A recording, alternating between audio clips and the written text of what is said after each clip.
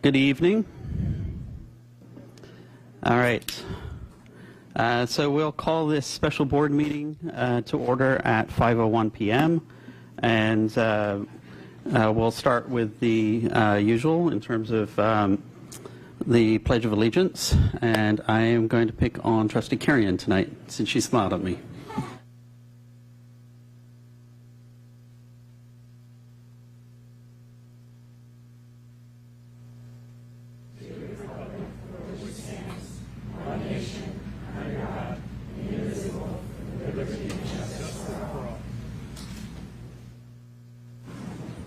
All right. Our second tradition is introductions. So we'll start with Namarta. Good evening, Namarta Grewal, Assistant Superintendent of Human Resources. Good evening, Ahmed Shigoslami, Assistant Superintendent of Business. Good evening, Ed DiLazzo, Deputy Superintendent, Educational Services. Hello, Mary Jo Carrion, Trustee Area 1. Charlie Jones, Trustee for Area 4. Good evening, Lori Walker, Trustee for Area 2. Good evening, Trustee Kelly McCoshie, serving as Vice President this year. Justin Brown, Trustee Area 5, and serving as President this year. Maurice Geisel, Superintendent. Good evening and welcome to everyone who's viewing tonight. Thank you for coming. Elenita Villaseñor, Executive Assistant to Dr. Geisels and the Board of Trustees. All right, and I will acknowledge the fact that we're in a smaller confines tonight because we have elections happening next door. So 2 for 1, if anyone wants to vote, you can go next door.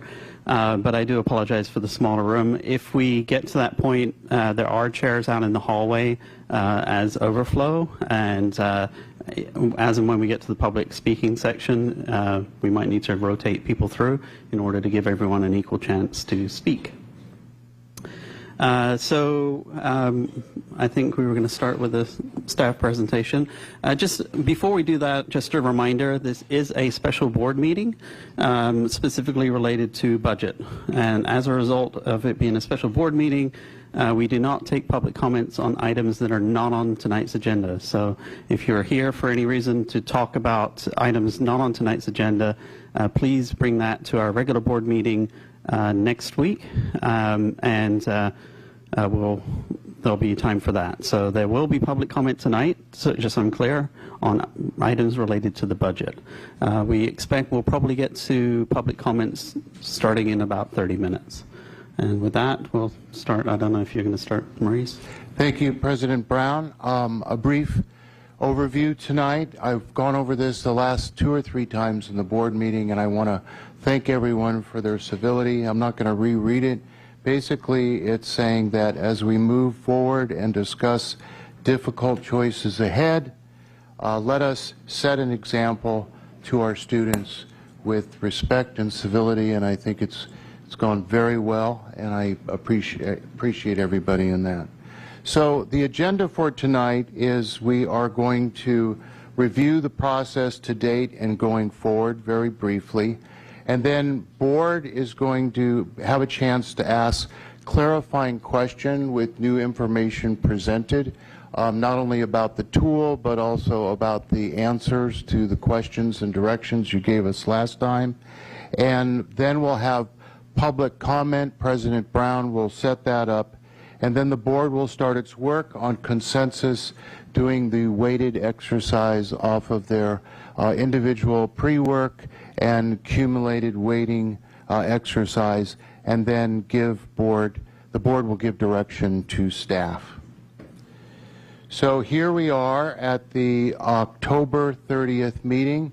We've had meetings on the 2nd and the 16th, and last week we had a regular board meeting with this on the agenda too. And again, like President Brown said, this is exclusively a special meeting devoted to the topic of reductions.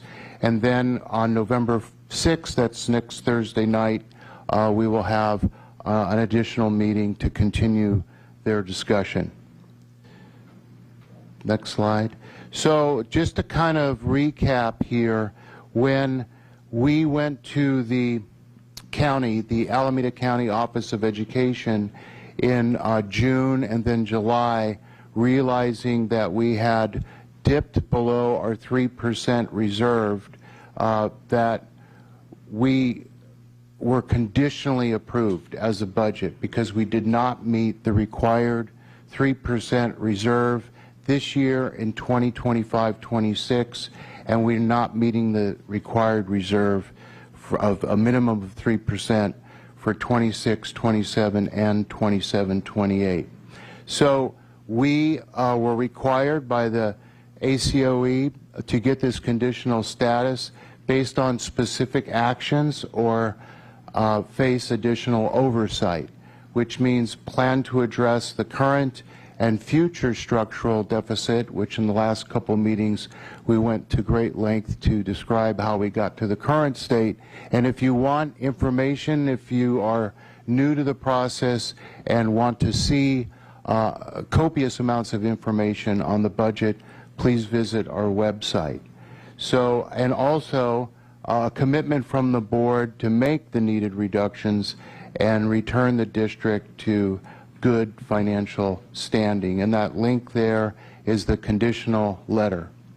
So, next slide, please.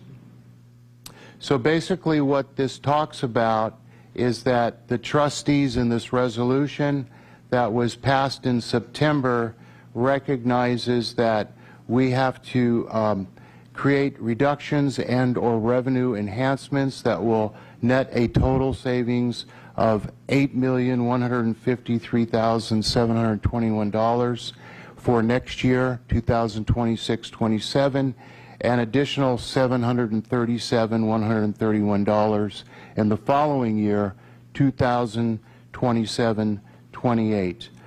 Additionally, the board recognizes that these projections may increase or decrease depending on ongoing cost savings, the state revenue allocation, or any other changes to the multi-year assumptions. So the link to the full resolution is there, our obligation to fulfill our commitment to the Alameda County of Education. And the next slide is a chart that kind of, well, no, the next slide is something that I've gone over before.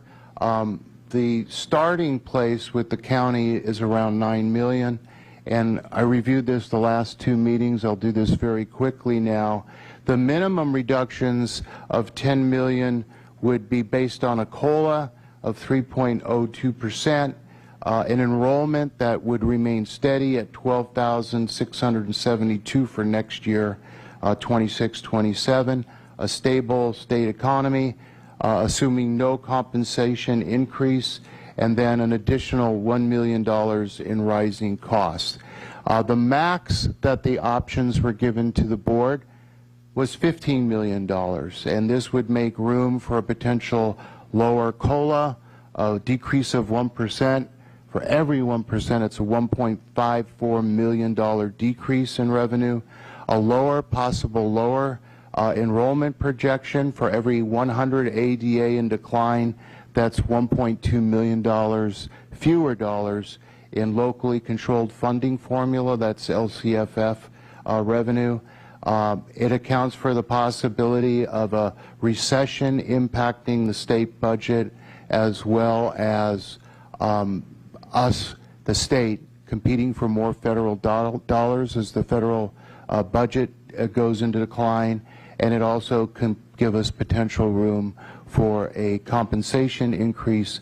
For every 1% across the board, it's about $1.7 million. So now the chart will show that in sum, we're looking at 26-27 based on the ACOE to look at 8.2 required to meet conditional approval, and 27-28 $800,000, or total of $9 million. We were directed last time to come up with a suggestion, a recommendation, and we'd look at a 10% contingency factor for unknown rising costs. That would be $1 million. A lower LCFF funding due to further declining enrollment, so that would be $450,000, a suggested target. And then finally, a lower COLA for 25-26 by 0.5, which would be $750,000. So the placeholder for increased compensation, state funding decreases, economic and a recession, etc., is left blank. It doesn't account for that. So our suggested target is a total for 2 years at 11.2, and that would be the place between 10 million and 15 million. Our suggestion, based on your direction and our analysis, is 11.2 million. Part of this, too, subjectively, is things can change. Numbers can change not based on our own variances, but also based on all these factors like inflation, a recession, competing for fewer federal dollars, the state has to. So that is something that could vary. These numbers are not solid. They never are because of those variables. And one of the reasons, too, why we wanted to go more than the de minimis of $9 million required by the ACOE is because we really don't want to do this again next year. So that's why we edged up also subjectively to $11.2 million. Next slide, Ahmad. So tonight we're going to go right into follow-up questions. If you have any clarifying questions related to the answers that we gave you to the last list of questions and directions, and then review of the current reduction list, if you have any questions about that, and then going right into public comment for an hour, and then the board is invited to get to work on the consensus weighting exercises, and then additional directions to staff.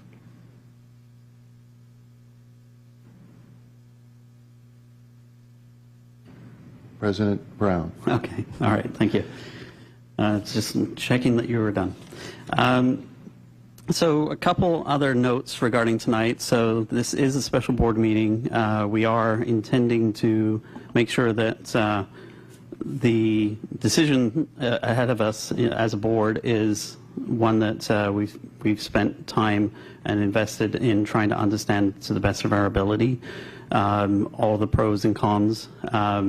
I think I can speak on behalf of the board in terms of we don't want to be doing this reduction, but at the same time, as board members, we are obligated as to be fiscally responsible for the district. And if we're not, then there's consequences to that. And so it's going to be a tough discussion.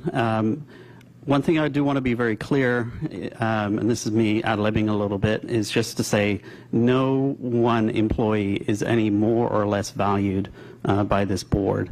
So I will ask that as we sort of go through the exercise that we keep that in mind, that as we are primarily state funded as a supplemental to property taxes, that as a result, 85% of our general fund goes towards salaries and benefits. And as a result, a number like 10 or 11 million dollars means that we are impacting positions, we're impacting lives, and we are conscious of that, and we will be respectful of that.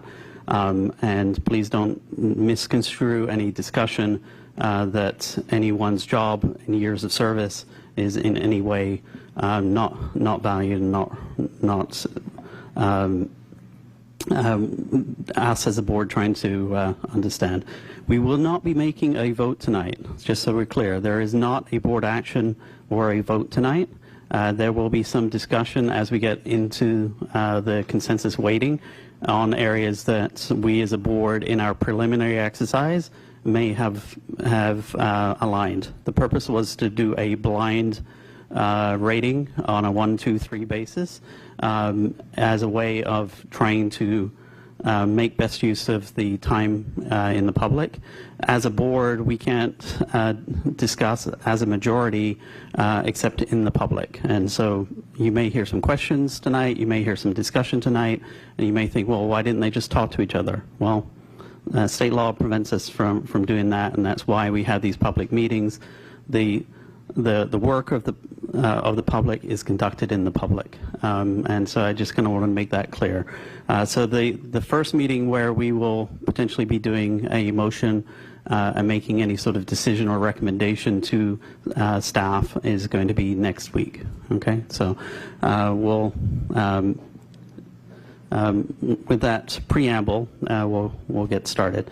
So I'm going to address the board here first in terms of follow-up questions and any clarifying questions. Any clarifying questions on the presentation? Okay, Trustee Jones, you have two.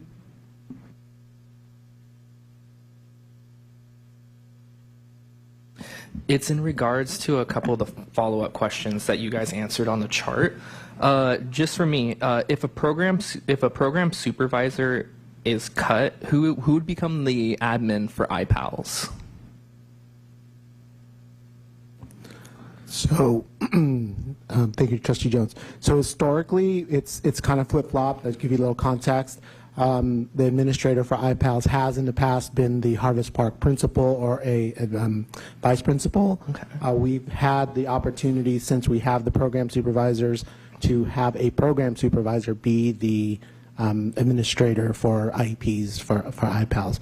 Should we not have one less program supervisor, the department and under the senior director would have to adjust and determine which of the remaining program supervisors or assistant director or herself would be assigned to iPals. Okay, thank you.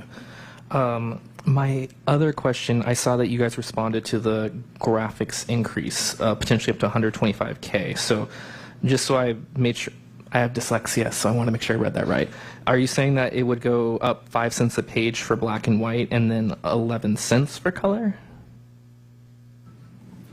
Correct. There will be about an 87%, I'm going to get to the questions, about an 87% increase. And so, yeah, from 3 cents to about 5.6 cents. Okay, and then the other one's 11. Okay, so that's not too crazy. Okay, I just wanted to like check and make sure I had that right. All right, thank you. Okay, others? Go ahead, Trustee Carrion. My question's about library, but I could wait till we get to that section. Okay, and any other questions? Go ahead. I have a question in regards to the document that was provided to us in regards to the staffing comparison 2008 to 2026, where it shows the alignment of positions and does the compare and contrast. I noticed that program managers did not exist prior to like 2018.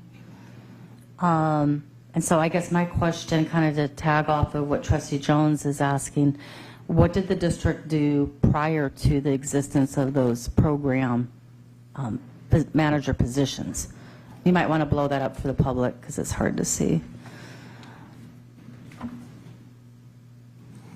So if I have it correct, it's the program supervisor. Yes, thank you.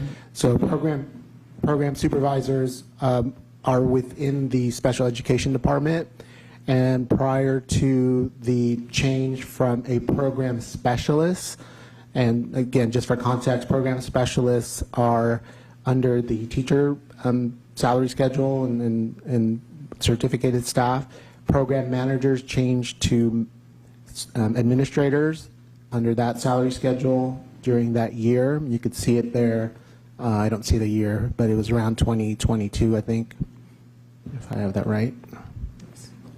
20 at the end of 21, 22, 22, 23.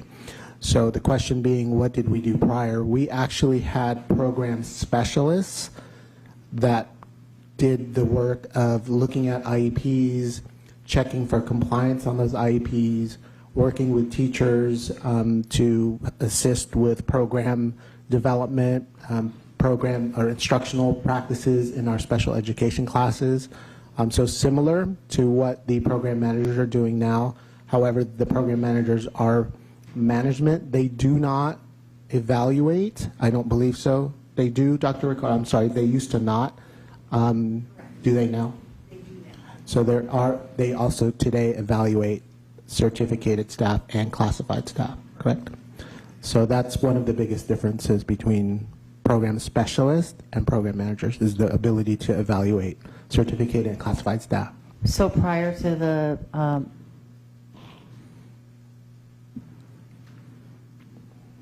prior to the program supervisors being created, they were program specialists, and so prior to that, then who did the evaluations?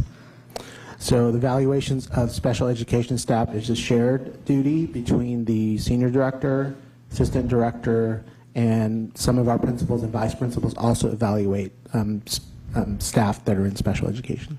So I assume there's a salary band higher as the program supervisors at management level. What was the rationale to create that management level position? So during that time, we were encountering several compliance issues in special education, and one of the strategies between myself and the senior director was to develop a position that can really serve to be another evaluator, another supervisor of staff, special education staff, and also general education staff and vice principals and principals, frankly, to support in the compliance mitigation that we were encountering at that time.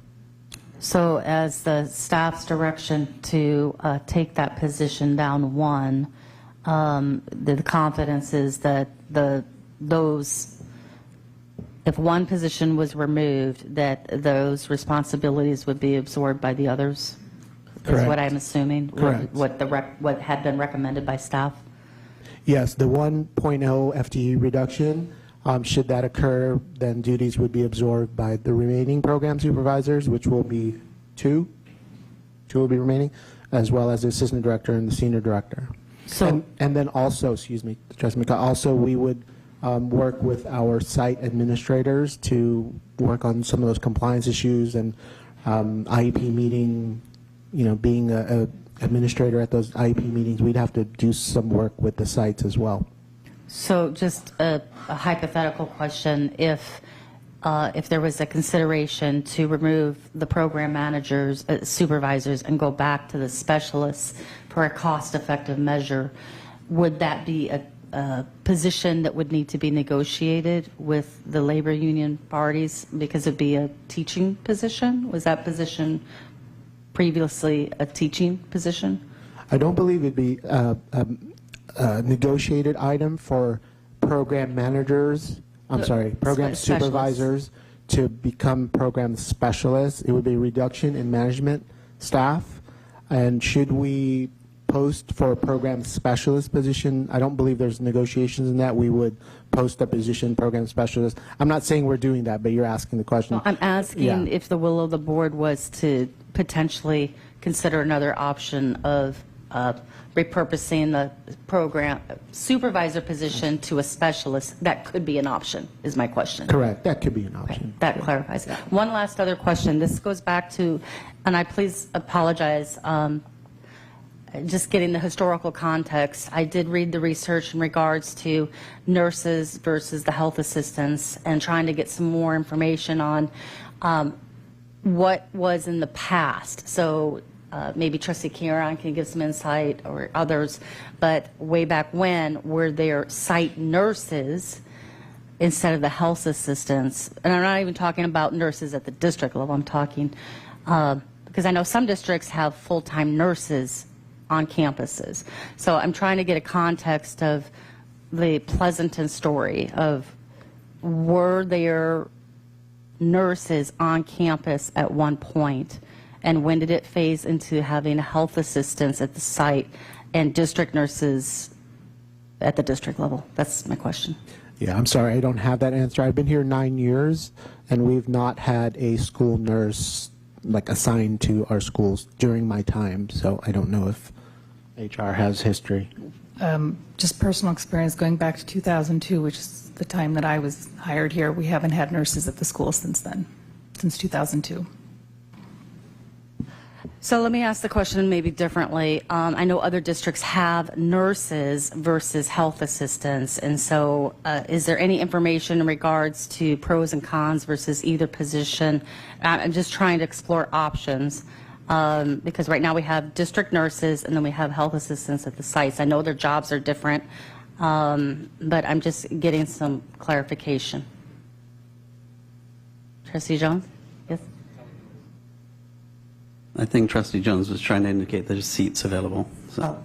Okay, so I guess, so my question is, I know the research that was provided to us, some districts have nurses at the sites. So I'm trying to get a context of any knowledge of why some districts choose to have nurses on site. What are those benefits versus health assistants? And, you know, if, for example, do more districts consider health assistants because it's more cost effective based upon how the job description is written up and the qualifications needed for a health assistant versus a qualified nurse? Maybe they have different qualifications, and so it's more expensive to have nurses on site. Are you guys getting my question? Am I asking it right? I'm just trying to get like some general information, because the information that was provided to us kind of basically showed that it seems like districts do all sorts of things. Some districts, like I work in Fremont, they don't have any health assistants or any like a position on campus for the elementary campuses. But then you guys provided information where other districts are very similar to Pleasanton, where we have health assistants on campus, which is great. But then other districts, I can't remember which district you referenced, but one district had nurses on campus. So I'm just wondering if anyone has some insight on that trend, because it's been something that we've been getting a lot of communication from the community in regards to the value of these positions, and I would like to just get clarification on the pros and cons and what options we have. And maybe if you have to come back to it. I may have to come back to it, but you're correct in that there's no set structure for school districts, and I believe in the Q&A that we provided for you, that particular question, I wanted to illustrate that it is very different in every district, meaning there's a requirement to have health and safety services for our students. Some districts choose to use their resources to fund registered nurses, RNs, who are licensed. Some districts may choose to have fewer registered nurses but have health services assistants. Some of the titles are even different. That's why I think one time I said our neighbors don't have HSAs, and then the second time I told you, well, Dublin does, because I did find that title. And meaning it's a position and it's not so much the position, it's a service that school districts provide. How they provide it is really up to that particular school district. I think the one school district that you may mention that has no LVNs but has, no HSAs or LVNs, has 15 credentialed school nurses. That's in Hayward. I know Hayward has more than 15 schools, so not every school has a school nurse, if you can kind of see what I'm saying. Districts just can allocate those health services to their sites based on their specific needs, which is what we've done.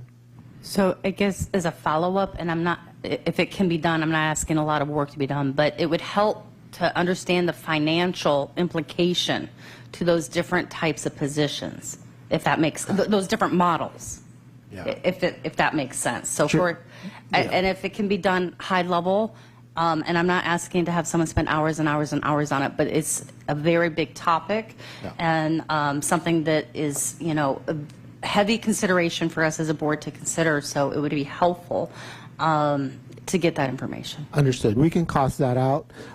School nurses are, the rate of pay is higher than health service assistants for sure, and then higher than LVNs as well. I think school nurses in this category would be your highest salaried position. Okay, thank you. Okay, sorry, we're just dealing with some room logistics, I think. Trustee Walker, any questions? Okay, I just had a couple quick questions. I didn't prep staff with these because they came to me as I was sitting here. Two things. One was, what is the what is the FTE associated with the printing? With graphics, we have 2 staff in graphics. 2 staff, okay. The reason I ask is obviously if you increase pricing, that may lower demand, and so is there any FTE, depending on whether you expect whether you expect increased revenue from external sources paying the higher price versus internal sources.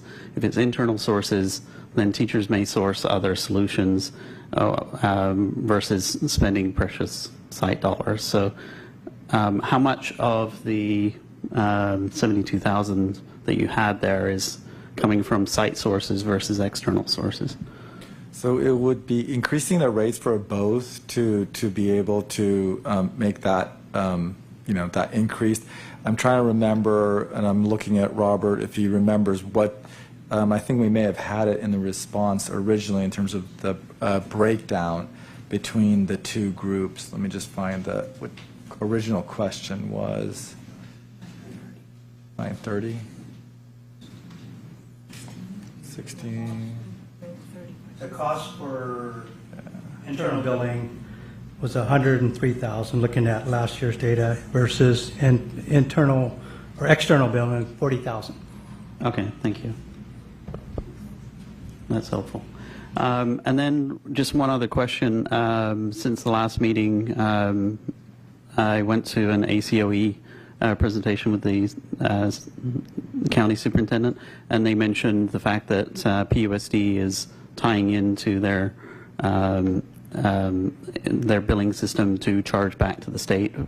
Is there any potential upside in the future once that system's fully in place that we can cross-charge some of the mental health charges through the ACOE system, or is that already accounted for in our projections?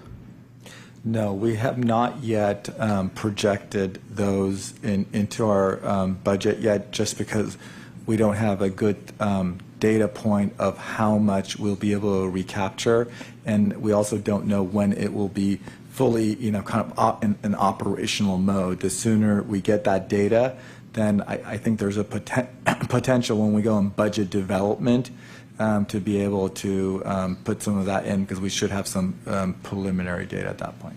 Okay, yeah. From what I saw from the table that was presented to the audience, the PUSD was step 2 out of 3, but there were a couple districts that were at step 3, so maybe we can look into that. So, okay, thank you very much. Any other questions from the board? Otherwise, I think it's important that we hear from our public. Just a point of order here. Everyone, I appreciate the fact that we're sitting and it's kind of crammed. We were thinking about open up the back door, but the voting's going on, Lanita, and even though I think it's closed, that for security purposes, they want to keep the door closed. So make yourself comfortable. If we run out of chairs, we'll get some more. So thank you. Okay, thank you very much. So just to recover what we went through on the last meeting. So before we start public comment, just a few reminders. It's a special board meeting, so only public comment on items on the agenda, meaning the budget. We do value hearing from everyone. What we will do is, in a second, I'll look at how many speaker cards we have, and we'll start out hopefully at 3 minutes per person. But if we keep receiving speaker cards, we may have to trim that down. So how many do we have so far? 17. 17. Okay, so, okay. All right. So we'll start out with, all right. So given it 17 right now, we're under the 1 hour that we had planned. So I will start out with 3 minutes per. I do reserve the right to decrease that later if a lot of folks are going over and we're running into time constraints. But for now, we'll start everyone with the 3 minute requirement. There is a clock up on the wall there. It goes green, yellow, red. Do please periodically check, and we'll do our best to stay within the time constraint. If you have comments that are similar to others, it's perfectly okay to say that you agree. I don't prevent people from coming up with other people, but do try to stick within the time constraints. And one other thing about public comment is, as a board, we are prohibited from having a two-way dialogue, and we appreciate the fact that a lot of people come to the meeting. They may be newer to the process. They may have questions. There's a lot of material around the financial situation that is available from the last meeting, and then obviously we've got a lot of staff. And so if you would like to follow up with any staff after the meeting, we can certainly facilitate that, but we can't have a two-way dialogue with public commenters.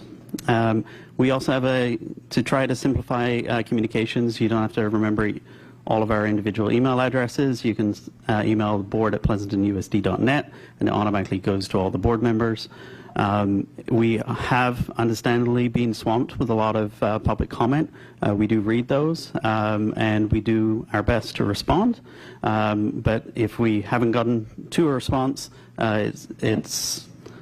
we will try to get through all of those and acknowledge those, but we certainly do read and understand what people are advocating for. One of the things I always appreciate is often we get a very detailed set of arguments around why they're advocating for a certain position, and so we do value that and we do read that. So with that, we'll go ahead and I can't take questions from the audience. All right, so with that, I'm going to, if you do have, we recognize that we have parents and staff, and even staff have kids. So if you have a time constraint and you need to go in a different order, I'm going to go through the order that Lenita received these, but if you have a special request because you've got childcare obligations, feel free to talk to Lenita and we'll try to reprioritize. So with that said, I'm going to start with the first one on the list, which is Kim, regarding counseling cuts.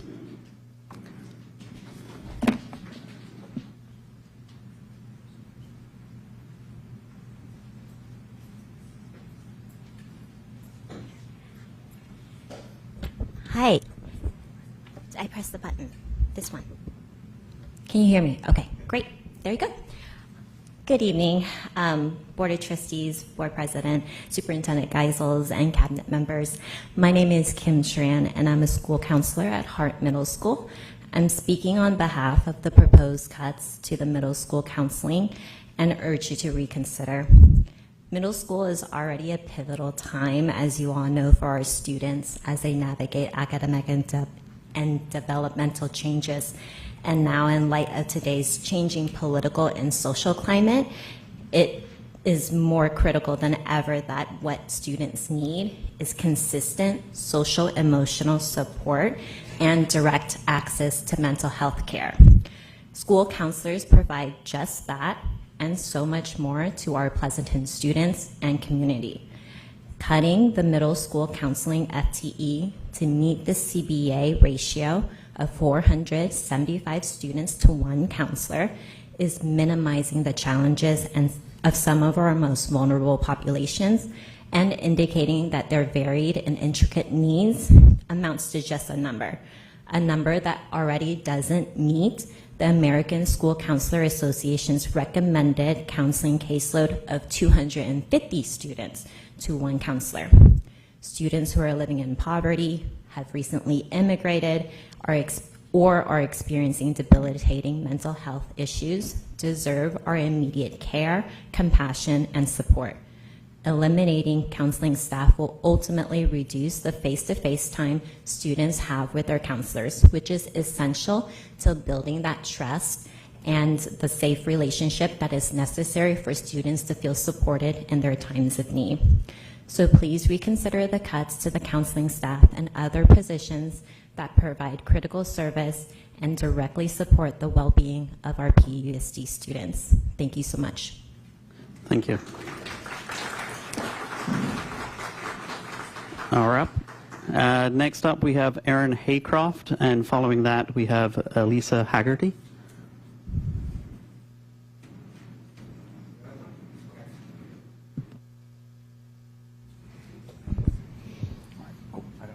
You scoot up, it's fine.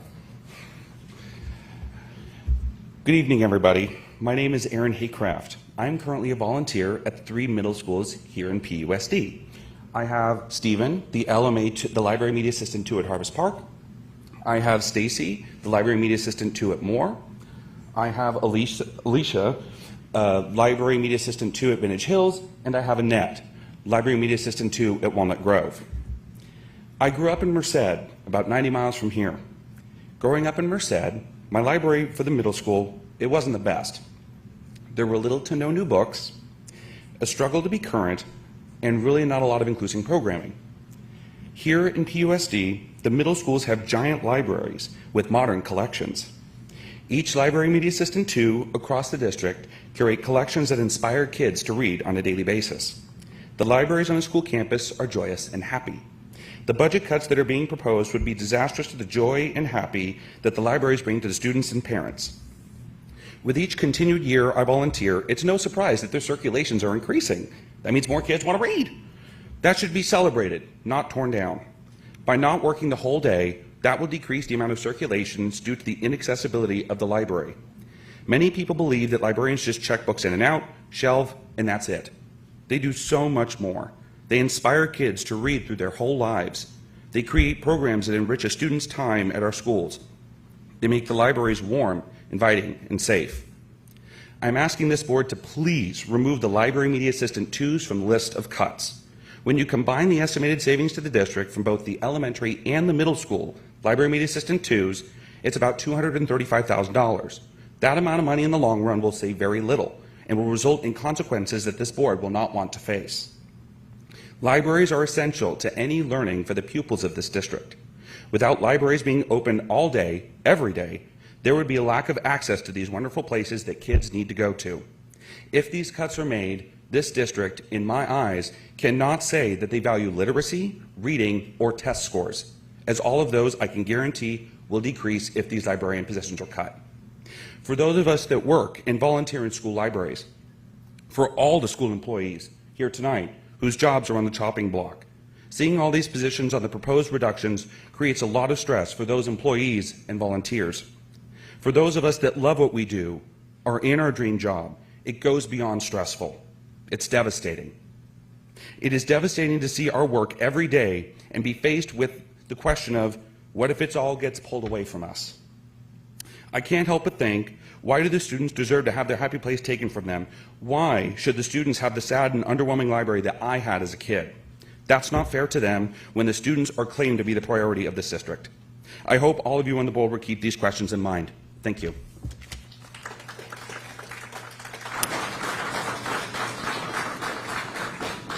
Thank you, Elisa. And then after that, we have Andrea Wilson.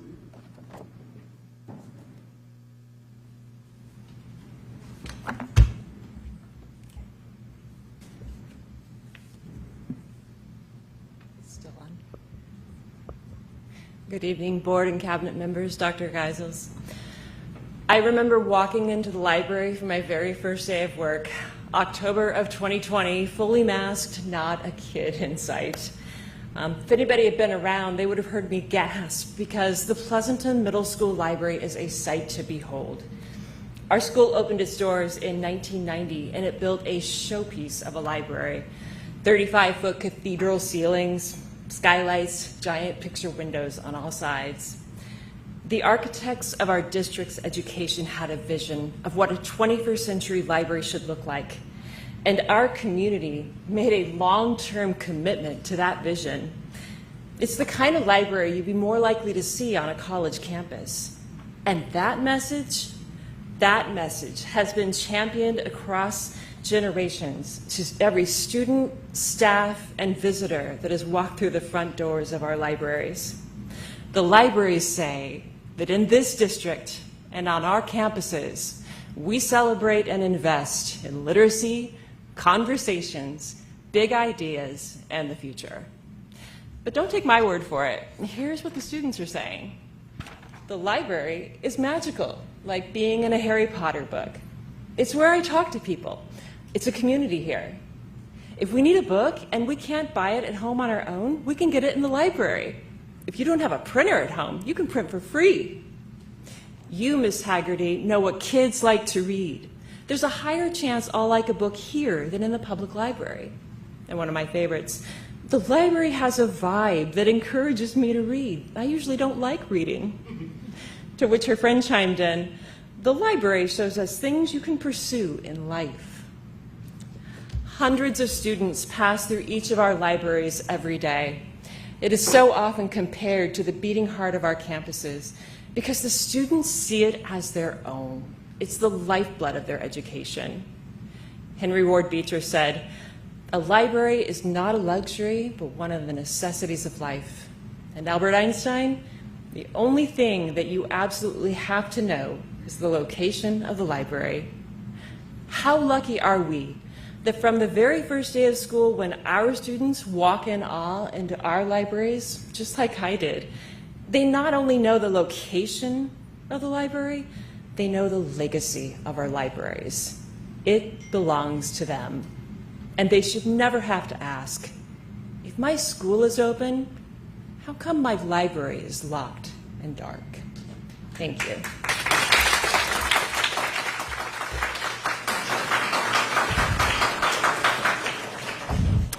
Thank you. Is Andrea Wilson here? Oh, go ahead. Good evening, President Brown, Vice President McCoshy, trustees, Dr. Geisels, and members of the Cabinet. My name is Andrea Wilson, and I am the Executive Director of Pleasanton Partnerships in Education, otherwise known as PPIE, as well as a parent in the district. On behalf of our Board President, Jennifer Flynn, and our Board of Directors, I want to remind the community about PPIE's vital role in fundraising and note that several of the programs we help support are currently listed for reductions.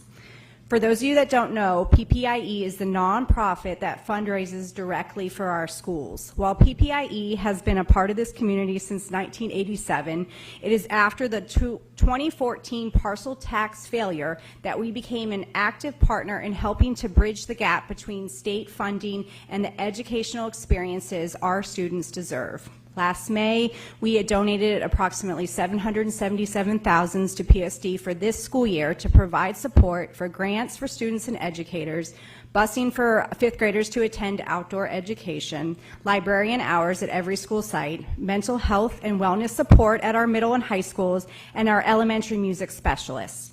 Last year's families made it clear that music matters, and PPIE redirected funds to help protect elementary music education from further reductions. Currently, 3 of the programs we help fund are listed for potential cuts. Redirecting support away from them would only deepen these reductions, and that's something we as a board, our board is not willing to do. But we have heard loud and clear that our community wants to help. Foundations like PPIE exist for this reason, to leverage family donations alongside events such as our gala next week, business sponsorships, corporate matching, and grants. This broad base of fundraising creates stability and sustainability so that even when one fluctuates, another goes up. I am happy to connect with anyone here, or out in the public that wants to learn more about how we can work together to make an even greater impact and ensure our students receive the rich, well-rounded education they deserve. Thank you.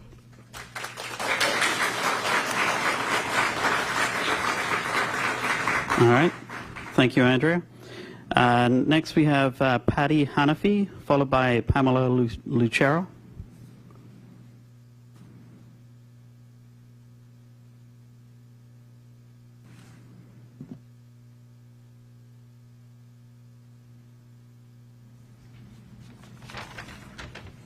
Hi, I'm here to talk about science again. I don't feel like I'm getting through on just how vital first through third grade science in a science lab with a professional science teacher, how important it is. Science in the early grades is not about memorizing facts or reading from a textbook. It's about experimenting. Classroom teachers do not have the time or the facilities to experiment. That is what we do. That's our specialty. Classroom teachers do the bookwork, we make the messes. That's our job. I printed out, or didn't print it out, I actually drew it out. Thank you. The spiral progression in science. And this is the way that science instruction is supposed to be taught. Starting in first grade, building, constantly building in a spiral through the grades. I color-coded it so you could see where the connections are made, okay? If we rip off the bottom 3 grades, what are we left with? Nothing.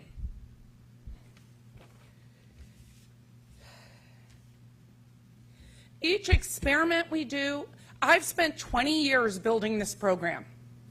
I started as a volunteer in my children's classes because there wasn't a science program. Then I was asked, hey, I know you're taking a break from teaching, can you be our science tech? Because I think if we really show how good having a science teacher is, then all the elementary schools will have one. At that time, only Hurston and Walnut Grove had one. Our science scores went up 19 points in 1 year. They will drop that. I guarantee they will drop that because the classroom teachers don't have the expertise, they don't have the time, and they don't have the space to do experiments. And that's how elementary children learn. They don't learn by reading, they don't learn by watching videos, they learn by doing. It's vital. Thank you.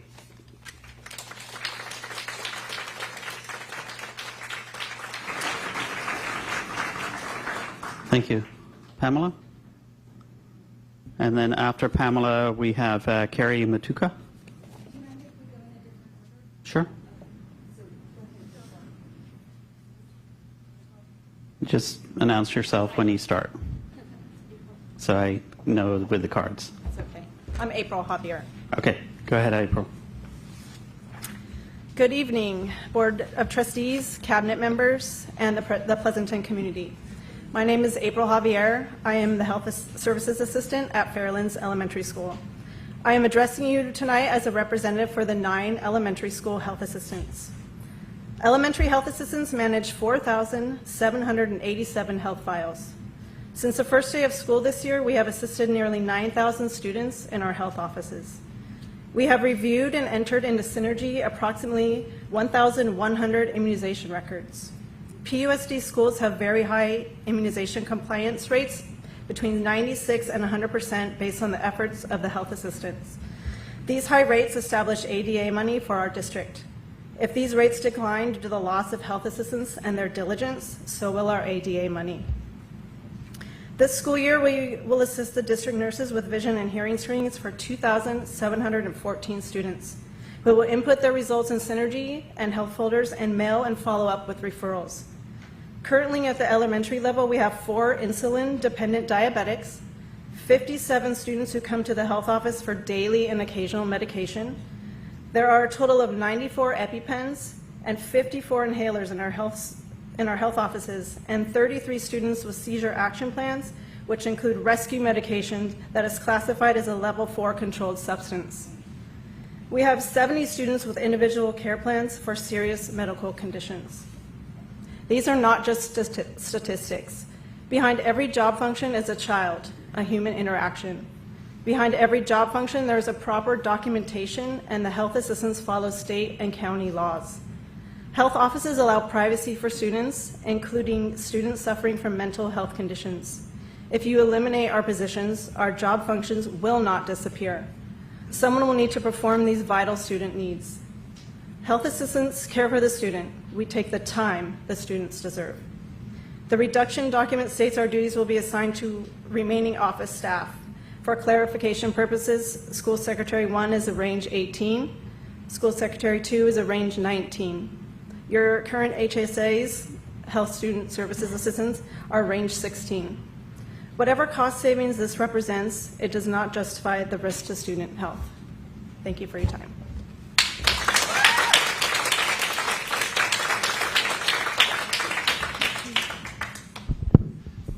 My name is Carrie Mitoka, and I'm the HSA at Hart Middle School. Good evening, board members and cabinet members, district members, and the Pleasanton community. I come to you this evening to represent the health service assistants in the middle schools of Pleasanton. Pleasanton Middle School, Harvest Park Middle School, and Hart Middle School. I also have some stats for you. The middle schools have a total of over 3,000 students, which means us HSAs manage over 3,000 health files, one for every student. All three middle schools currently house at least 30 EpiPens, 22 albuterol inhalers, and 12 seizure medications. We have 8 insulin-dependent diabetics, 18 students that come into our office for daily medications, including controlled substances, and over 40 individual health plans for other serious medical conditions.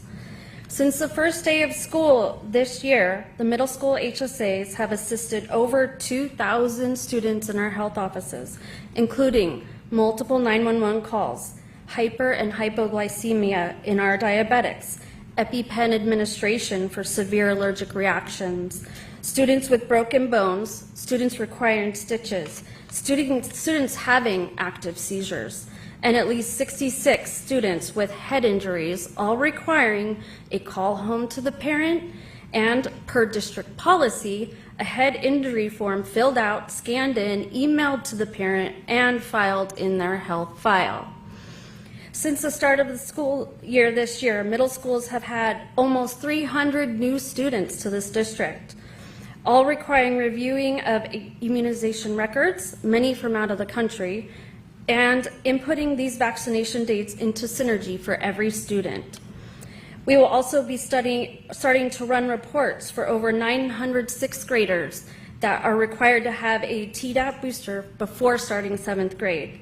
These are state mandated immunizations, and per California law, any student without these is not allowed at school. Therefore, that means no ADA money for our district. District nurses are required to send vaccine compliance reports to every school, for every school in the state. Right now, we're at 96 to 100% compliance. Without HSAs, that compliance will drop. And again, no ADA money for this district. We will assist the district nurses with vision and hearing screenings, including booking locations, sites, inputting results into Synergy, recording results on every student's health file, and sending letters to the parents for the ones that fail. This is done for every 8th grader, every IEP student, and every new student from out of the state and out of the country. And right now, this totals over 1,100 students. And this is also mandated California law. We work together with teachers and staff on our site, and we provide first aid supplies to all of our teachers and staff on our campuses. We offer private places for teachers to send students needing a break or suffering from a mental health condition. I'm not here to point fingers of blame. I'm asking for accountability. None of these budget cuts are fair to our students or our employees. In order to collaborate and all work together to find a solution, all options should be considered before taking from our students. There are more areas in this district that can be cut from before taking from school sites. Take responsibility, take accountability, and stop taking from our students. All right. Thank you. Thank you.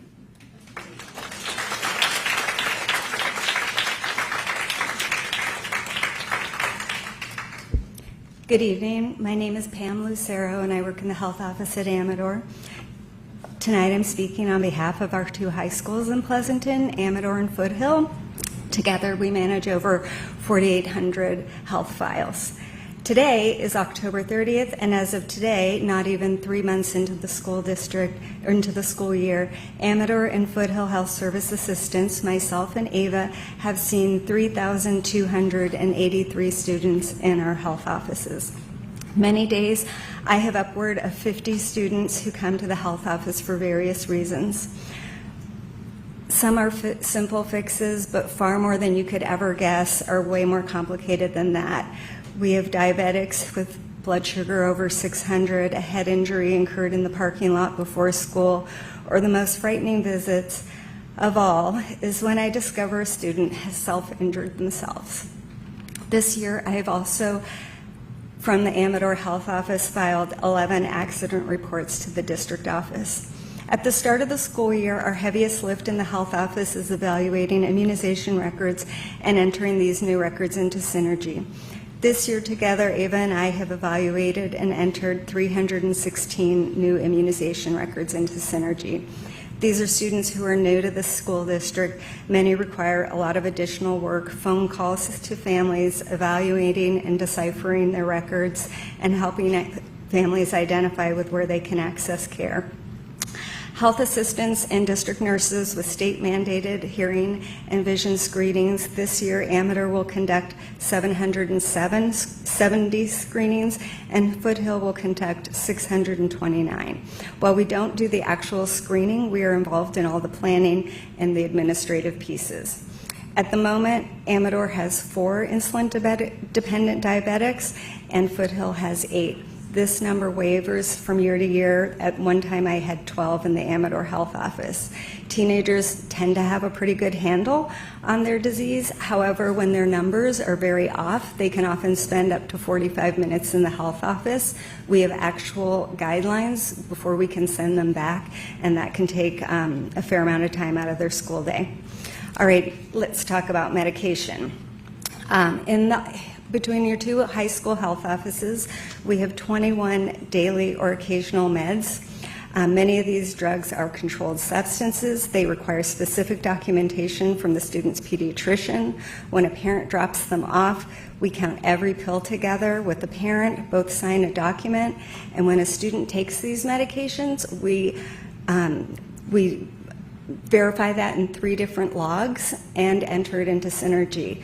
This process is very, very important, especially on a high school campus, and it scares me that this would be handled by multiple people. We have 24 life-saving EpiPens and 16 inhalers in the health offices.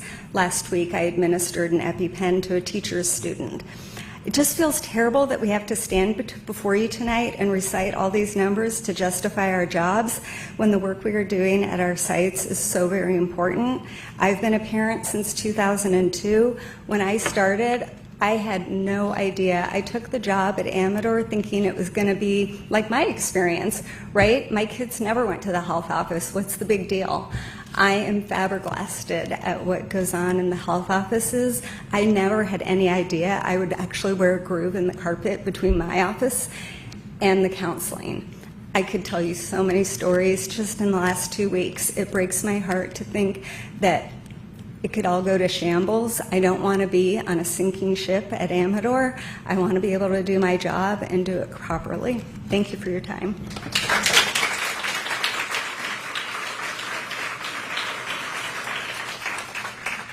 Thank you. Next up, I have Nancy Whiteside and Isela Torres.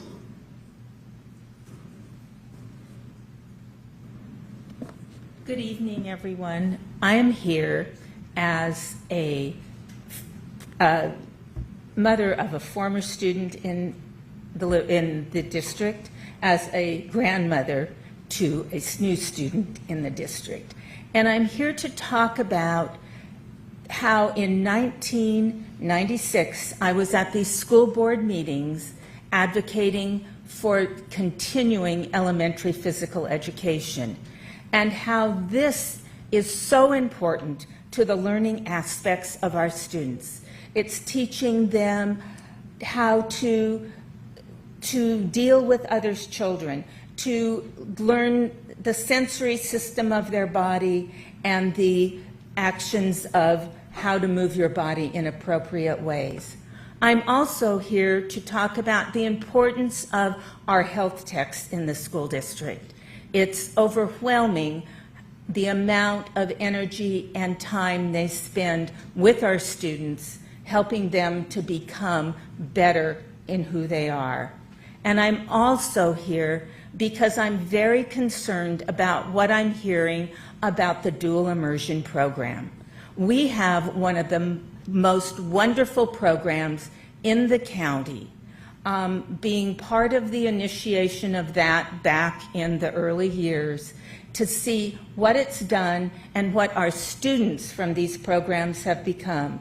They've become nurses, they've become teachers, they've become missionaries, they are working out of country. So to stop this and not continue giving our English-speaking students the ability to continue with Spanish, and our Spanish-speaking students who start speaking English much earlier than they did when they did not have this dual immersion program. So it saddens me to be here years later advocating for things that I advocated for my child. And now I'm advocating them for my granddaughter. Thank you. Thank you. Isabella? Or, sorry, Zella. I'll let you introduce yourselves. Go ahead. Okay. So, good evening, board members, superintendent, and district leaders, dear colleagues. My name is Rosa Isela Torre, and these are the rest of the team. Patty is sick tonight. And I'm sure I'm here today representing the role of the parent liaisons in PUSD. Since July 11, our team has logged more than 3,700 family interactions. That number is not just a statistic. It represents 15 years of total trust and openness that our families have built with us. These relationships did not happen overnight. They are the result of tireless, impactful, diligent work of being there for families in moments of confusion, crisis, and celebration. Every call we make, every meeting we attend, every translation we provide, and every connection we build saves the district thousands of dollars each year in outsourced services and crisis interventions. We serve as the first point of contact with families, supporting them through a long enrollment processes and attending meetings related to attendance and behavior. We are the bridge, helping families navigate the educational system, participate in school life, and resolve issues before they escalate to Tier 2 or Tier 3 interventions. That's what makes us unique and indispensable. This year alone, our parent liaisons have hosted multiple educational workshops for Hispanic parents, with classrooms full at both middle and high school levels. We've led and coordinated the facilitated parent education programs on school avoidance and refusal, the Love and Logic parent program in English and Spanish, and parent cafes across multiple languages, strengthening families and promoting engagement before problems grow. Beyond this workshop, we have created numerous parents programs that have developed hundreds of parents, leaders, offer support opportunities for students, and celebrated Hispanic graduations. Since July 11, we have endured students can get to school reliably, supporting families and helping the district maintain the ADA funding.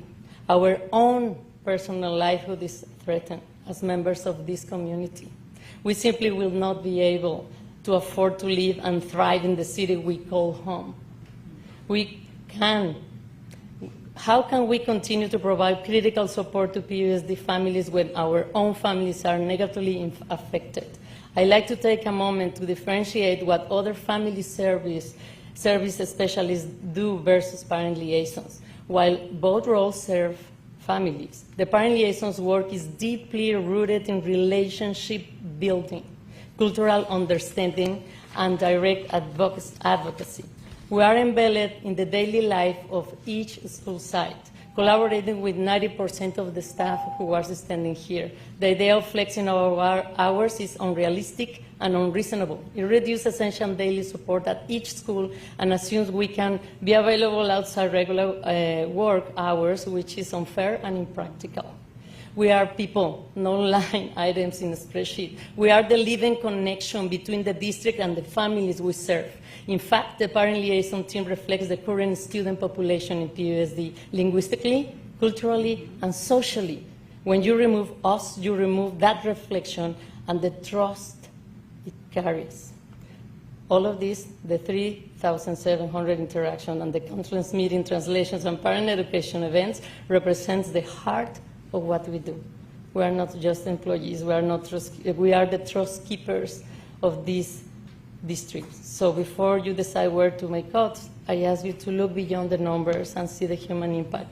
The relationship we build cannot be replaced, replicated, or reduced to part-time hours. Thank you for your time, your attention, and hopefully you understand that when you invest in the role of parent liaisons, you invest directly in students, families, and the very foundation of this district's success. Thank you very much.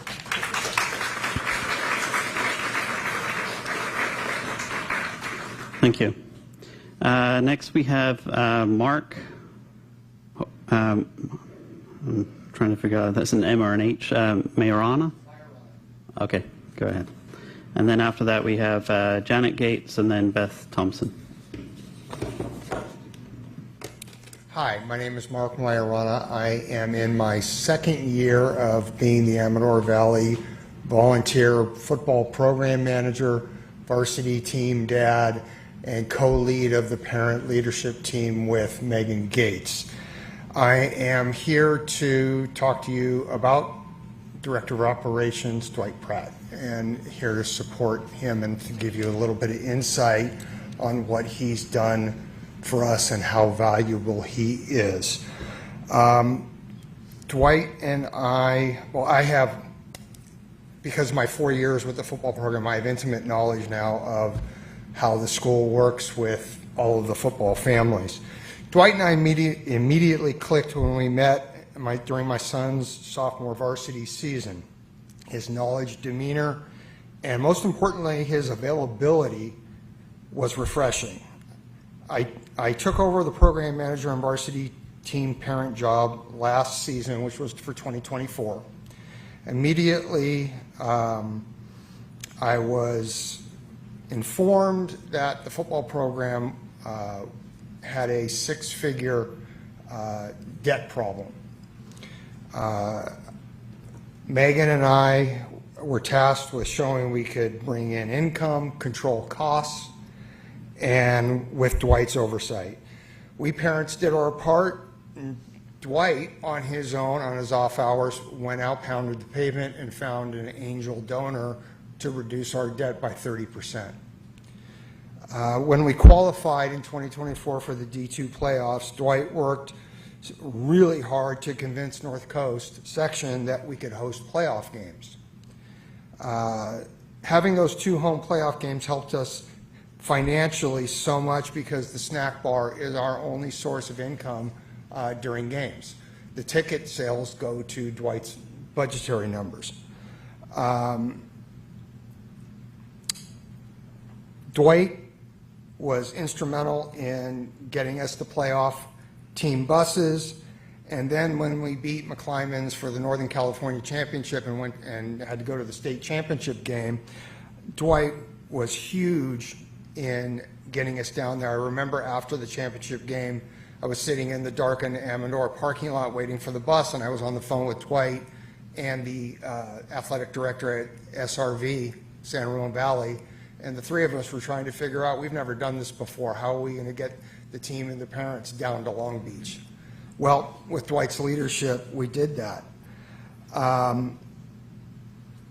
Because of Dwight's leadership, his ability to work with us when we were thinking outside the box, we finished the 2024 season in the black.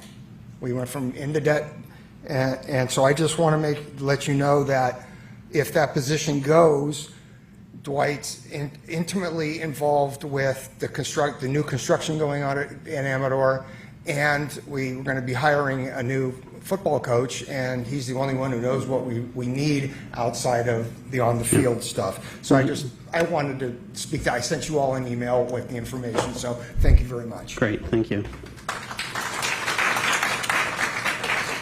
Okay, I'm going to mix up a bit the order. After Janet, we're trying to be respectful of childcare. So after Janet, we'll have Rosalind, and then we'll go to Beth. I'll be quick. Go ahead. I'm Janet Gates, Pleasanton resident, parent, former teacher, current administrator. I'm at the dais to give a quick reminder of the points shared at our last meeting before you engage in your very difficult conversations about how to reach $10 to $13 million in cuts. First, please make your choices based on the needs of the whole community, not your individual experiences. As I said last week, your stories shape you but shouldn't be the guiding information for your decisions. Second, recognize that our very experienced, compassionate, and constantly working district staff have, at the direction of this board, created a list of possibilities, not recommendations. Speaking as if items on this list are recommendations creates a false message that district staff think roles or people are not valuable, and this could not be further from the truth. Third, do not demean and demoralize the work of anyone in PUSD, because we are all one system: teachers, administrators, and classified staff. Please remember that the district office has had many reductions, increasing workload. Even prior to these reductions, most of your PUSD leaders worked excessively long hours. We work on weekends, on holidays, and at the same time, district staff work years have been shortened, so salaries have been reduced while other groups' salaries have been increased. I have heard a comment made that you may need to work longer hours. We do work longer hours. That's the only way that everything gets done. I repeat what I've said here several times. You will not keep high-quality leaders or have a unified district if you continue to publicly undercut and undervalue the work of any of us at PUSD. Thank you. Thank you. Rosalind Rondash? Hi, good evening. My name is Rosalind Rondash. I am a reading and intervention support specialist. I am speaking on behalf of all the RISs in the district. The proposed cuts to the intervention program will directly impact all students and teachers. When the intervention services are reduced, the most struggling students don't get the supports they need. Teachers don't get the additional assessments that are needed to give a complete picture of a student's struggle, and what learning gap is there, and how to address it. All students suffer as teachers will be stretched thinner. The classroom management will be strained as struggling students tend to require additional attention. We are not classroom aides. We are specialists. We prepare lesson plans. We work directly with students that have been identified as reading below their grade level. We perform assessments at our own school sites as well as district-wide. We also administer state-required English language proficiency assessments, the LPAC. We not only help students develop essential literacy, but we also provide safe and encouraging environments where they can feel safe and supported so they can grow and meet their goals. If learning gaps are not closed in the elementary school level, the gap only grows. Pleasanton students deserve better. The Pleasanton parents deserve better. Eliminating us will not eliminate the students' needs for these supports. The reading and intervention support specialists are valuable assets, and we help our entire school district. Thank you. Thank you.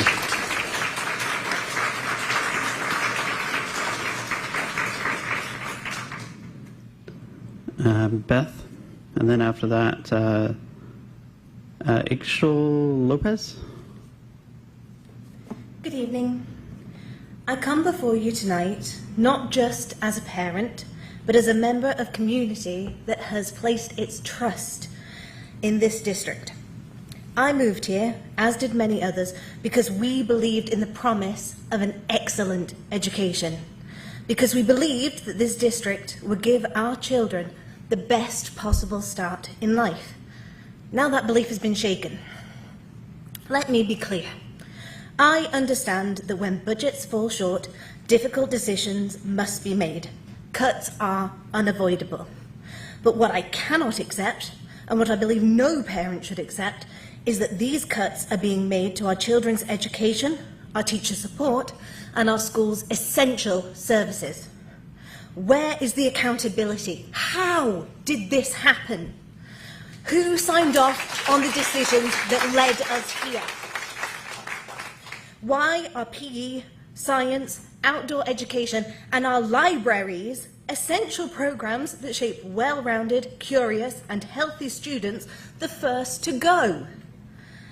Why are school hours being reduced, medical staff being reduced, and administration staff being cut? This is not just a budget issue, it is a trust issue. You have lost the trust of this community. And with the exception of Charlie Jones, who has been one of the only members of the board to consistently reply to the parents that have been in contact, I see no meaningful effort from any of you to win this trust back. There has been no accountability, no transparency, no apology, and no consequences for those who have failed in their duty to steward our children's future.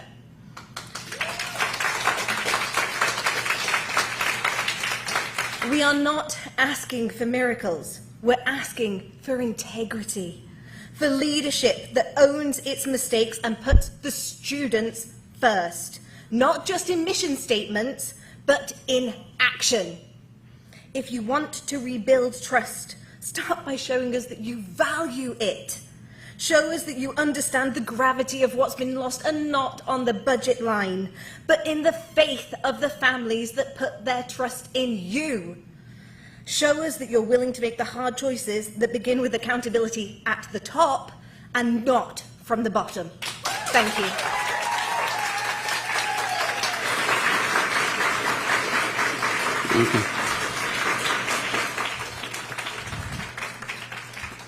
So just, I want to make sure everyone feels heard, and I want to make sure that everyone has an opportunity to be heard. I am not opposed to clapping an agreement, but if you could hold that until the end so that the speaker can finish what they're saying. And so I do want to maintain that consistency, that people get to be heard. So with that, I'll pass it over. Go ahead. Buenas tardes, miembros del Consejo. Mi nombre es Ixchel López y quiero referirme hacia ustedes acerca de las parent liaisons en el distrito. I am pretty sure that you didn't understand me completely, right? That's the way that we feel when we come to the school and try to do any documentation or try to provide our problems to the school. That's the same way that many people are feeling right now. And I have something written for you, but I think that it's better that I spoke with you from my heart only. Last year I was here from the same topic, and I was addressing the importance of the parent liaisons in the district, specifically the Hispanic liaisons, parent liaisons. I was one of the luckiest parents who faced his first contact with Isela, later on with Viviana, and then Patty. And I cannot say how much grateful I am right now because of them. I couldn't speak English if I didn't learn about the English program from adults. I could not get my job at this moment if I wasn't able to believe in myself just because the encouragement of these people. That's the same way that our kids feel when they come to the school and they see familiar faces, when they feel welcome, when they feel like someone is going to be there so they can trust them and talk to them. I talk to my kids, if you have any issue, go and talk to Isela. If you have any issue, go and find Viviana. That's the way that we trust. That's the level that we have of trust to our parent liaisons, not only them, the staff members on the school.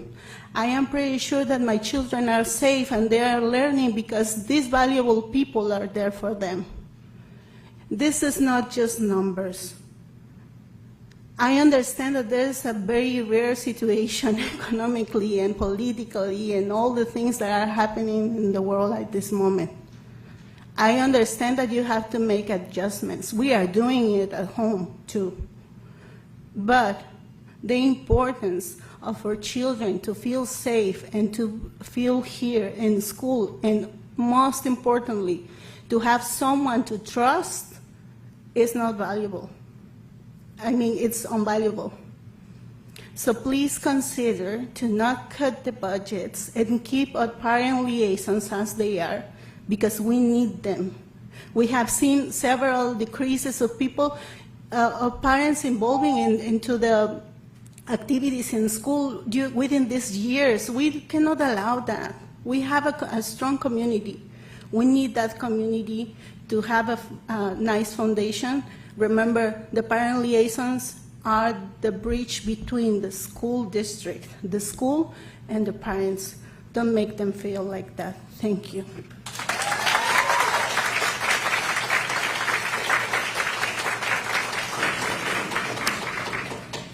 All right. Next we have John Benducci, and followed by Evan Branning, unless you'd like to go in a different order, Evan. Okay, go ahead.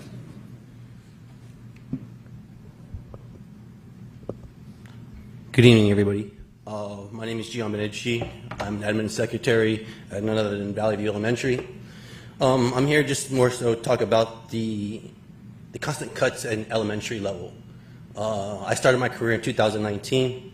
When I started my career, I had a 5-day parent liaison. I had a designated sub, an HSA, and an attendance clerk. 3 years ago, I lost my designated sub. That is a huge impact because if I have teachers who are sick, I have no one to cover the rooms. I need to reach out to the district now. That puts a lot of stress in my life because I don't know who's going to cover that class. The following year, my parent liaisons, who I normally had 5 days, were now moved to 2 days. As you heard from parents here, that's major impact in the office because now those parents have no one to talk to. They have no one to turn to. Luckily for me, I do have an attendance clerk who speaks Spanish who is able to help that person. However, if she's out sick, I have nobody to help me. This year, my parent liaisons have been moved to a half day. I have my parent liaison there 2 days. She's there in the morning on Monday, and she's there in the morning on Friday. And you're talking about cutting my parent liaison's hours even more. What more do I have left? Please do not touch my parent liaisons. Second on the list was my attendance clerks. Last year, it was on the block to move them down to a half day. I'm not sure if you're aware of what our attendance clerks do, but in my office, we carry multiple hats. When somebody's out, the other person is there to fill the roles. There's no way an attendance clerk can call all those parents to find out why their students are not there, and at the same time, we're seeing more than 60 students a day due to little boo-boos. Have you ever tried to find out what's wrong with a 5-year-old who comes in with a tummy ache? Trust me, it doesn't go that fast. They're not in and out of there. That's my time. I can't help. On top of that, I have 2 diabetic students. Do you know how many grams or how many carbs are in a Starburst? How about Tootsie Roll? 5 grams. It's very stressful when I have an upset parent in my front office, and at the same time, I'm getting a text message from a parent to let me know that their student's blood sugar levels are dropping low. Who do you choose? The parent or the student? Again, you're putting me in situations that is very unreasonable. Whenever there's budget cuts, I'm always seeing the budget cuts coming from the elementary levels first. My office crew is very minimal right now. I'm begging you, please stop doing cuts to elementary. Your students' careers start on the elementary level. I take pride in every person who walks out of that door. I have a smile on my face because we are the start. If you come into the office and you don't know who you're talking to and there's not a smile on their face, how comfortable do you feel leaving your 5-year-old in that school? That kid's going to be crying every day. So again, please, we have a solid office. I can't speak for every elementary, but the minute you affect that office, the trust in the parents of leaving their student in your school is going to be very minimal. Thank you.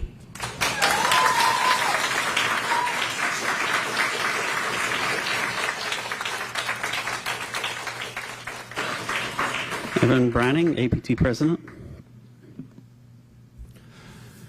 Good evening, Board, Cabinet, and everyone here today. My name is Evan Branning. I'm the APT President. I have sent you a letter recently detailing out the reasons why I think many of the cuts are unfounded and will have great impacts for students, but I want to talk about something a little bit differently today. I want to talk about where we're at, how we got here, and what you're doing today. So, I've heard a lot from the board of different things that you've mentioned throughout the years, that you were elected for this or that, or you have certain legal requirements and authorities, but I want to remind you that ultimately, whatever that list may be, you were hired for one thing, and that was to make sure that Pleasanton students get the best education possible. In all of your decisions, that is the number one thing you should be weighing. And so what's presented with you today is you have a list of choices to make, but you're also making a bigger choice than what specific roles to cut or not to cut. You're making a choice about what your level of risk tolerance is. And so the district has its own level of risk tolerance, and they've presented that to you. As human beings, we always believe that our personal pain is more salient than that of others. And so I've heard multiple times from the board that we don't want to be here again. I fully am with you that this has been awful. My 2 years of presidency so far have included almost entirely talking about budgets. When we say that we don't want to be here again, it's partly because we don't want to cause damage to our district, but it is also because none of us want to experience the pain that we are experiencing. What I'm here to tell you is my members have spoken loud and clear, and I believe the members of CSEA have said the same, is that from our perspective, what you are weighing is the risk between personal pain and pain to our students. When you look forward and have items on there like a contingency or a padding or potential ways of limiting the damage in future years, what that ultimately is causing additional pain to our students immediately in the hopes of reducing future pain. So what I'm here to ask you is that you take a risk. Reduce the number that you're looking at. Limit the cuts and keep them away from our students and educators so that our students can get the best education possible. It does expose you to future risk, but that is something we are all willing to take, as long as we can make sure that our students truly get the best education, because Pleasanton students deserve the best. Thank you.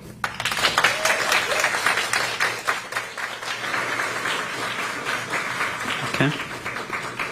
Next we have Cheryl Pacheco, followed by Melissa Lopez. Hi, I'm Cheryl Pacheco. I'm a head counselor at Amador Valley High School. I just want to say that I agree with Kim Tran said earlier this evening about the middle school counselors, and I feel like all that information can also be applied to the high school counselors. If we lose one full-time high school counselor at Amador, we would have lost 38% of high school counselors at Amador Valley. That has a significant impact on our students and the services they receive from us. I'm going to keep it short, so I'm just going to say that students need access to their counselors. We're there to help support them. We're like their mom when they're away from home. We're the emergency room, and we are the first responders. So please let students have access to their counselor. Pleasanton students deserve the best. Thank you. Thank you, Cheryl. Melissa? And then after Melissa, we have Marina. Hello. My name is Melissa. This is my husband, Srikanth. It's our first meeting here, so I'm really catching up. But, you know, I have two sons. We have two sons in PUSD.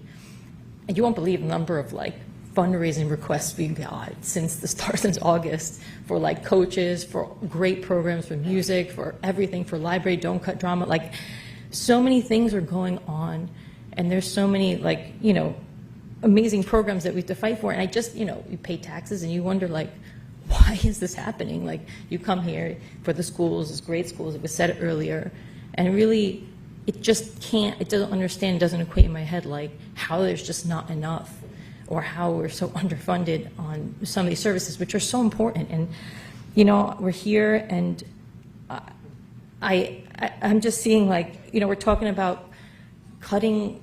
It feels like that story of the baby. You're trying to cut the baby in half, and it's like, who's the real mom? Or which organ do you want to donate to, like, survive? Which do you need least? Like, I look at education, and it's the sum of all these parts, and it feels like something is important for everyone, and we all have our personal things that are close to our heart. But at the end of the day, it's one system, and you can't really just blanket cut something off the block and expect it to work the same way. It's being crippled. I think, we really need to see education as an investment at what it is. Like, it's like a vicious cycle. We're here today. We are having low enrollment. We don't have enough taxes to pay for it. And it's like, well, I'm a realtor too, and people, they move here because of the schools. So you talk about, like, the cycle of things, and you start to see an education system that falls apart. It impacts everything. It impacts, like, the whole community as a whole, the property taxes that you raise, the educators that you can attract, and the opportunities for your kids, and then the cycle just repeats. It's like a vicious cycle to the bottom. Like, I feel that we're talking about cuts when education should be seen as an investment, as opposed to something to cut or find money for. And so, I guess along those lines, I did have a few questions. I saw a list, and they circulate a list of all things red, yellow, and green of what we're looking to cut. I'd like to know, like, what's not on that list. Like, what's the whole list? Like, what are we left with, and what are we funding? I don't know if that's somewhere. I'd love to get a copy of that, because it feels like a bunch of false choices when we're talking about what to cut. I mean, it's like medicine in schools and, like, mental health services. Like, are we so lean and so efficient that we are now at the point that we're talking about cutting these very vital things? Like, I mean, what about bringing your own laptop to school instead of everybody getting a laptop, or recycling textbooks, or how much rent we pay to, like, this program or that program? Like, where does that come up in terms of efficiency and how to make the money stretch better and give people those opportunities, Did you have anything to add? Yeah. So we'd love to have a copy of that, like, really what's on the table, and also, like, what are the investment opportunities that we're exploring for, like, generating revenue as opposed to, like, cutting, like partnerships or something along those lines. So, okay. Thank you. Thank you, Melissa.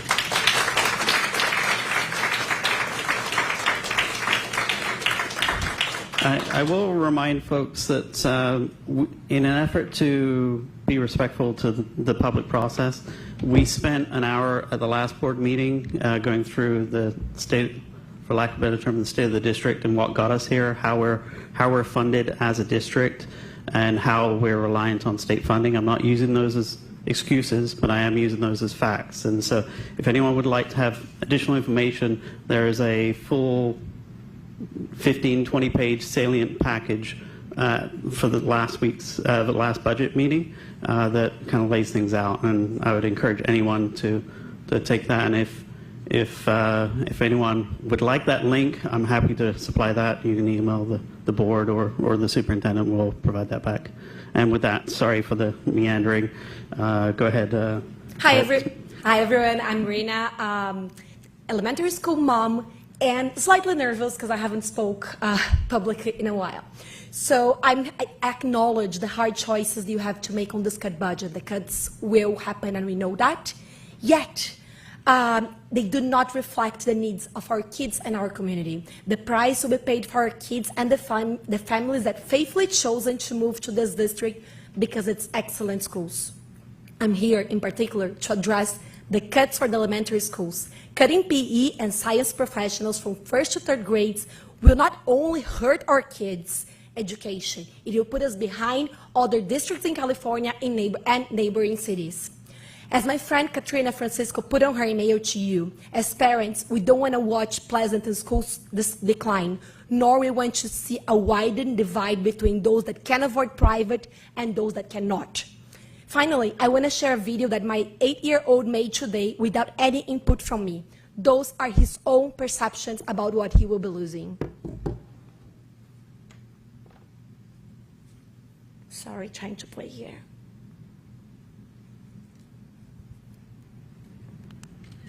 Oops. As always, I try to play that forever while myself, and it was working and here, but it will.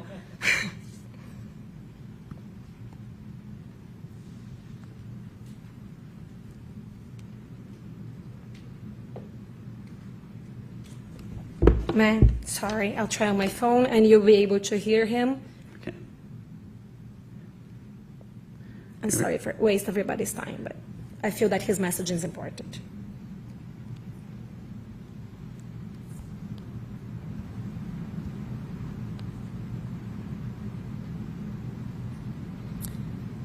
I apologize. Basically, Antonio, here's one minute video that I can email to you. He states that both PE and physical education are his favorite class.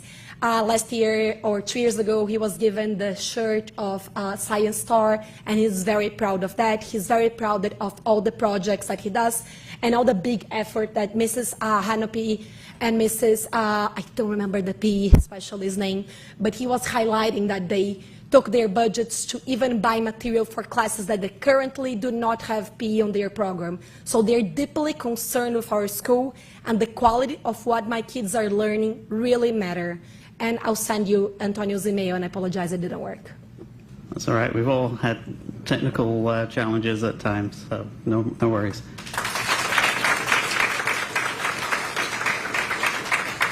Okay, next up, I'm not sure if this is a student, Adrit? Yeah. Go ahead.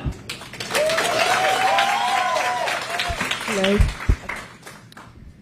So I know a lot of you might be thinking, I'm just a kid, but I'm a 5th grader, and I can say that reducing science means like making the school day a lot way worse.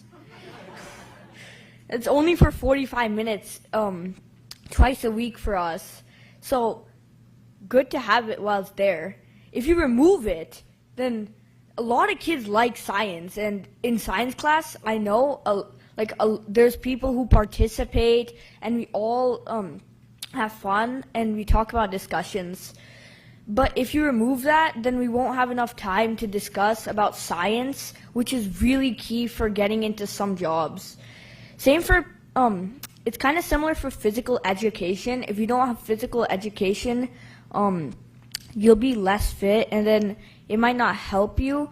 So physical education is also one of my favorites. There's only 4 or 5 specials, PE, science, art, music, and I think that's it. And so far, I think music, science, and PE are my 3 favorites, because PE is always filled with fun activities that everybody in the classroom loves to do. And without that, it's kind of sad for everybody in the classroom. Yeah, that's it.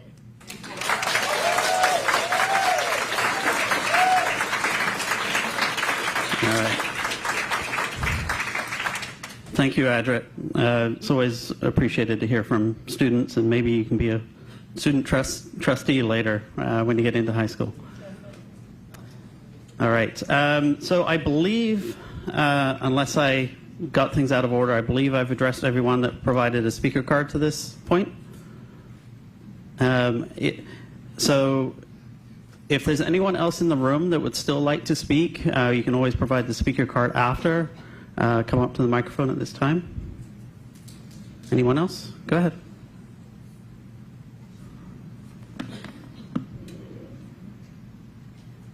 Just introduce yourself. I didn't have a speaker card. I see Gian and Natalie here. They are the office administrators at my kids' elementary school. Charlie, thank you so much for your reply to my emails. I emailed all of you, but Charlie, I could feel the kindness from you. I just want to let you know, my son is autistic. Without Natalie and Gian helping them, my son runs off campus. Let's say he runs and hides. These guys help find them. If you let Natalie go, my daughter has stomach issues. I get a call, and they're only in second grade. You know, my son, he basically, without knowing he needed help, goes to school and he does need help. And you're cutting the wrist group. He needs additional help with reading, and they help him. My daughter, I have twin girls. One will help another student walk to the office because there's just not enough staff. So you guys, you know, I understand you need to cut. I do. I work for big corporations. We had a layoff last year, and then wow, a year, and like 3 months later, we got funding, and boom, we, you know, had to hire back people. So there is going to be a time when you guys have money again. But as all these people have said, if you cut people now, the morale, the parents will probably move out of the district or put them in private school or do homeschool. I pay a lot of taxes. I just paid them today. And I moved here because I heard Pleasanton was great. Now, I have to tell you that there are other ways of cutting without hurting the elementary schools. Maybe you cut electives, and maybe you don't. But there are ways of doing it without affecting these human lives. And I see it all the time. Like, you can fundraise, definitely, with, you know, my bosses, for instance. They go out to get angel funding. I don't see why you guys can't do that. Or you can't ask parents who work at big corporations to go and get that, to help, right? So I'm just putting it out there that without these guys, my kid would be out in the street, probably get hit by a car, and you guys would get sued.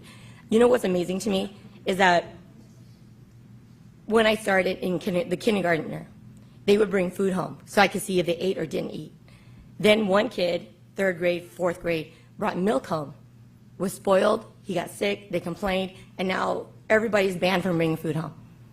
That, to me, is a little bit like over the top for one kid, right? This is the same thing. You guys, I don't know what you've done to get to this spot, and I apologize for not hearing about it sooner, but I had to speak because I love these guys. They really are the second parents when I'm not there. So I know you guys are doing your job. You've been elected. You're the, you know, we are the constituents that got you. But, you know, like my boss, I'll tell you something. My VPs, my CEOs, they took cuts, okay, because they got stock options. You guys don't have stock options. I understand your salary, but it's got to start somewhere. The cuts have to start maybe at the top and roll down, not at the bottom and roll up. Okay, and yeah, I'll throw in money. I know parents would too. So just please think about the alternatives and the little babies that go to the schools that are going to get affected. So thank you. Sorry, I don't have a speech but written or anything, but thank you so much. Thank you.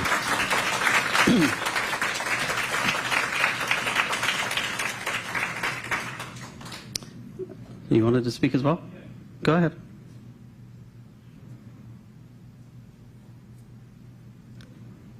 Just introduce yourself and thank you. So I'm Mayur Mitra. I'm a parent and I'm a scientist. I work at Genentech. We hire a lot of scientists. What you need to be a scientist is education in science. You cannot be a scientist otherwise. And where does science begin? Where does the fundamentals begin? Elementary school. You won't have a middle school or high school if there is no science in elementary school. I wouldn't have been a scientist if I didn't get the science education in elementary school.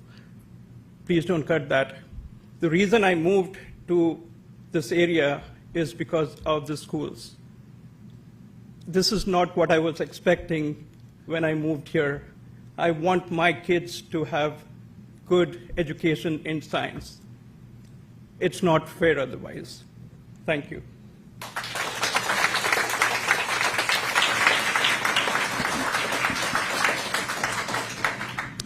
All right. Any other public speakers? Going once, going twice. Okay. Closing public comment for tonight and bringing it back to the board for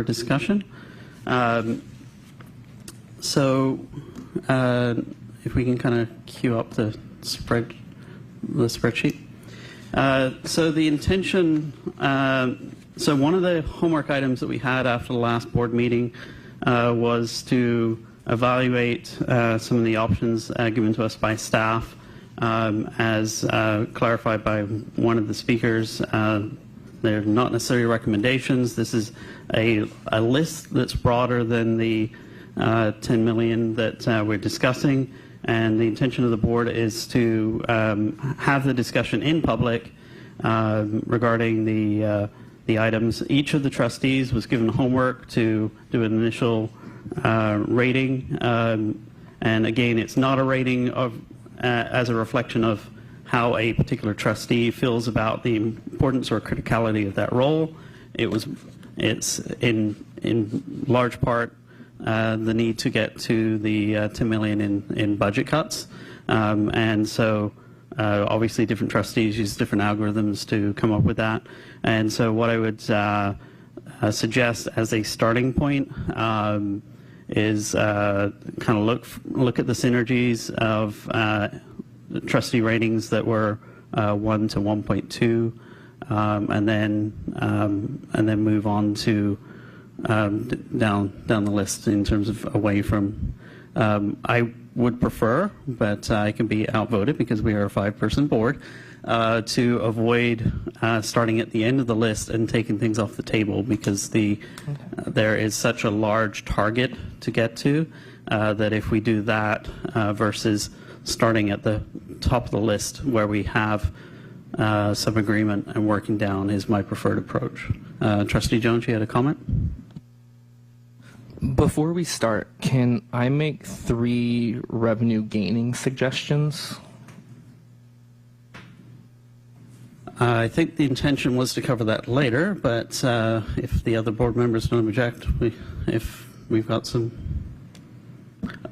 Tell you what, since we've had such public comment tonight, and I'm sure folks would like to express themselves to members of the public while they're still here. If people would like to make a comment tonight before we start the regular discussion, why don't we allow that?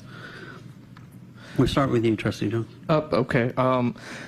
So there are 3 things that I think might help us with revenue gaining. Number 1, with the concern towards counselors, if we make 1 counselor at each site full-time social emotional support, we could then make, I don't know if we might actually already be doing this, but make a new job description, and that they would then be able to bill most of their salary through the medical bill pay that we're talking about. So that might be a way of reducing some of the cuts we make and more profit towards it.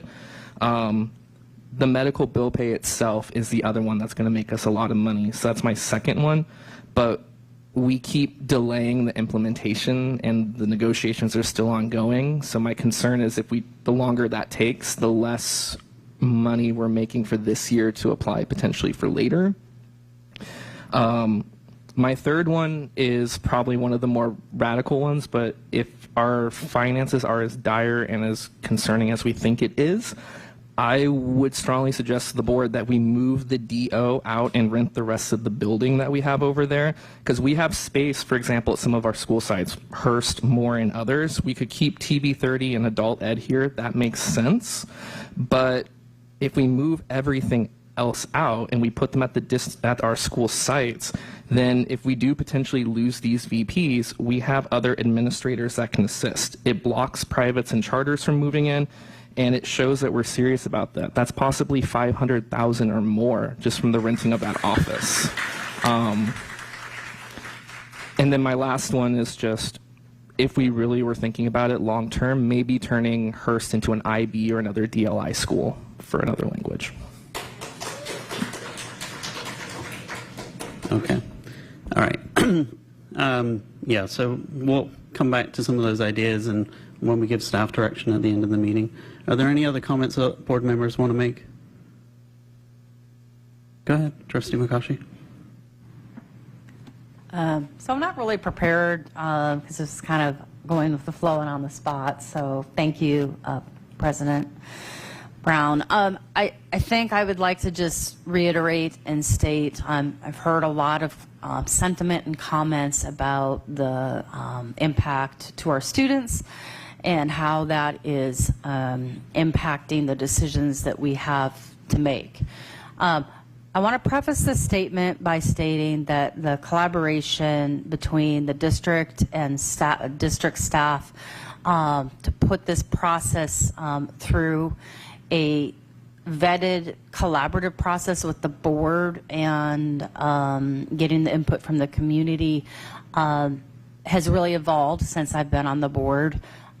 Typically, things are presented to the board. You get 3 to 4 days with the Brown Act, and that's it, to make a choice, and is very limited in terms of impact and how you're making your decisions. But this process, I really appreciate. Why? Because it really allows trustees to work together with the district to help solve the problems, keeping in mind why we are here, which is we've been elected by the residents to entrust us through the fiduciary process as a trustee. That said, I am frustrated that as a board, we did not take action sooner, and so we're having to pay that price now. I take that role very, very seriously. There's been mistakes that we have done. We need to set the ship right, and I am ready to serve that process and do that. I do appreciate every comment that has been made and every statement, and this is the time where we all as a community need to work together united to solve these problems. So I just wanted to state that clearly, and that I have to own some of the mistakes for me as a trustee. I can't speak for the entire board. But it's time to make that change, and I'm willing to roll up my sleeves to do that. So thank you for allowing me to speak impromptu, President Brown. Go ahead, Trustee Carrion. So I want to say that this is extremely difficult, and that when I was looking at the cuts, I had to weigh like mental health and safety, and so some of these cuts I are very difficult.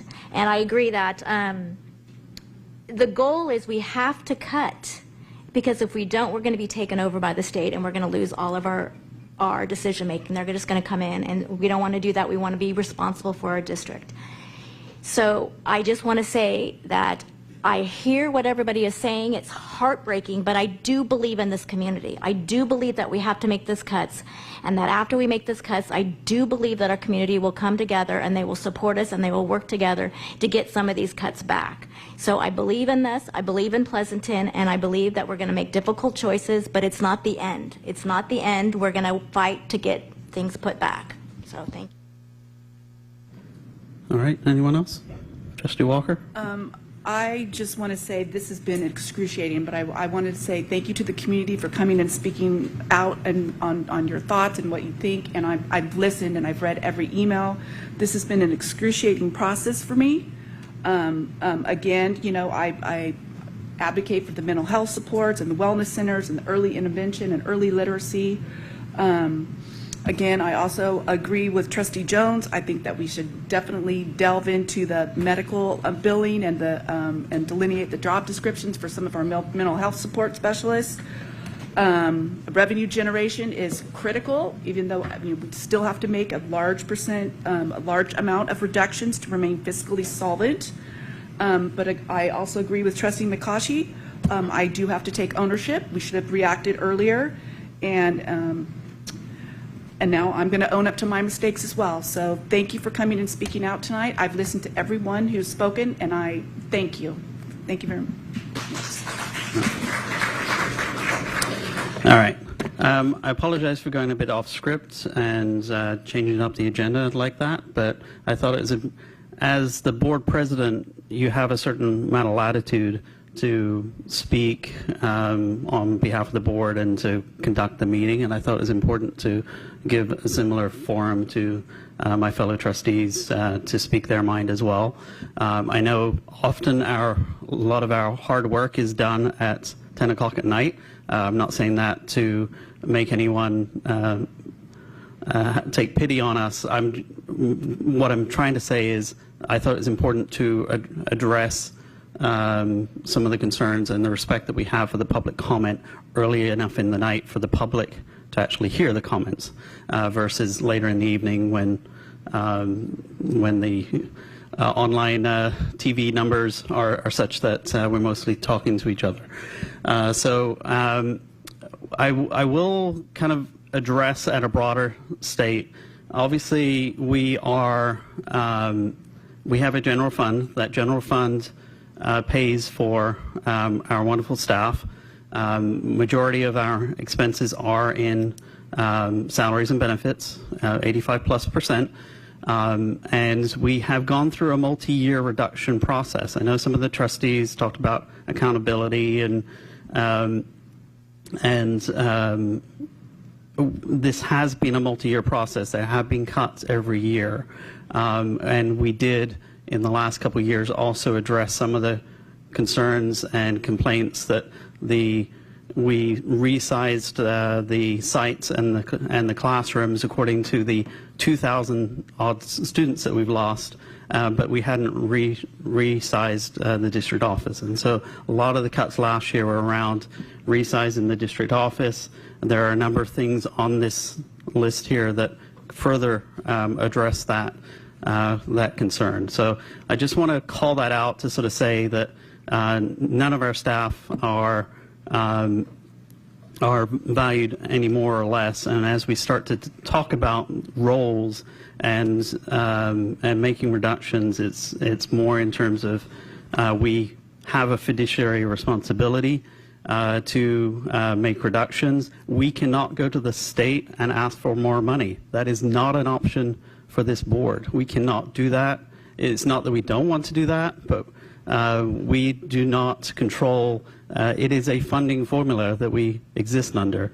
It is called a local control funding formula, which is driven by the number of students that we have. And so as our student numbers drop, and by the way, every single district in Alameda County is in declining enrollment. And so every district in Alameda County and around the state is having to do budget reductions as we lose students.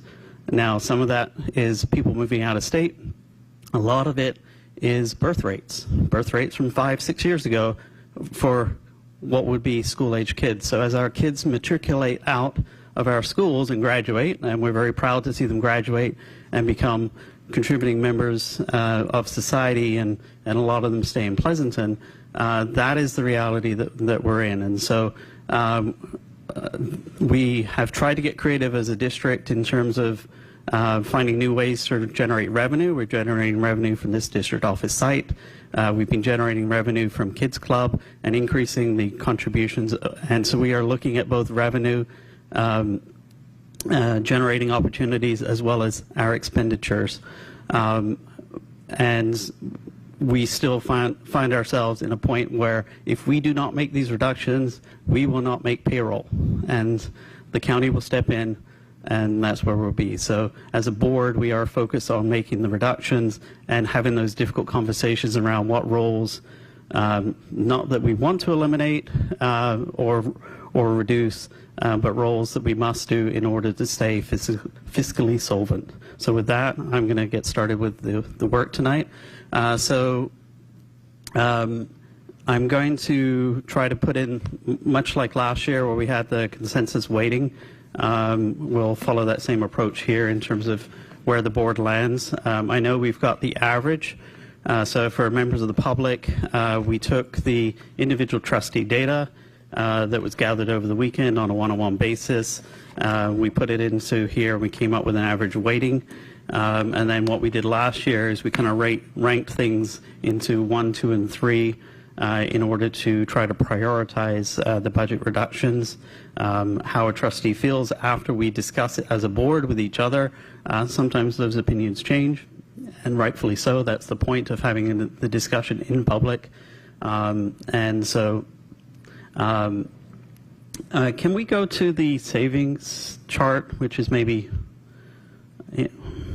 the term maybe is not ideal, but so what I asked staff to do was just sort of see where the board landed against the average. So essentially what this chart is saying is from a 1.0, as in all 5 trustees, suggesting that would be one of the areas to make reductions. It totals about 2 point something million. If you move up to 1.2 rating, it brings it at about 5 point something million, and then so on up the chain. So once you get into just below 2 million, you're at about 9. So what I would suggest tonight is we kind of focus on 1 through 2 and have the discussion and alignment around that before we get into the other items. Does everyone understand, follow the graph and what it means? Okay. All right. So let's, if we can, filter to the 1 and 1.2 numbers.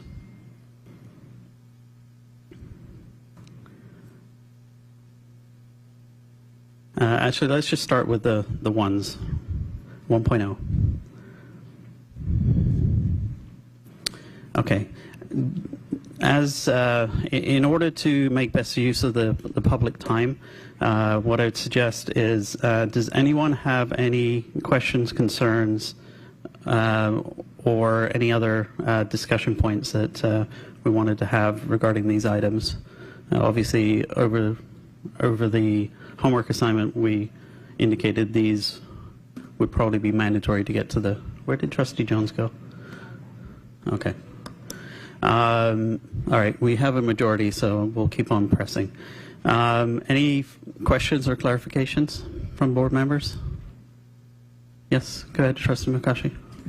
A couple questions. This is for staff. In regards to the high school coordinators of operations, my question would be, down the road, would there be another type of position? I just want to make sure, to be clear, to understand, if these 2 positions are eliminated, then the responsibilities would be covered by other vice principals and principals. I just want to just double check. So at this time, that would be the plan. Should this be approved, is that the duties would go to a vice principal at both high schools.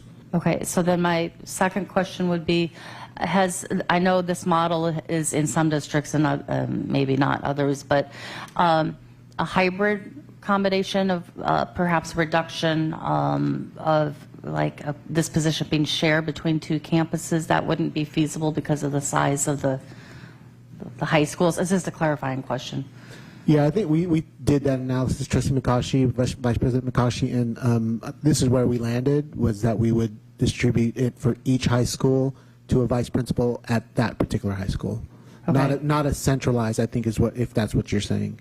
Just asking, yeah. And then the other question I have would be, has there been any other type of model for that type of position that hasn't been already mentioned besides the current position versus shared on campuses from VPs? Do districts do anything else?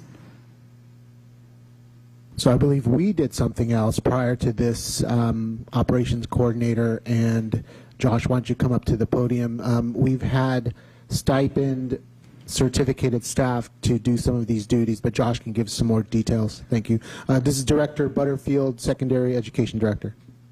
Yeah, there's 2 components. So there's the managerial responsibilities of supervising, evaluating, hiring, coaching staff. Those duties would always have to fall under a management position, so vice principal would be most appropriate for that.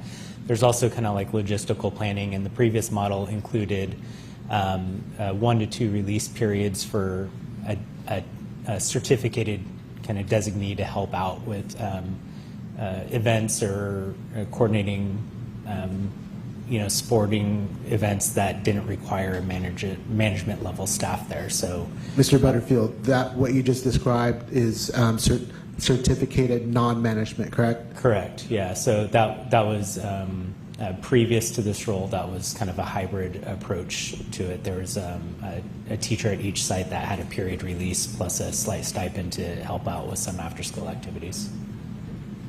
Okay, so that could happen? That's not in the current budget planning in this document. But down the road? But that is a possibility of something that we could work out down the future. So for example, the stipends could be funded by another source, for example, like PPIE or something like that, and that could help support that down the road? Yeah, that was as an example. Prior to this position, with flux and flow of different budgets, Athletic Boosters supported that, and at different points in time, or donations supported that kind of either release or stipend at different points in time prior to the creation of this position. Okay, thank you. I just wanted to state this is I have seen firsthand the value of this position, and so I would like to see some ways to help alleviate if this position is cut, that we can help support to bridge the gap. My own son had played football and saw firsthand some of the supports that this type of position has impacted at the site level. So thank you for clarifying. Thanks. Yep. Josh, before you leave, I just want to clarify. So in the past, when athletic boosters or other funding sources were available, were those that was strictly on a stipend basis versus a FTE position that it exists now? So it's a combination of both of them. Okay. So the athletic director received AD at the school site, so it wasn't the manager, but is a support person at the school site, and also helped attend some league meetings. Had 1 to 2 release periods per year. So, for example, they would teach 6 periods and teach 3 periods and have 2 periods off to support with some of those other duties and communicating with coaches and things like that. And then they also received a stipend on top of that, because some of those things they helped with went beyond the typical school or work day for that individual. Okay. And as a district, we wouldn't be opposed to suggestions from parent groups if they chose to approach us with some sort of funding arrangement or anything else, correct? Should the board choose this direction, obviously we would start, any sort of conversations with different groups. We have very supportive parent groups and athletic boosters that have been incredibly helpful. There's also opportunities within ASB funding to support these types of things. So, gate revenue from events can also go to helping work through that process as well. Where does that game revenue go now? It's managed by the student body, the associated student body. It's housed in ASB accounts at each high school. Okay. All right. Understood. Thank you. Thanks. Any other clarifying questions? Can I ask one more question? I'm sorry. I mean, it's such a student-facing role, and especially with a, $165 million in bond construction, I worry about the not having that support. So would Amador, are we thinking about adding additional vice principal? I think I'd asked that in the last one, and I just want to make sure, because this is such a critical role that if we choose to go in that direction, Yeah, I think Deputy Dialazzo addressed that on the last meeting, is that right now there is a frozen vice principal position, and if the coordinator of operations doesn't exist, that position, I believe, is part of the equity allocation of vice principals based on the student enrollment at that school. Yes, that's true, Mr. Butterfield. And we are looking to hire through Prop 28 funds to support the Amador construction of the theater.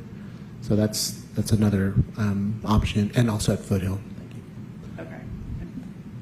Okay, thank you. Yep. Okay. Vice President McCaughey? Yeah, so this was asked, and I'm just trying to get clarification. For the reorganization of the Career Pathways and Adult Learning Department, for the director to an assistant, or to change into an adult school principal, talks about this savings for CPAL. I guess the question is, can you clarify, because I think the question was being asked, does it really fall into the general fund? because isn't a portion of that position being paid through the CTE grants? So that was the question. So how is it a savings for the district and our deficit spending if it's coming, if that position is being paid through the grant? Okay, so currently the director, existing director position and the adult education, they have their own funding sources, and so in this model, with the reduction and change in kind of supervisorial level, some of the time of the director of secondary would be allocated to an allowable grant or funding source that would be outside of the general fund. So that's how it would help reduce the cost on the general fund. So just to word it differently to make sure I'm clear in the public listening. So in the future, it would be paid, my impression, or the question was being asked is the current position, what portion is being paid through the general fund? The current, is this for the adult education or for the line item? Sorry, we're talking about C3 and C3 and C4. Yeah, those weren't, we weren't discussing those yet, but. Oh, I apologize. I guess I'll hold that for later. I apologize. Okay. All right. Multiple spreadsheets. My apologies.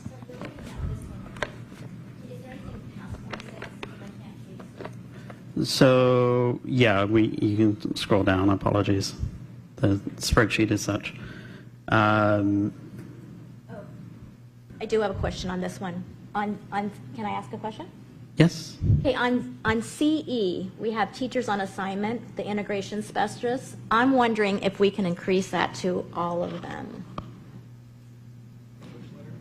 I'm talking about C4, the integration specialists, because my concern is that we are asking to cut a lot of programs that directly impact the students. Yeah, so I'm wondering if we can increase that instead of just one integration specialist. So, and we can go a different way, but if we could stick on the ones that have a average weighting of 1.0 for the moment. Is it? It is. C I1. Okay, sorry. All in agreement for one, and so I'm asking if we can increase that. I can support that.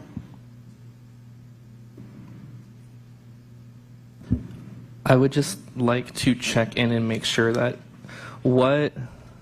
if we do go for more than one, what is a reasonable number according to staff and cabinet that would still make this able to be successful in work? Or I would like to hear opinion on that before we do this.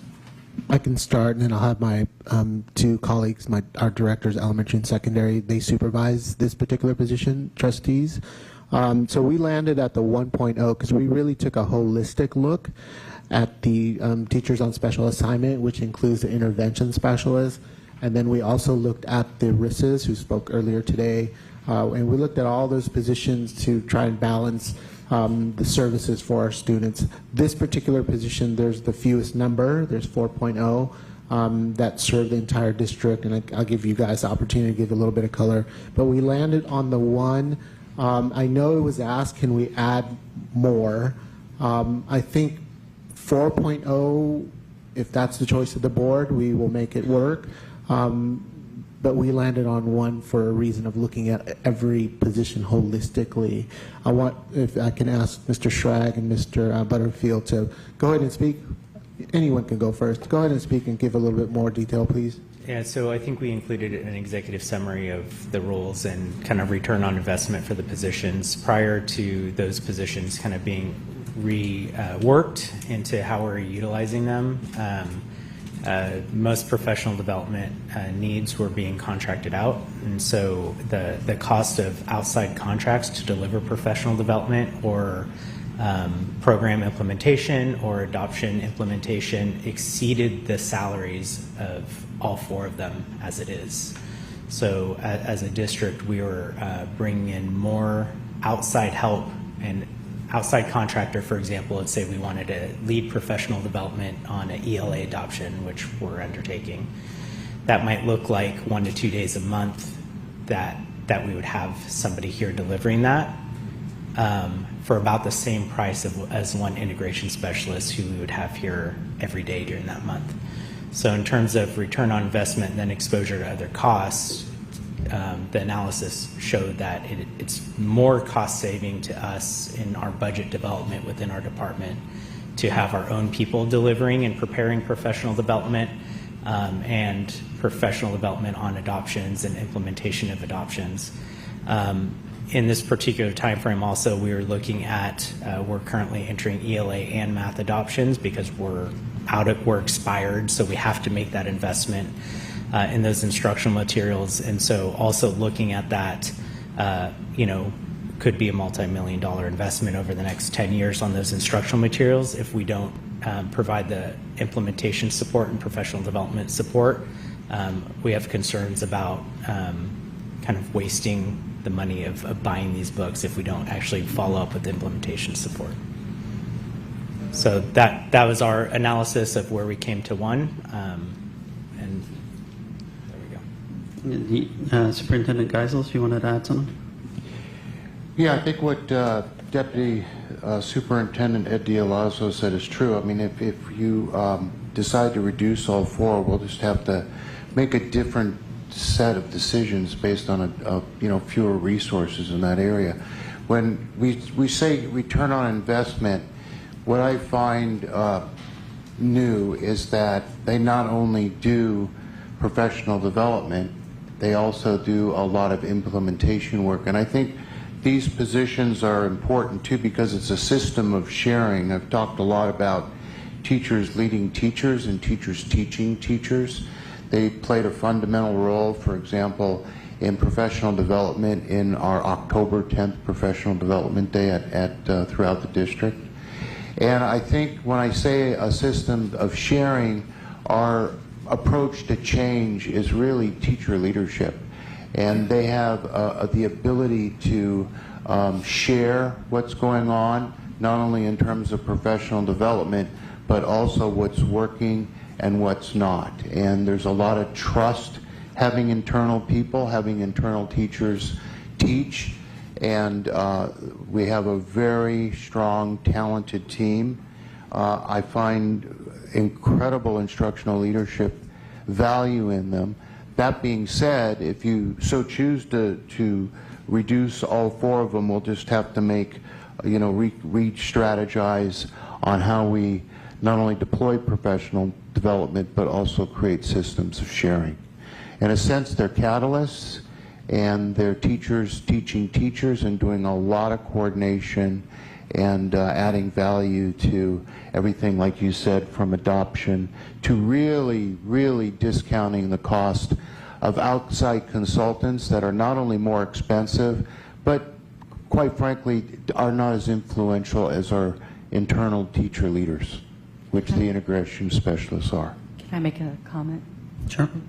Okay, so I'd like to add to the discussion, and I actually do feel like this this information I share is based upon expertise, and I just wanted to emphasize that I did have the opportunity 15 years of doing professional development for teachers in my other life of consulting work, and what I would like to say is the power of the turnkey model, which is basically you train a few people and then the people in the district, whether they're coaches or teachers on assignment, provide that training to their teachers is the most powerful. So I guess my point would be, maybe we compromise and cut it to 3, cut 3 positions, save 1, or cut 2 versus all 4.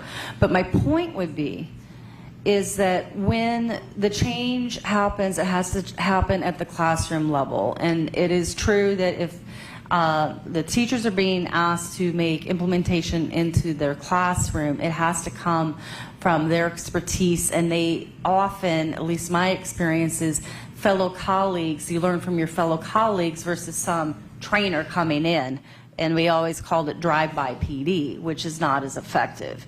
So the point I would make is that when we're going to have impact into the classroom and we're in this position where we have to make cuts, I still feel very adamant we don't want to have the cuts that are impacting our students, so that if we have, if we preserve perhaps one of the positions versus, I do feel like that 1-to-4 ratio is too much.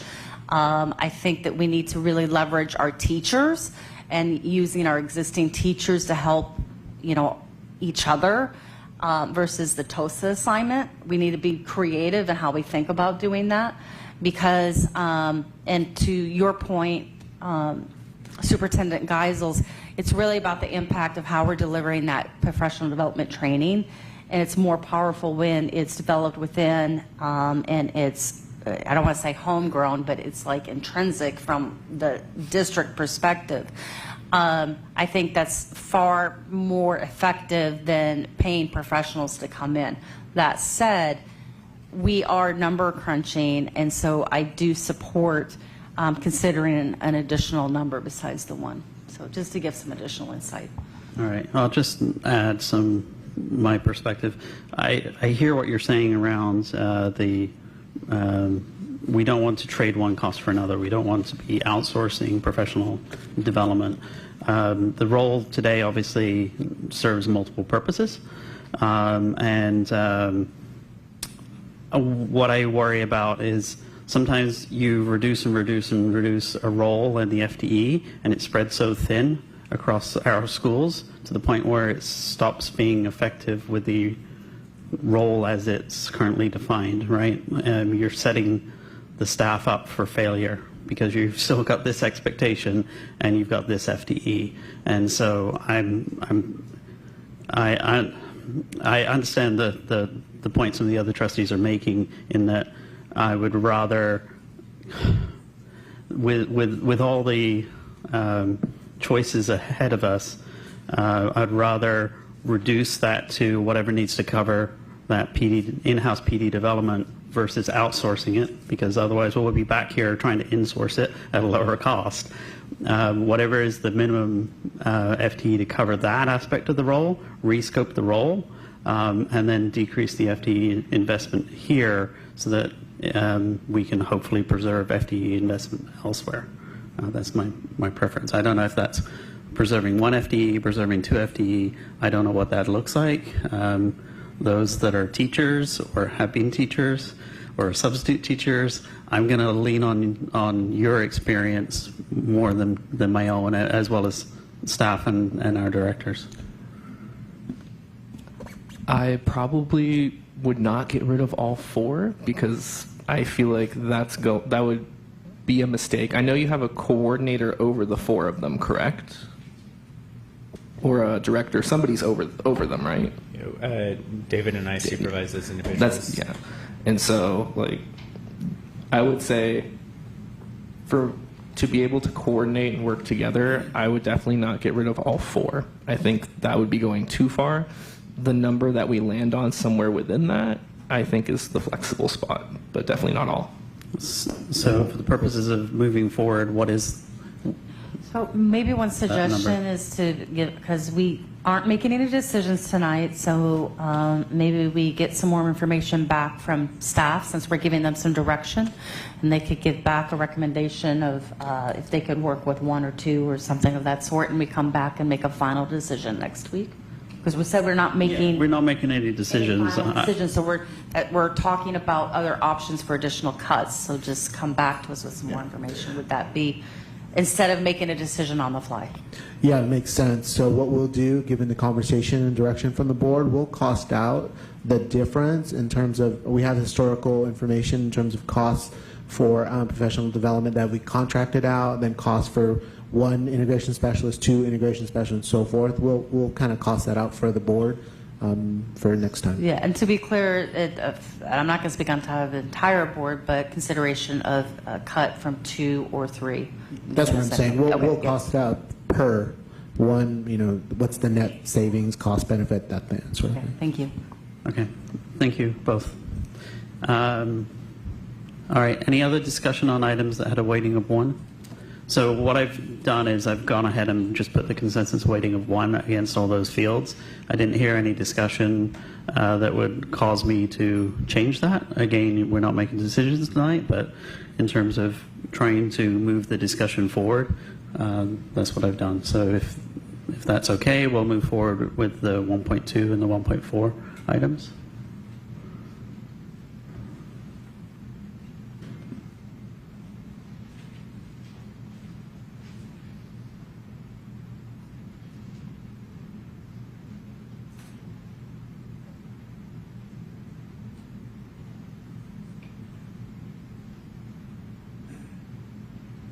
Okay, so we've got 20 rows here. Maybe if you could decrease the scale slightly. I know it becomes a bit of an eye chart, but it's either that or we start with the 1.2.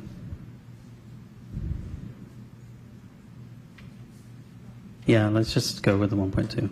All right, so with the 1.2, we had 14 items, mostly in the starting with the district administrator side of the house. Any questions or concerns with potentially listing all of these items in the one category? I see scores of 1 or 2. I don't see any 3s in here. Go ahead. There's just I was looking through this list earlier, so there's just a few that so for the 4-5 combo, I just want to make sure, like, if we were to move forward with that, this is not the board making a precedent that we are okay or that we want to see more of these, correct? It gives us the option to pursue a 4-5 combo, which would be a cost savings for the district, Trustee Jones. Should we do that? Those are the 2 grades that historically we could do it, we just haven't done it. I know, it's just my concern is when you know my strong dislike of combo classes. Understood. And so I just want to make sure that if we go forward with something like this for this next 2 years out of emergency or necessity, it is not setting a precedent that we're now okay with this forever going forward. I understand. Whatever future board's okay with or not, I can't speak to, but what it tells me is that we have now the opportunity to look at possible cost savings. It would be a reduction of staff if we're able to combine small classes. That's what it tells me. And that is an annual analysis, I guess is what I could tell you. It's an annual year-to-year analysis. Yeah, I just want to make sure, so this will be brought, like if, for example, after the 2 years, because this is looking at budget for 27, 28, this is the last year of it. So after that year, it would then come before us again and not just automatically be done. I see. Ms. Graywell, what do you think? So, I mean, is it negotiated? That's my question. It's not a negotiated item explicitly. We would definitely look at the impacts and effects of this. I think we're all in agreement, Trustee Jones, that it's not the ideal solution. So I don't think anybody here would want to create that environment. But when we do have to, for financial reasons, as much support to the staff member, a slightly smaller class size to support the environment, all of those extra supports from district office integration specialists, coincidentally, are in place to help for that environment to be more successful. But there isn't a restriction against having combination classes. Yeah. I know that it's not in our contract, which is a concern in and of itself. But what I'm asking then is, for example, this 4-5 combo, if we do it, we will negotiate an MOU with APT then, correct?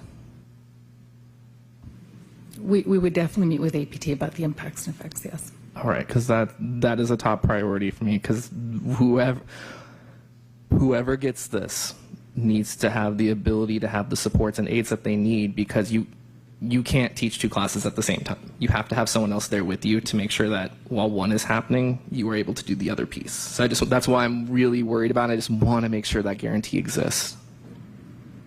And thank you, Ms. Graywell, for clarifying. That's what I was seeking assistance with. Yes, Trustee Jones, we hear you, and it sounds like that we'll be going through a MOU process. Should we pursue this in the future? My other ones that I'll just knock out, when we look at certificated staff development, professional growth, and the PD days, if we were to go forward with opening that discussion on those items, I think we really need to be honest and have the conversation of, is this a one-time furlough or is it an actual ongoing permanent cut? Because those are 2 very different things that need to be discussed with those memberships. Because right now, like the way that we're looking at it, we're kind of using those words interchangeably and they're not. So I just want to make sure that if we go forward with that and we do that bargaining, we are making sure that we know which ones we're talking about and opening the door to, if we're giving them a menu of options for this.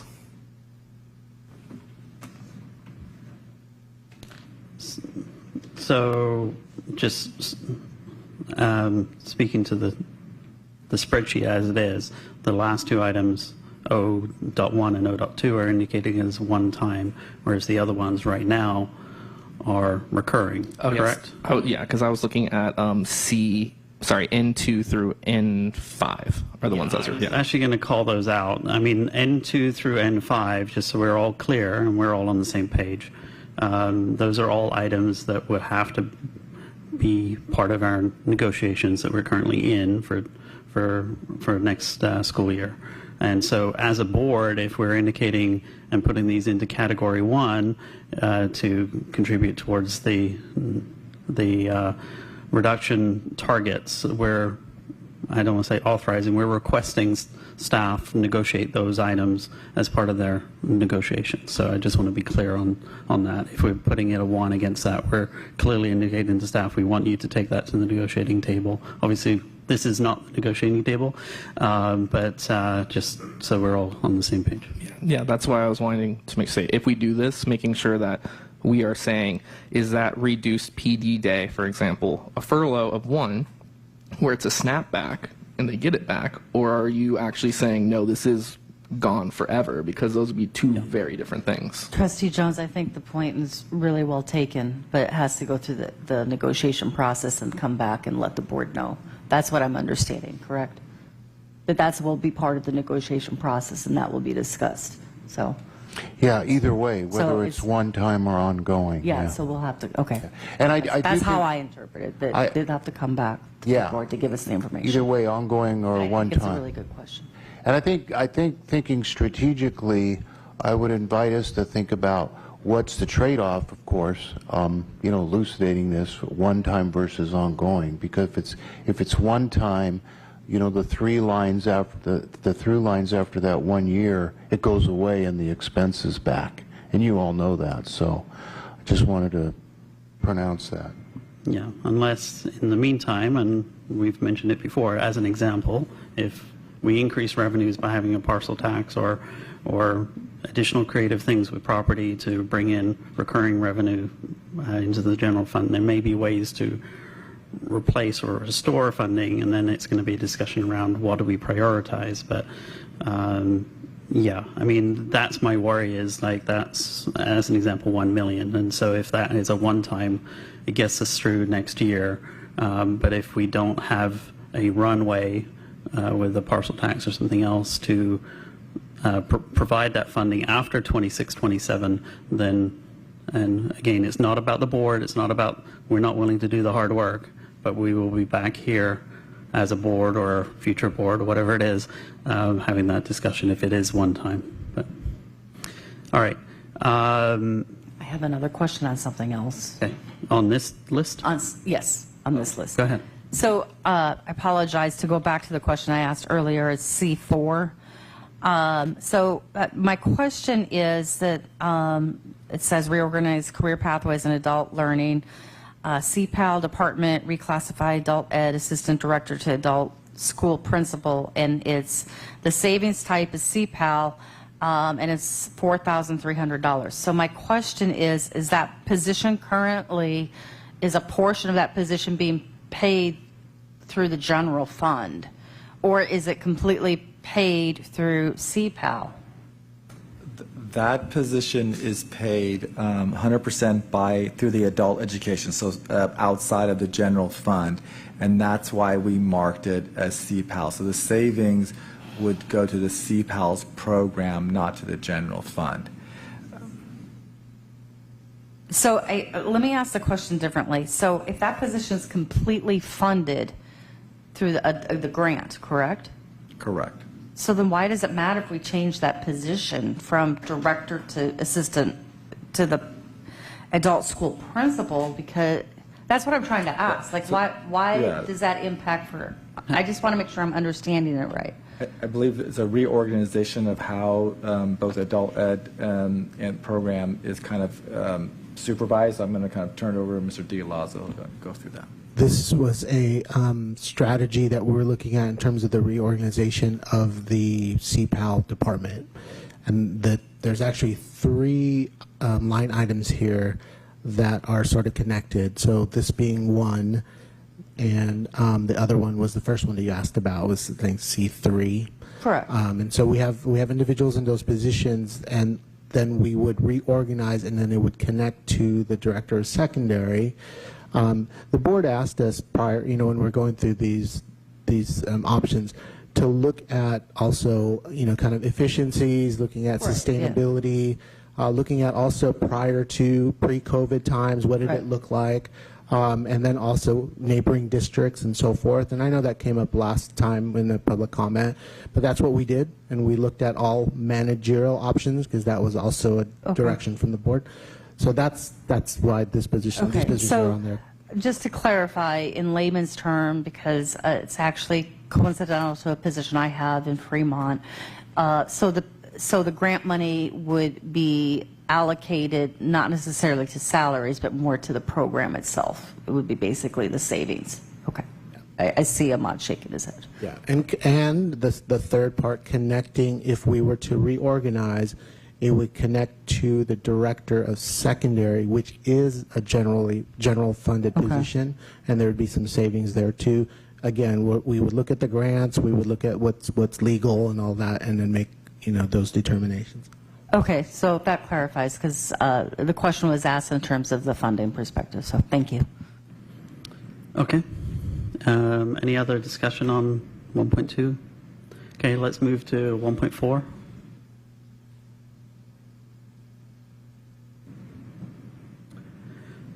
Okay, here we're getting into site support services, PD, and other reduction strategies.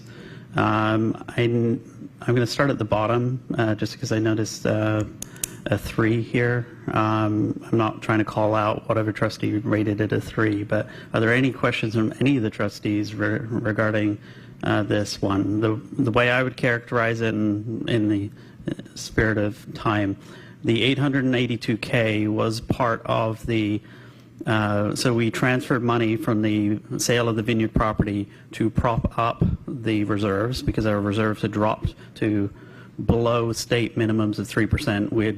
We'd transferred that money, taken advantage of a one-time exemption because we started that sale process during COVID, and we allocated funds into one-time expenses in order to still meet the 3% reserves and hopefully get it to 5%, but that required us to designate one-time funds. So essentially what you're doing is you're decreasing that 5% reserves because that we can use those one-time funds for what it was intended, which was the $882K, and that will lower our reserve to 4.4%, and it will alleviate $882K of pressure on the general fund for the 26-27 year. Is that correct? That is correct.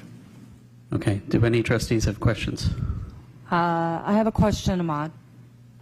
In terms of strategy, I've worked with you going on 5 years. We've used a lot of one-time funding to help support financial challenges.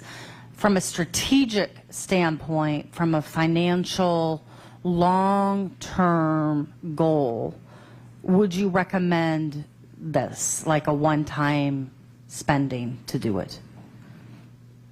Like rule of thumb, best practice, and fiduciary best practice, because everything I've learned as a trustee through our financial training, the taboo of using one-time funding to cover positions is not recommended. So that's my question. From a long-term strategic best practice, what is the recommended practice? Sure. So, long-term, ongoing money should fund ongoing expenditures, right? So the reserves or the set-aside of these committed funds were from one-time sources, which is the sale of property, and they've been committed to one-time expenditures or expenditures that happen, maybe every 10 years, 7 years. And so the items we committed those funds to were the payment of the PARs, this is the last payment of. We did it towards book adoptions, which occur every 7 to 8 years. We did it towards bus purchases that may occur every 15 to 20 years. And we did it towards computer and technology, which may be 5 to 6 year purchase. So we try to be strategic in the committed funds, that they're not funding ongoing expenditures, and that was the requirement of the state, not to fund ongoing costs from that. So this does, release the pressure on the general fund next year for that year utilizing one-time funds on an expenditure that will not be reoccurring. So in this circumstances, I believe it is the appropriate use of the funds, because it is a one-time it is the last time we're going to be making this PARS payment. Those goes off the books the following year. So you recommend using this one time? In this circumstance, in this case? Yes, in this circumstance. It can only be used for this at any point in the future, because it's reserved for this one Right. thing. And there's only one payment left, and that payment is due in 26-27, correct? Correct. If we were not to do this, then we would have to go back to the state and say, we want to change this one time to another one-time expenditure. Let's say we wanted to buy more books or something like that. Correct. So it's a given that we should spend it on this, because that's when the payment is due, correct? Correct. Yeah. Okay. I don't want to belabor their point. I'm just trying to move the conversation along. Any other concerns, questions on the other items? Yes. Sorry. Don't apologize. That was a weird way for me to do that. It's late. Okay, so again, I will start off by saying the bargainable ones always concern me. We really need to work strongly with our labor partners, that if we're giving them this menu, there's going to be that back and forth that we're going to have to work with, because they're going to expect things too. But the one I also really want to talk about is the risks. That 7.5 number very much scares me, because that would completely gut that program almost down to the bare minimum. And I'm concerned about the students that would slip through the cracks if we were to drop our reading and intervention support specialists down to 7.5. I work with students that use these types of services, so I just wanted to open that one up. I would agree with that. I'm wondering if we can make it smaller than that. 7.5 seems like a lot. Yeah, I'm just trying to pull that one up in our notes here in terms of J3. J3. So my understanding is that these are classified positions, and thinking back to my daughter who was in intervention for reading support, there was the intervention specialist or the reading specialist. Let me just double check. The RIS works with the reading specialists and intervention specialists, both intermittently? Mr. Schrag, please. So the intervention specialists are the kind of the leaders of the literacy intervention programs, and they're supported by the RISs, who are classified staff. So the center of the program is the intervention specialists, who help to lead the assessment and then also work directly with students. They also lead the data talks at sites. The risks allow it to be reaching more students, but they support what the IS is doing. So the heart of the program is intervention specialists. And again, we would do this based on a needs allocation by site. So if we have the intervention specialists, they would be allocated to sites based on the literacy needs of each site. So the RISs support the ISs, but the ISs are the ones who kind of are the captains of that program. Yeah, so my understanding of this position works hand in hand with the intervention specialists, and so the challenge that for me that I'm struggling with is that there's value to that position. I know in my daughter's case, a lot of times the RIS worked directly with my daughter, because my daughter would go, I believe it was every single day before school and get that in-person support because she was below grade level. And a lot of times it was those professionals with the RIS that were actually doing that hardcore work in collaboration with the intervention specialist. I do hear what Trustee Carrion's stating. When it says a phase out, 7.5, is the intention that it would be a gradual phase out? And then, because it says phase out 7.5, does that mean that there would be none? Yeah, we use phase out language throughout the document to indicate it would be completely eliminated for the following year, for the 26-27 year. Right. So You're going from 7.5 FTE to 0, correct? Yes. So for this position. I hear what Trustee Carrion's stating, and it might be something we have to come back to because as we look bigger picture at some of the other positions, I'm not happy about having to make a hardcore decision, but we may need to have to come back. So. Yeah, I would be absolutely opposed to the eradication of risks from our district. Is there any specific information that the trustees would like us to provide that would help with another recommendation? You want us to look at possible hour reduction versus whole FTE reduction? These are clearly, we wrote it up in the document, it's not showing here, but they provide some valuable work with our students, both individual and small group, very targeted groups of students. So there's absolute value in all of our positions, as has been said many times, but this one for sure. And so we can do that. We can look at options in terms of hour reductions versus FTE reductions. We could do that for next time. And specifically, I'm thinking about K3. If we can make sure that at least K3 would have Early intervention, okay. Early primary grade, okay. Mr. Schrack, you got that?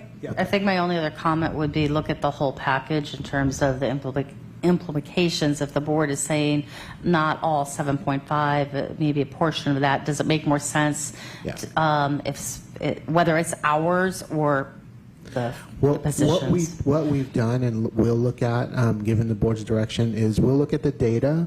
We'll look at where the literacy needs are. We'll look at use of the current RISs. We'll look at all that data, and it sounds like the direction from the board is to look at other options in regards to maybe partial reduction, whether it's hours or FTE. Well, it all ultimately will be FTE, but if there's an allocation plan way that we can look at it, Mr. Schrag, let's present that to the board next time. Okay. Thank you. Okay, thank you. Okay, so don't misinterpret the fact I'm putting a 1 here. That's to capture the consensus. I don't know, maybe Namardo has the ability to put comments, or I'm sure staff is making comments. So, sorry, I would not feel comfortable putting a 1 yet until we actually do the full discussion on that item. Okay.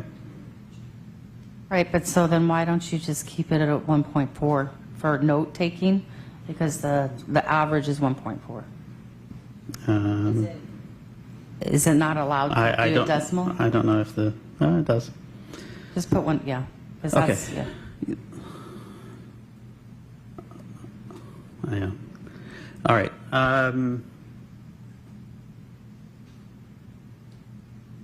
Yeah. sorry, limitations of the tool real time. So that's fine. We'll put a 1.4. That'll prevent a dollar figure from showing in that column until we can discuss it further. One thing I do want to close on, though, much like the prior discussion, if we're indicating a 1 against items E2, F11, N6, and N7, I want to explicitly state we're asking staff to include that in their negotiations. Correct? Okay. Okay, so if we could move on to the next items. Is there a 1.6?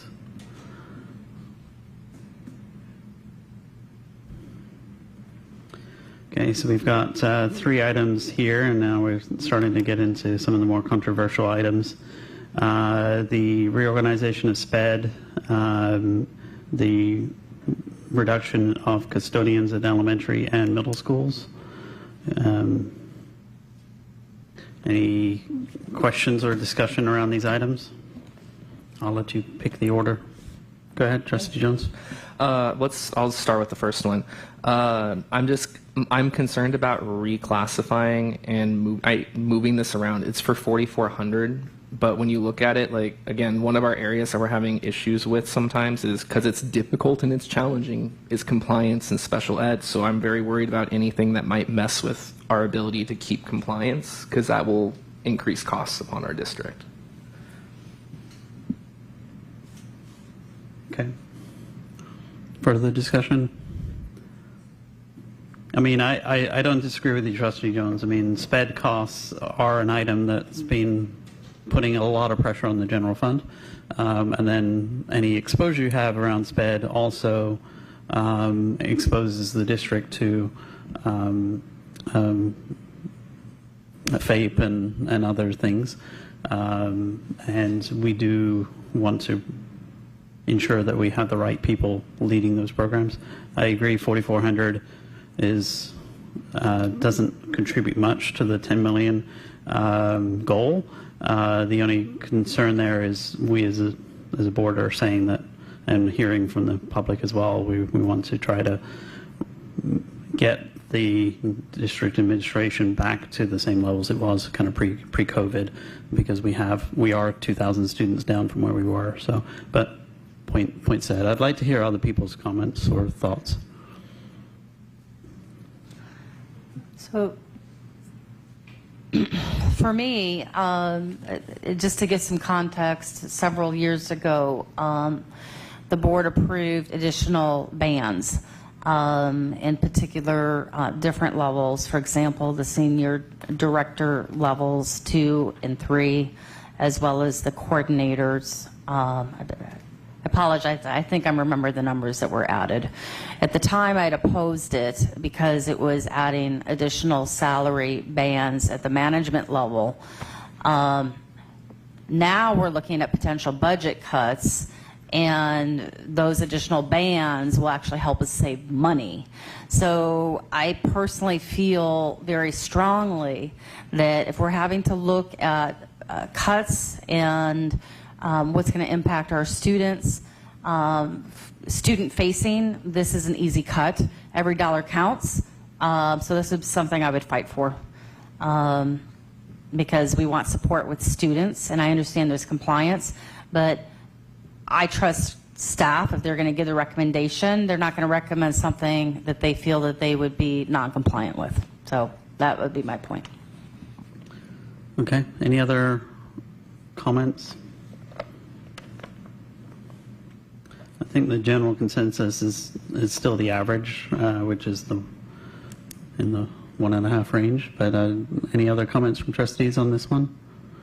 I mean, for now, I'm going to put a 1 against this and talk about the other 2. I mean, obviously, G.1 and G.2, to the point that's made earlier, like we have some of the hardest working custodians, I think, in our schools. And I totally respect what they do, and always see them at parent events and so on. What these items essentially do is commit us to an A/B schedule for cleaning, which is kind of a minimalist schedule. And that is, as I mentioned earlier, every school district in Alameda County is declining enrollment. Every school district. Oakland's, for those that haven't been following the news, Oakland's has to cut some like $90 to $100 million in the next 2 weeks or face possible action. And I'm not saying that we're somehow better off the fact that we're trying to reach this number, but I'm just saying other school districts have moved to an AB schedule as a way of managing costs and trying to keep direct services as close to the classroom. So any other comments? Yeah, I just want to say, I mean, I have concerns about this one because we're continually increasing our square footage, and we're also trying to, have more facility rentals, and I think the custodians are key. I have real concerns about reducing them any further, both at the elementary and the middle school level.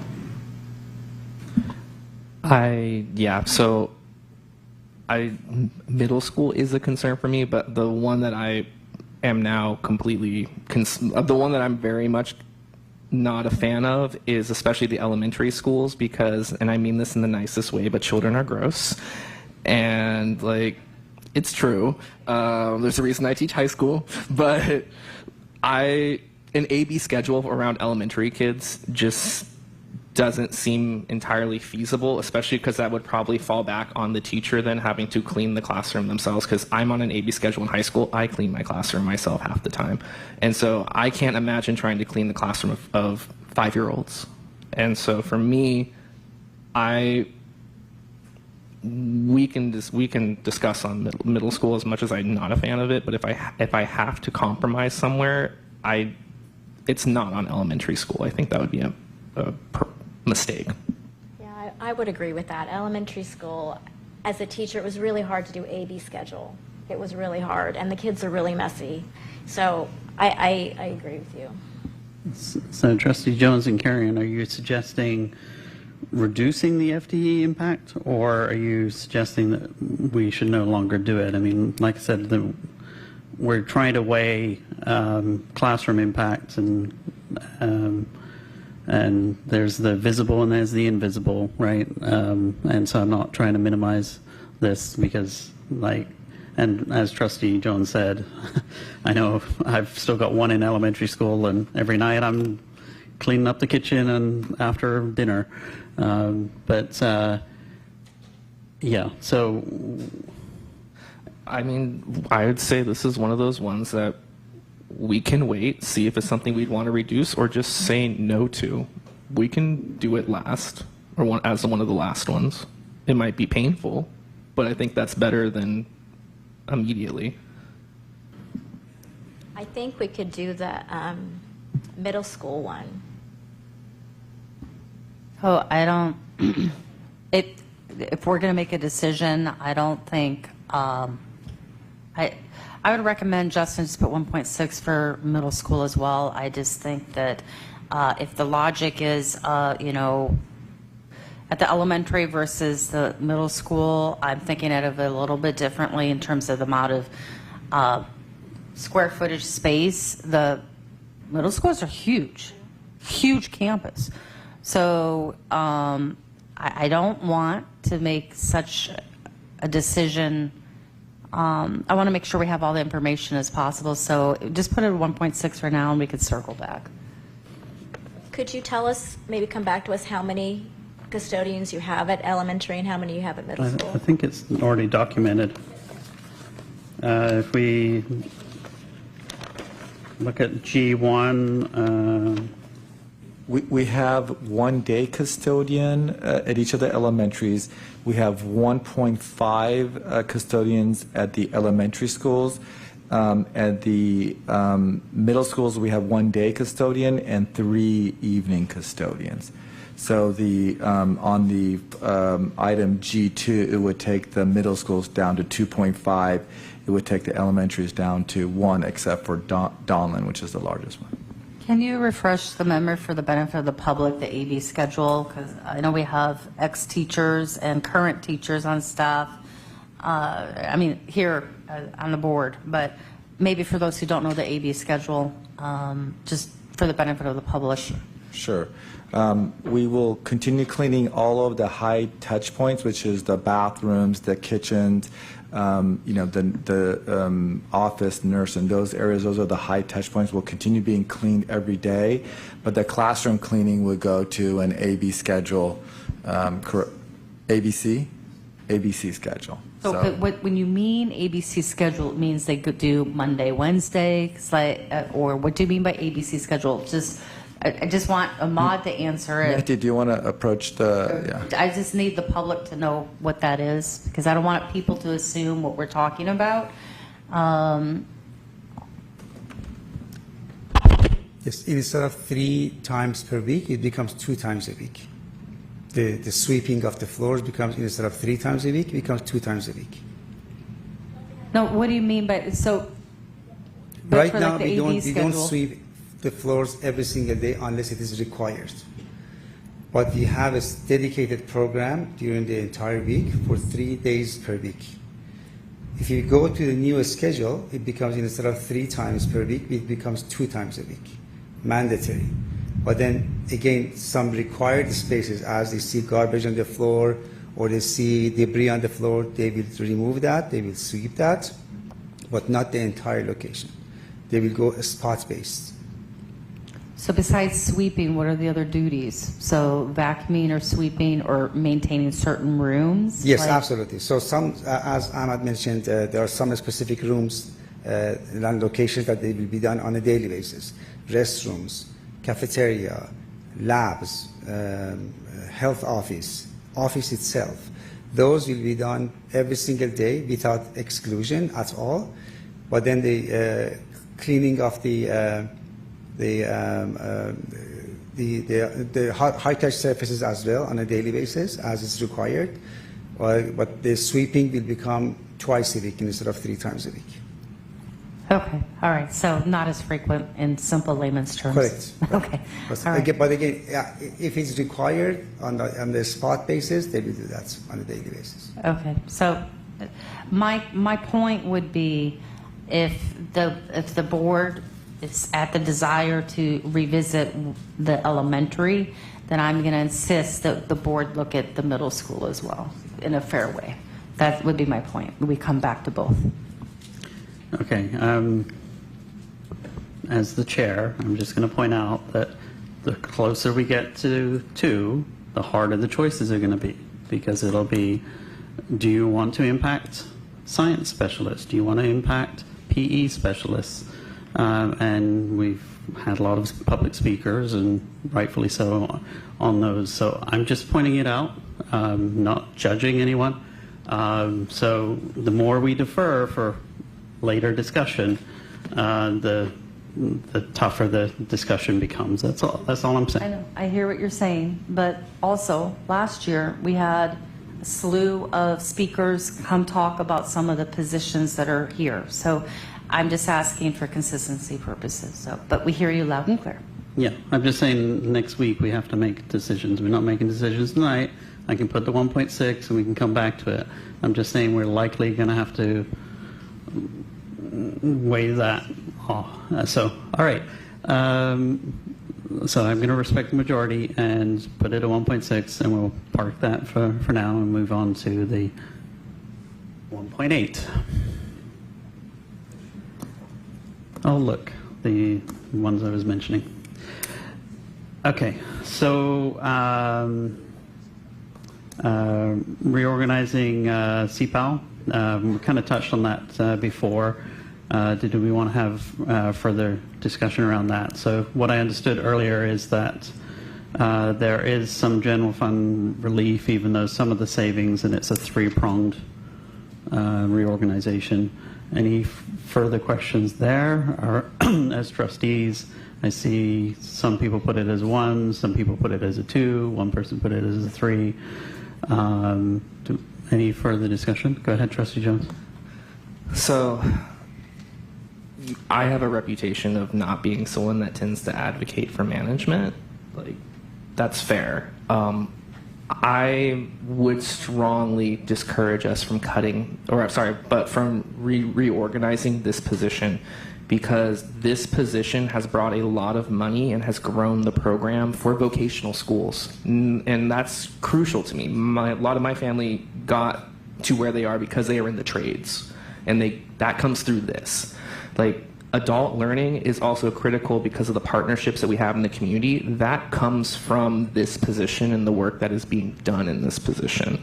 And so I feel like if we were to decrease or take away from this position, it would be us stepping back on the students that tend to not be seen in our district, and the students that tend to go into paths that are just as valuable but not as celebrated as other ones would. So for me, I think this would directly harm CTE. I think that it would harm ROP, and I think that it would really damage our CPALs if we were to do this reduction. Okay. Yeah, I mean, from a dollars perspective, against the goal of the exercise, as a percentage, it's small, but between the reality is every one of these, there's a person that's impacted. So it's a person that is going to get $21,000 less, who will then possibly make a career decision no longer to be in that role, right? And whoever, and if they chose to do that and someone else applied for it, they would need to accept. So that's the impact, and I just don't want to lose the impact on people as we discuss these. But anyway, go ahead, Trustee Makashi. Sorry. I have a question. Is it strictly salary, or is some of the management positions days are reduced? How is this? Is it just the can you clarify the more specifics? Yeah, this is just salaries. The reduction in days is under another item, and so this is just moving from from the director 2 band to the assistant director band. So I'm just going to say it. From a business standpoint, we have to make budget cuts. We have to be fiscally responsible. This is actually paying tribute to the expertise of the individual, because it's recognizing their talent and their work. It's not an elimination of the position. So that would be my point. Just to share a personal story, and I might have shared this before, 2 years ago I was very angry. For my position, it was reduced programmatically, but I still had my job.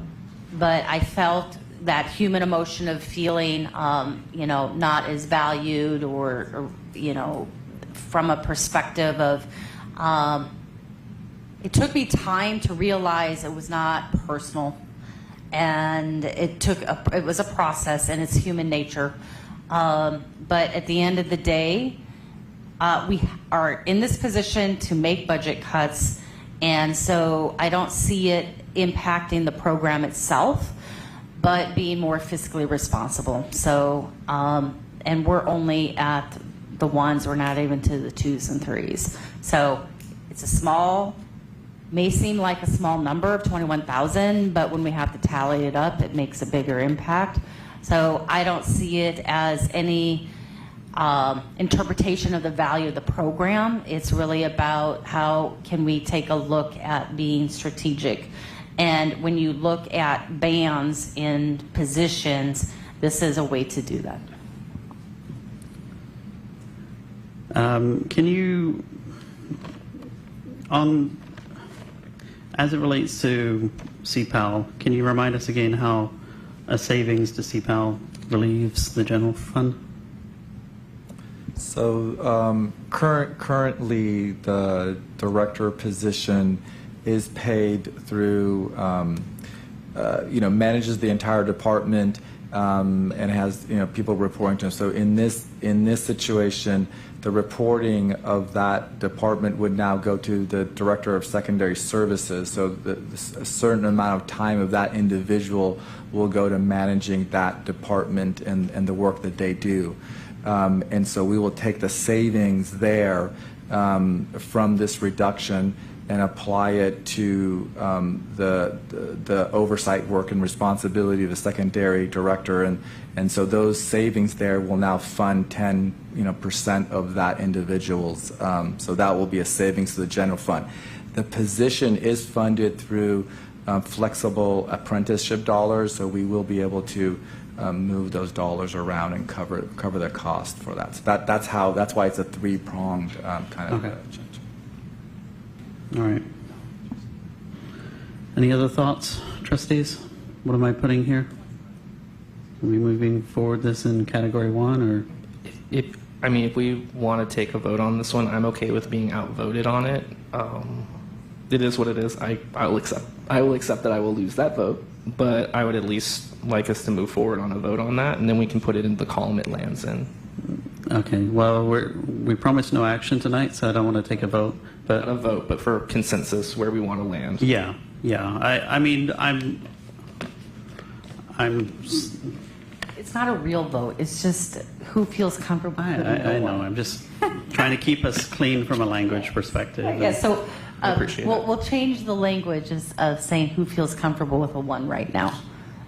So I feel comfortable with a 1 from a strategic standpoint, not to the value of the work. I concur. From a strategic standpoint, certainly it's not reflective of his role. Trustee Carrier?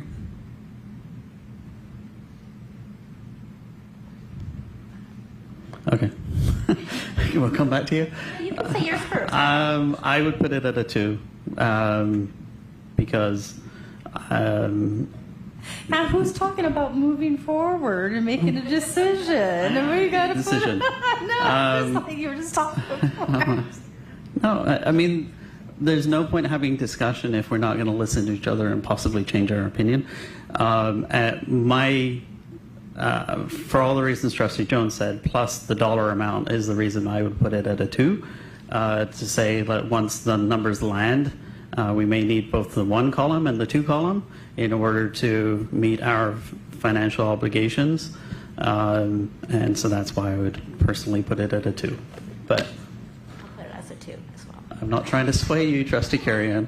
You made me go first. Revisit it. President Brown, put a 1.8 for now, please. I'm going to put a 2 just to move it into the column. All right. So for the secretaries, I do have a question. We got a couple letters saying, why is the middle school secretary 2 not on this? So I think I mentioned it for another item, another position. And so we looked at it again holistically, middle school offices. So we have secretary 1s, we have secretary 2s, we have the, forget the exact title of the principal secretary, administrative secretary, thank you, Tony, Ms. Stone.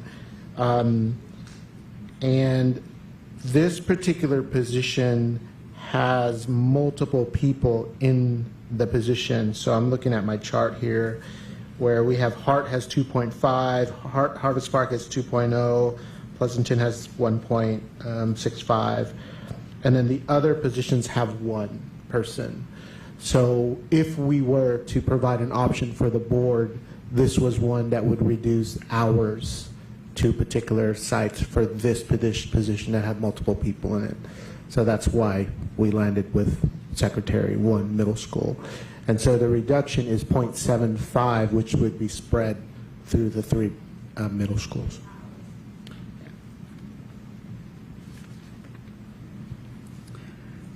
Okay.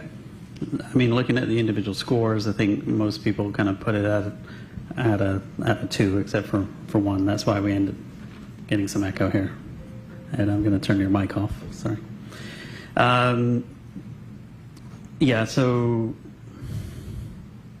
I mean, is the consensus we put it at a 2 for all the reasons I mentioned for now?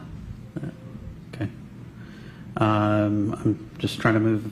And similarly, the next one, I think in general, my concern on secretary positions is if we're reducing VPs, and high school coordinators and so on, and naturally work falls on the secretary positions, and if you eliminate all the supports, you can't do one or two reductions in isolation of others, and that's my concern. So, okay. HSAs. Obviously, we've had a lot of very strong discussions around HSAs. I'm noticing that the high school HSAs, again, not a reflection of the individuals in these roles, is scored differently than the elementary school HSAs. I don't know if that's a reflection of perception around vulnerability of students at high school versus elementary school. Our responsibility is to protect all our students, but I'm just making a note, right? So a couple people had 3s, 3 people had 1s. Any discussion on this item? I just want to point out that serving as the administrative secretary at Amador for several years and having to fill in for the health services assistant, I mean, it was daunting. It was a daunting task. I mean, the range of tasks that they complete, from the diabetics and the seizures and the head injuries and the protocol, and then just the day-to-day operations of all the kids who came into the office, it was really unmanageable, and especially with me having to complete my duties as the admin secretary, having to go in and fill in for the health services assistant, it was awful. And they really are an essential part of the safety net that allows students to learn and thrive at school. And the self-harm that students are coming in with, I mean, it's a critical position, and I can't advocate more for the health services, all the health services assistants. I agree with that. I mean, when I was looking at all the budget cuts, I really needed to protect health and services for me. My question. Oh, go ahead. Go ahead. No, that's fine. I think my question goes back to what I said earlier tonight in regards to the bigger question I have about nurses versus the health service assistant. I know in Fremont, they do, I don't know about the secondary level, but I know that they do not have health service assistants at all the campuses. So it's not ideal, but we have to look at the bigger picture of the cuts. And I think that there's a way to manage it. Once again, I would just state the way I look at this is in terms of the position for the health service assistants is valued. It's important. I think my bigger question is in terms of what would that look like if they were removed.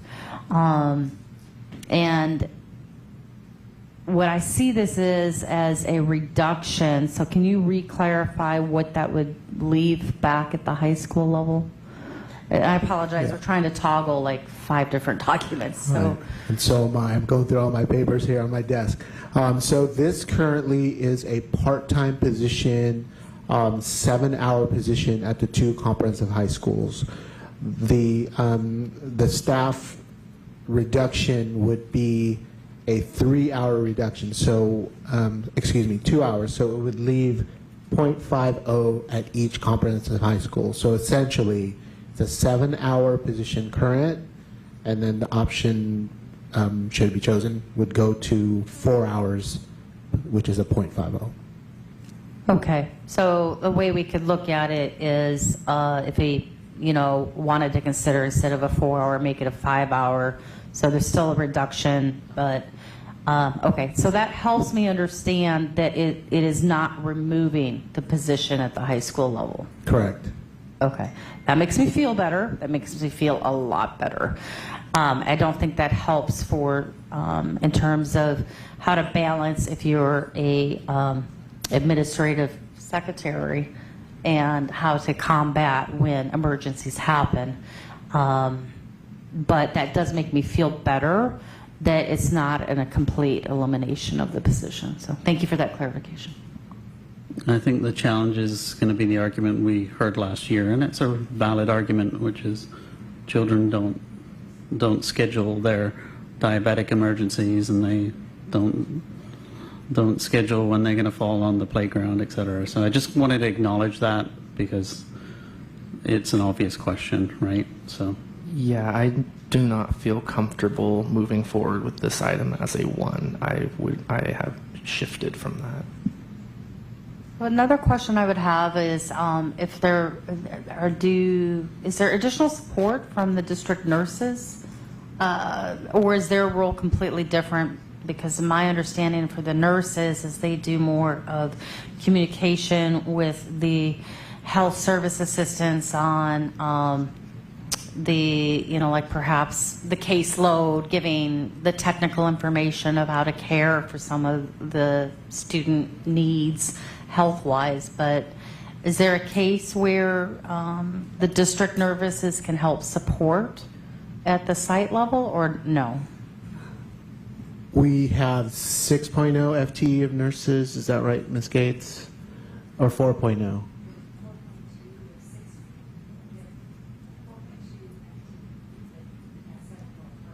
I was kind of right. 4.2 FTEs, 6 people.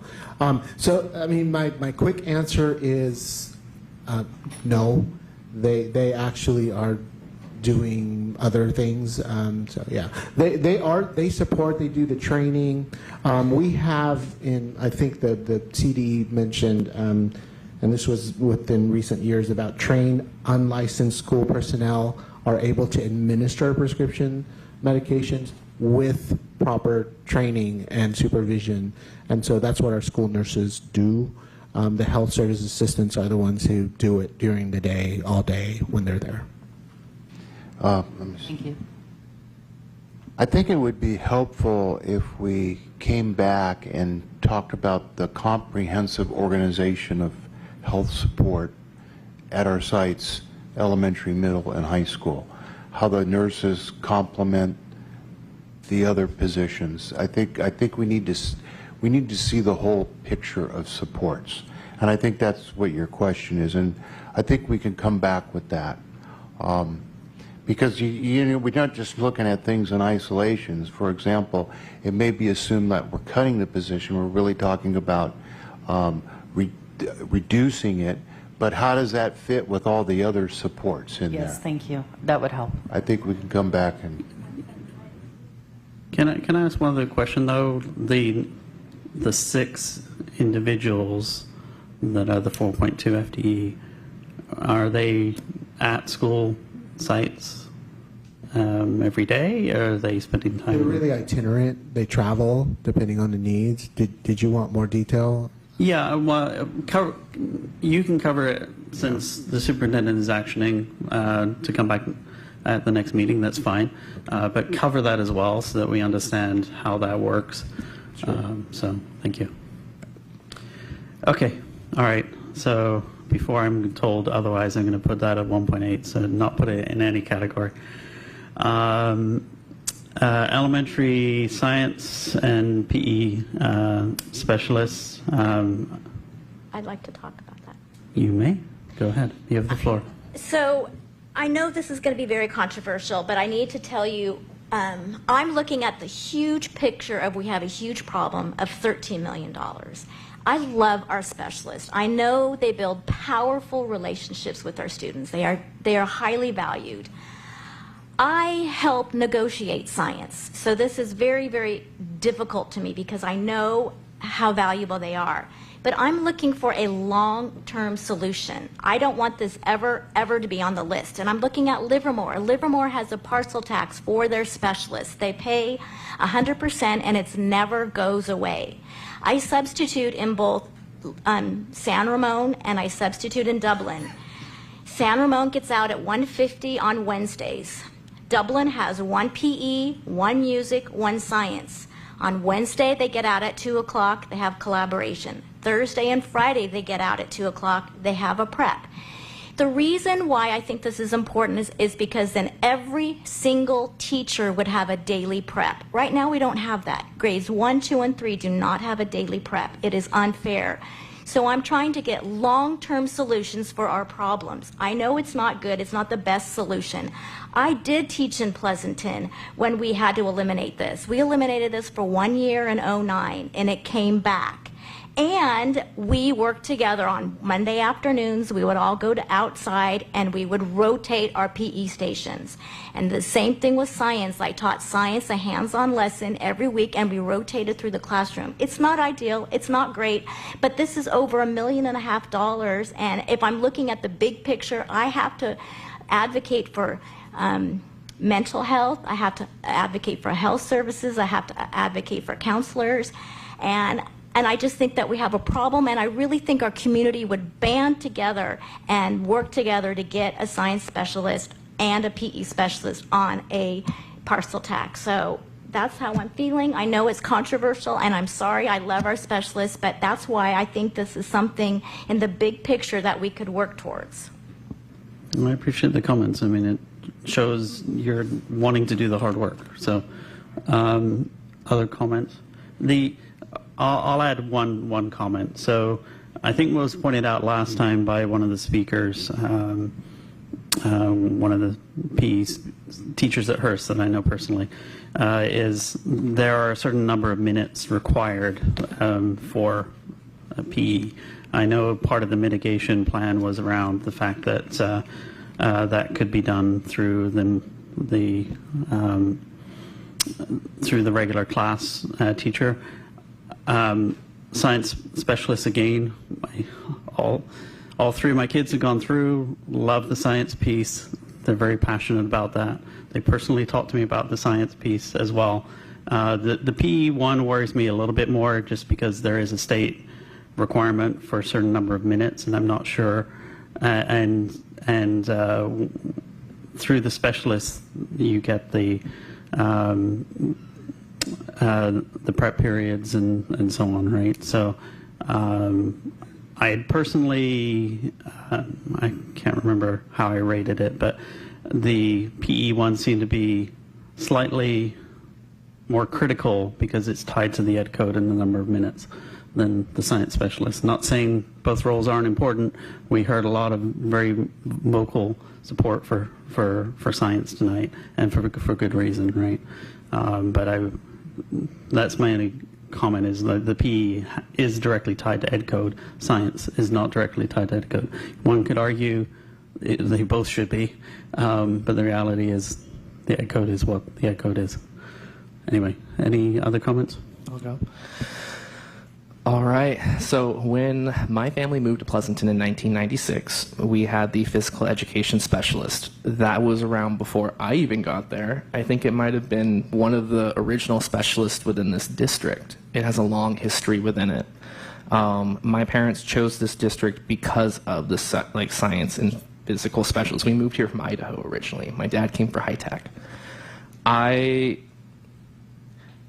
I said, I'm just trying to be as impersonal as possible on this one, but I would never be able to support the removal of these positions because it's the building blocks of science within our district. I've seen, and I've taught in districts that don't have this, and I've seen what happens when you don't. For physical education, there's, as much as we like to talk about how our teachers are trained in multiple subjects, the reality is that like PE, just like science and others, are very specially tailored and done. They have standards of Common Core and state standards as well.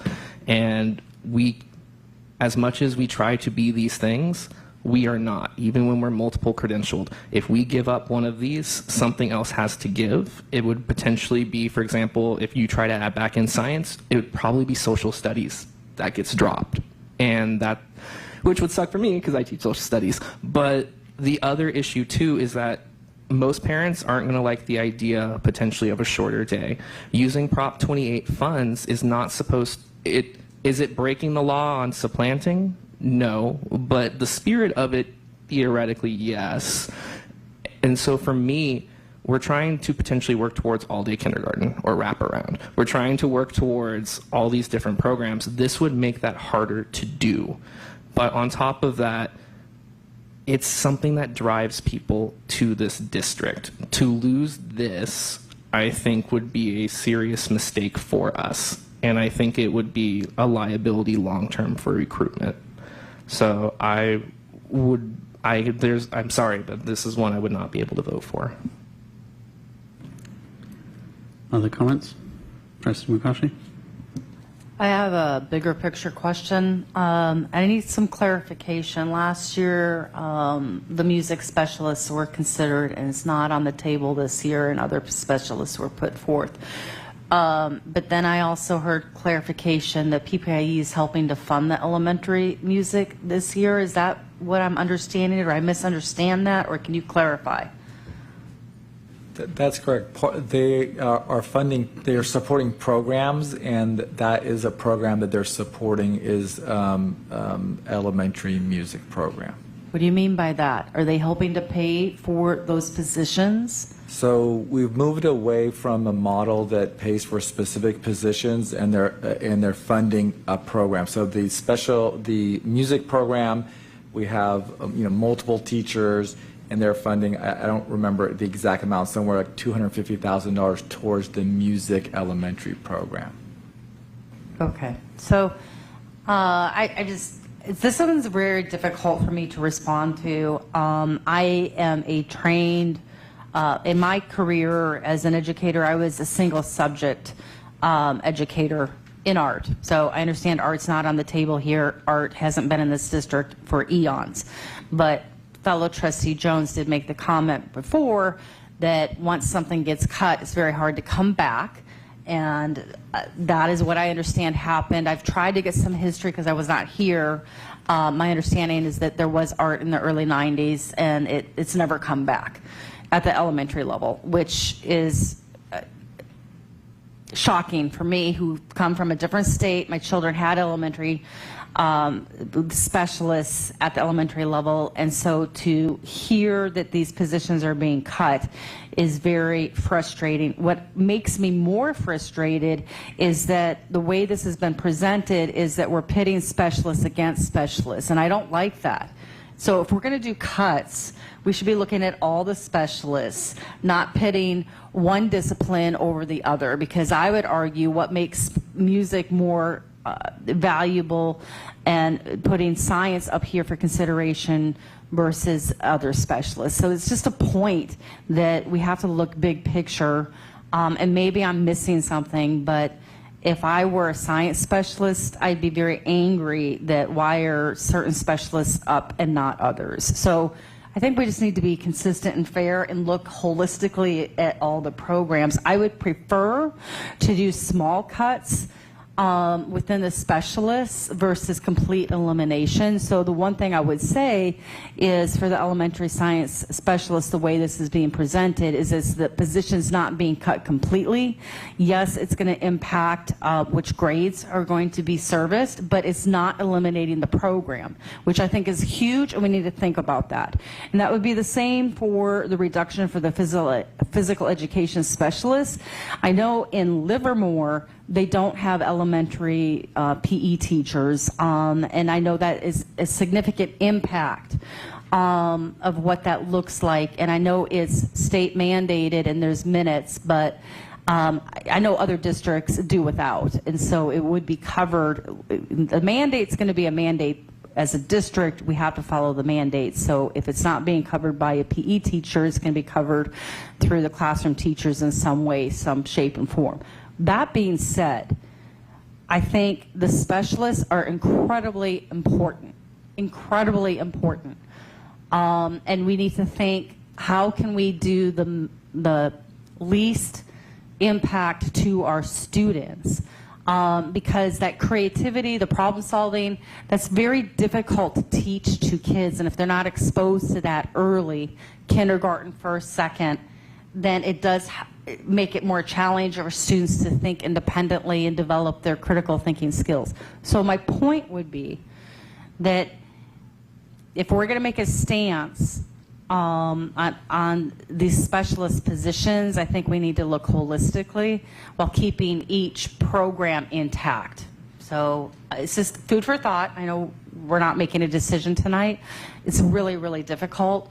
And so we're going to have to see how we go through this process tonight, because what I don't want the message to come to say out is that I am advocating for these cuts for the specialists. I do appreciate what you're saying, Trustee Carrion, in terms of that I think the value of these types of positions could be rallied through a parcel tax, and I think we need to think about that seriously, because all of the music, science, PE, collective, we have to look at it collectively and how we're going to work together with the community and help with that. So I apologize for being long-winded. I know it's not a crystal ball and a crystal ironclad solution.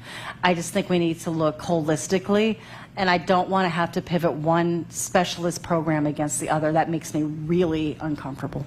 May I ask a clarifying question, just so I understand it? This is what I'm hearing, and it's just not a statement. It's just really seeking to understand here.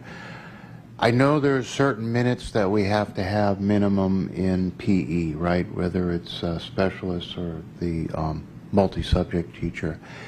Is the concept that let's not pit specialists against other specialists, to put music in there too? That's the first clarifying thing. That's what I'm hearing. And then the other one is, let's not look at it all or nothing, but reduce the number of specialists so it's somewhat divvied up between the multi-subject teacher and the specialist. It's just fewer specialist minutes, but not necessarily fewer minutes overall in science. And PE is minimum in science, music, and PE? Is that what, that's a clarifying question? I can't answer that second question because I think you'd have to look programmatically, and I think it's too much information. I think we have to look at it holistically, but my frustration is I do feel uncomfortable pitting certain specialists, and what makes one discipline more important than the other. This is the point I would make. Yeah, I just to kind of sum it up, I think the clarity here is for me, and that is, let's look at them with more, not pitting one against the other, and then maybe looking at it, can we look at it as a matter of degree with specialist teachers? That's what I'm hearing in terms of more analysis from staff. I just have one last thing that I would bring up for this one. One, I do think it should be on the parcel tax. I think you guys are correct. Our program should be protected on that. But I would also caution you that when the city put forward their sales tax one as a way of saving programs, the city punished them for that, but was saying, no, you don't get to put those things up as basically a got you for this. So I think we can put these on the parcel tax, but if we do those in tandem, I think that could have bad ramifications. So I agree with Trustee Carrion. We need to put that on there, all of our programs. But the other piece I want to bring up too is the African American Parent Advising Committee made very clear that they did not want to see these two programs cut. And so if we are worried about our student demographics that we're trying to improve and get better, the group advising us on that committee is telling us not to do this.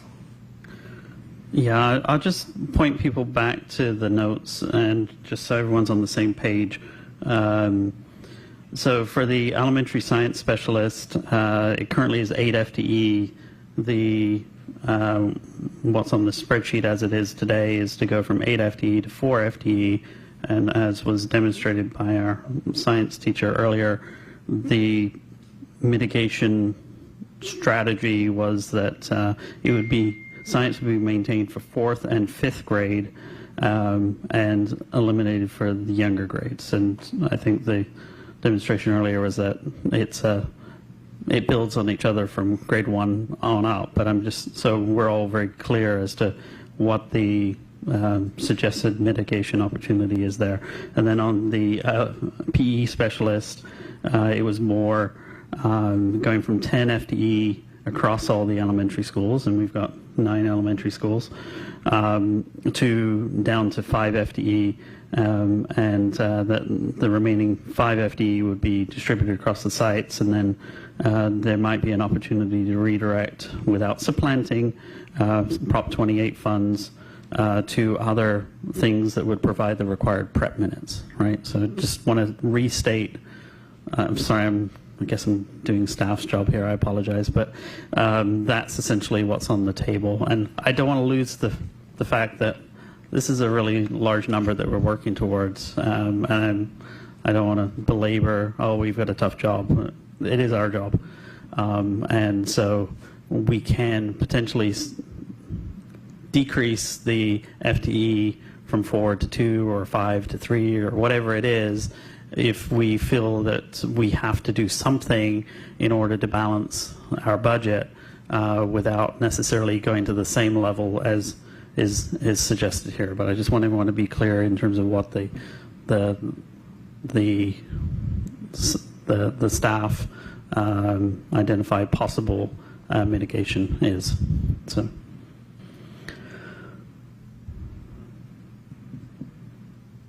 Okay. Has anyone's positions, thoughts changed on this one? It's an extremely hard one. I mean, our elementary school students, I just had to finish elementary school and now in middle school, and everyone loves the specialists. That's what. So maybe the suggestion on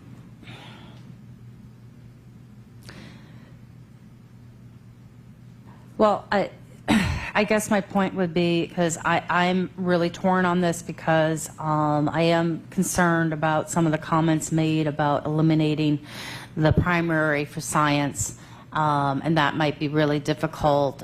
Maybe there's another way to look at it, and I don't know from a science teacher perspective, but you know, maybe it's like one, you know, alternated every other year instead of cutting out the primary completely. Maybe it's 1st, 3rd, and 5th grade. Or I do appreciate what you're saying, Justin, President Brown, in regards to, you know, consideration of what it would look like if it was only 2 elementary science specialists versus the 4. I'm trying to think more holistically, programmatically, the implication. I do know that, I don't know, I think maybe some more information from staff in regards to that potential consideration. And I can't see the screen right now. Is this something that if it were decided on, it would be something that would have to go back to the... This does not require union negotiation. It's not? No.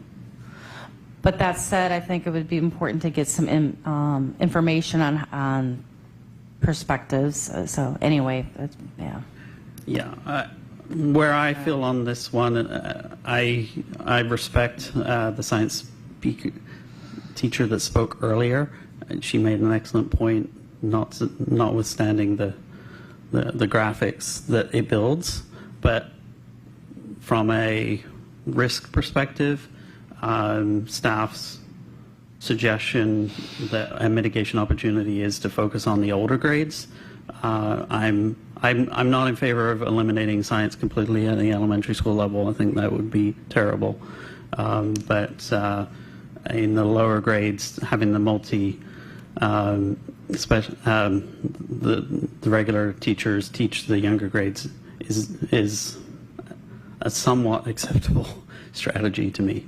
The PE I have more of angst with, and I would like to see the 5 reduced, but I'm not opposed to still considering the reducing science to focus on grade 4 and 5. Okay. Do trustees want to think about this one before our next meeting? Yes. Okay. That was unanimous. Obviously, we've got on here middle school, high school elective courses. Is there anything? Can I talk to that one? Like, Yes. this is my wheelhouse. I cannot stress how much I am completely. Well, it says $0, but the reality is that's directly tied into ratios, which I'm also hoping that we are opposed to. But if we reduce middle school electives and high school electives, that list was horrific. It was entirely intervention and ELD courses, the very kids that like are most vulnerable, and they're the parents that can't be here. They're the parents that cannot advocate because we don't do Spanish translation or other translations at these meetings. These are the families that need the most support, or we will see our test scores go down. These classes are why we perform better than other districts. But if you look at the other elective courses that were up for potential reduction or elimination, AP African American history is on that. Both college and regular is on that list. Like, there are so many programs on there that are just unacceptable, and it hits the very students that we say that we are trying to improve the most on our CASP and on our state level. So I implore you to vote no on this. Or, I'm sorry, I implore you to keep this at a 3. Well, this is the engineer in me speaking. It's not worth discussing if the dollar value is 0. Staff believes the dollar value is 0, and then we just need to park this and move on to other things. Any objection since the dollar value is 0, unless staff changes their advice on that? I think my impression is that this can't be talked in isolation. To Trustee Jones' point, it needs to talk about with the classroom ratio, so let's just park it and move on. I see consternation from the superintendent. Did you want to add Well, something? I don't know if it's consternation. The way we were looking at this is, I look at it as looking at a 6-period day as a revenue district. 7 periods during the day was, back in the day, was like, wow, can you imagine if we had more than 6 periods? And we have electives that are given that are in the A or B before school or after school, so it turns into 7 periods.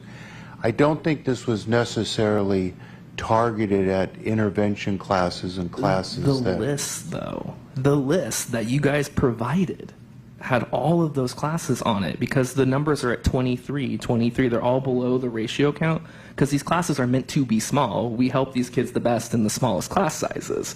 So yeah, even though this is 0, removing those courses, those are the ones that would be hit. So again, Refresh my memory of what list you're talking about. It's on the Q&A, trustees, and it is, what item is it? K.5 and L.7. On the Q&A, it's on the item Q&A, sorry. 21. It's item 21 on the Q&A. President Brown, I've asked Mr. and I don't blame you, by the way. Like, I am not saying that it's deliberate. It's just the numbers and how. And they I'm line not up. advocating either way. I'm presenting data to all of you. So we can speak to that list that Trustee Jones has spoken about. There are some combination opportunities. We're not eliminating those courses per se. So I want Mr. Butterfield to speak to that list that Trustee Jones had mentioned. Yeah, the list that you see, the summary that you see, is in response to feedback both from the BAC and questions from the board over the last series of meetings that asked, like, is our choice options in our secondary programs, both middle and high school, are those cost-saving opportunities for under-enrolled classes? So the initial response is that the reason it's a 0 is because FTE is allocated based on student enrollment per contract. So regardless of what electives we offer year to year, and that's typically driven by student choice, we offer classes based on what students enroll in year over year. That is not what creates the budget, any sort of variance in budget allocations of FTE. That is strictly done through the ratio that's in the contract. It has nothing to do with what sections we offer. However, as as sections get tighter, right, as we roll back ROP sections, we make other decisions, or if the board gives direction to increase or negotiate, staffing ratios per pupil, I pulled current enrollment as of today, or as of the time I pulled it, of all the classes to show what classes are lower than kind of the typical average class size across the secondary school, not as any sort of recommendation. Some of the programs that you see, I put bold in intervention on those. Some of those are supported by supplemental funding. Like for instance, in the LCAP, we allocate extra intervention FTE or extra EL FTE as part of the LCAP that support those lower class sizes in tandem to the regular FTE allocation. So again, the budget savings is zero because FTE and the budget cost of running staffing at a high school or middle school is based on enrollment, not based on which electives. But it is important that as FTE allocations are tightened, that there are tough decisions, and those decisions are made year over year. That's why you're not going to see a ton of elective programs on that list right now. It's mostly interventions because our principals every year, they look at how many course requests students make, and then they have difficult conversations with students if a class looks under-enrolled. So, for example, we have a series of senior electives for English. Students have some choice in which English class they take. If a particular class only shows 23 students have requested this class, our counselors and administrators meet with the students and say, you know what, let's go to your second choice because that one, we can't afford to run a class that size, so let's get you to another option. So we have a process to really maximize and be efficient with the staffing that we receive at the secondary level typically. So I wanted to provide some context of why that appears on the list. It's not any sort of recommendation, it's just a reality of what, here's our low enrolled classes today. It appears on the list because I specifically asked, is there any, and staff dutifully gave a response. That's why it's on the list, so I'm going to cop to that. But I will say, if based on your explanation you've given, which is a very professional and guided explanation, if the dollar savings is zero, as the chair, I just kind of want to move on.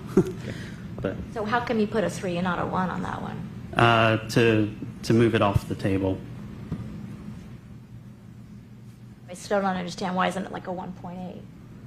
Because the whole purpose of the tool is a multiplier. You put a 1, it puts it in the 1 column. You put a 2, it puts it in the 2 column. And the intention is a 1 are things that we're most likely going to need to do to get towards the number. 2 is things that, and so I could put it in the 1 column, but there's really no point. I'm just trying to move it off the table to move the meeting along. So I apologize. All right, staff, can we move on to the 2.0?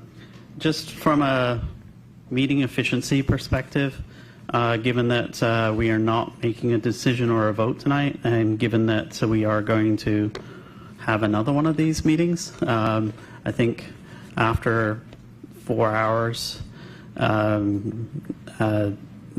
the benefits start to diminish. So I'm going to suggest that we close the meeting no later than 9:30, and we keep pushing forward and see how much we can get done in that time, and we'll come back to it. So item 2, we talked about the HSA at the middle school, and now we're getting into the wellness, tech specialists, media and library, and so on. So I'm going to take a 1-minute break. I'll turn it over to you, Vice President McCaughey. You can run with it. I'll be right back.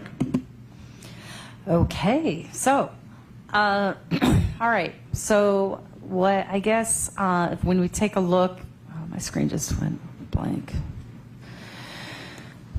I'm going to pass it to my fellow trustees. Is there one that you want to, we don't have to necessarily go chronologically down. Is there one that any trustee would like to? Yes, Trustee I do have a Karen. question about the librarians. I heard at the high school they have 3 people in the library. I heard that there's a teacher librarian who manages the library, who teaches students. I'm against having that one cut. But there's another library media assistant who works 8 hours a day supervising students, and then also a library media assistant who works 2 to 3 hours a day. So if I need clarification and why that one that's only 2 to 3 hours a day is not on that list. Yes. So the librarian 1.0 is not an option that we've presented. Thank you, Josh. Can you explain the other parts of the library media techs? Yeah, both high schools have one certificated teacher librarian, and that is part of the contract. Both high schools have one library assistant 2. That's a 1.0 FTE at each high school. Amador Valley High School also has a 0.5 FTE, so a 4-hour media services assistant that was established a few years ago. That was a position supported formerly by PPIE. I think it's moved into a general fund position there. So they have a supplemental resource at Amador that they use leveraged donations and PPIE funds to establish at the time that it continues to exist. Is that CL here, or is that? K1, right? It wasn't part of the original list. It was on the board Q&A, so I had provided some context around those positions on the Q&A side of the document. The positions that are up on the screen, trustees, are elementary library media specialist, middle school. I think you were asking about high school. So they're not on the list at all then? Right, I'm not asking for the contract. That 4-hour position is not on the list right now. Correct. We have direction to put it on the list. Okay, yeah, so I personally am more interested in putting that one on the list because I love our elementary librarian. I mean, I would hate to see this one go away. Okay, so to confirm what Trustee Carrion's saying, she's asking to put the high school library media assistant. The one that works 2 to 3 hours a day, I think shelving books, not the one. Yeah, so which position is that, Amarda? High school? We have a library media assistant 2, I believe is the position. Is that correct, Josh? Is that the position that the Trustee Carrion you're referencing? At the high school level? This is a high school position, library media assistant 2. Okay, so right now on the list is elementary, library, and middle school, and so you were asking why is it not the high school, and so she's requesting to please add that for consideration. Is that what I'm hearing?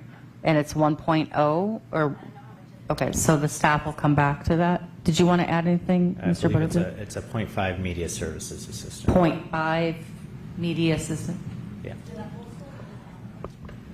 That position only exists at Amador right now. It's just one campus, not both? Correct. Interesting. Okay. Oh, okay. So, any other comments for the? Can I talk on the library? Oh, sure. Schools? Of course. So I put a 3 for these because what you need to understand, because it's not something that a lot of people personally experience, is I realized that I was gay around 5th grade, and I started to slowly accept that around 6th grade. I did not feel safe being able to check out or read queer books at home or in other locations, and so the one safe place that I could do that was at our middle, elementary, and high school libraries. And so to reduce these hours and to take these positions away takes away that safe space and that feeling of belonging and the ability of discovery that's not always there in other cases. So I would strongly suggest, especially under mental health, that you do not remove these positions for the good of our students. Yeah, I don't want to remove these positions either.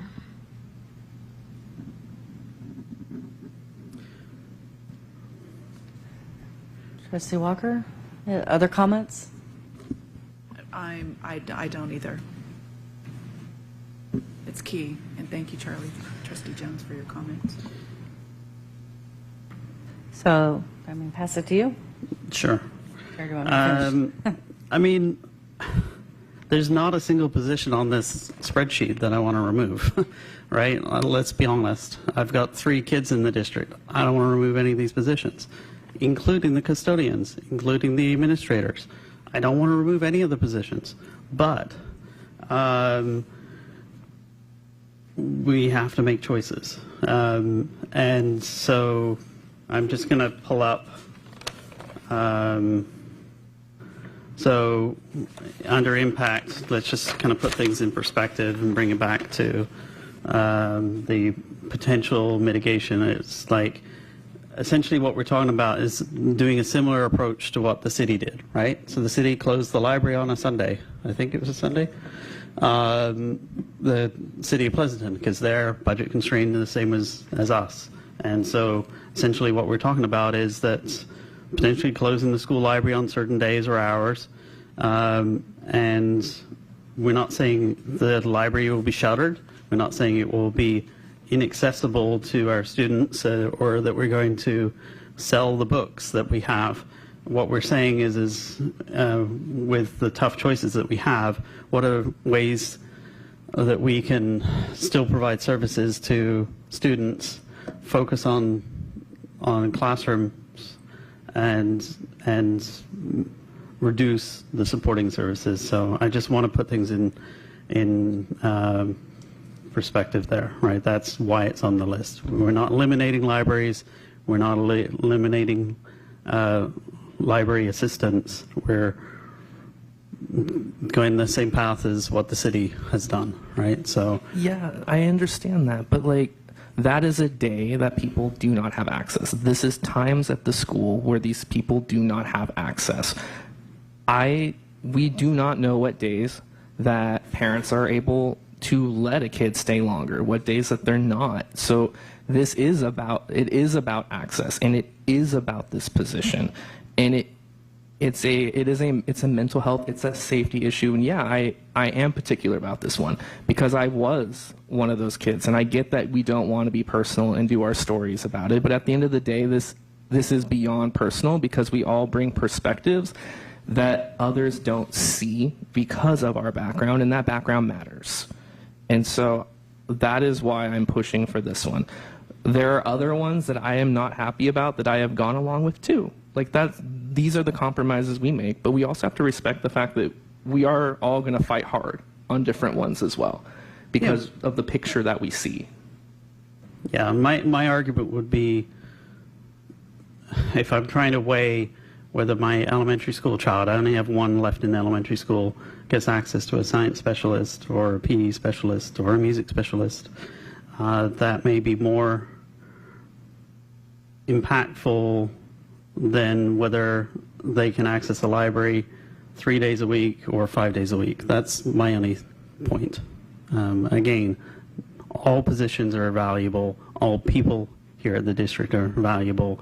It's weighing one lousy choice against another. I don't know how else to characterize it. And again, I don't say these things for anyone to have sympathy for the job that we're doing, because we're just trying to do the best job we can against the options that we need to consider. So those would be my comments. Yeah, I just want to make one to reiterate what Trustee Jones said. I mean, I think the library is a safe place for all of our students, especially our most vulnerable students. And I also think it sends a message that we aren't prioritizing reading and early literacy. I mean, I think the library is a space where some students don't even get to go, I mean, don't even have books at home, and that they go in and that's the first opportunity they have to get a book and have the librarian share with, I don't know, I just think it's I cannot support not, we have to have them. But again, we're not removing access. I know that. I limiting it. I know. Yeah. So can I have a clarifying question? So I know PPIE picks up part of this. So if we reduce it, then are they scheduled to pick up the rest of this, or is it asking them to pick up more?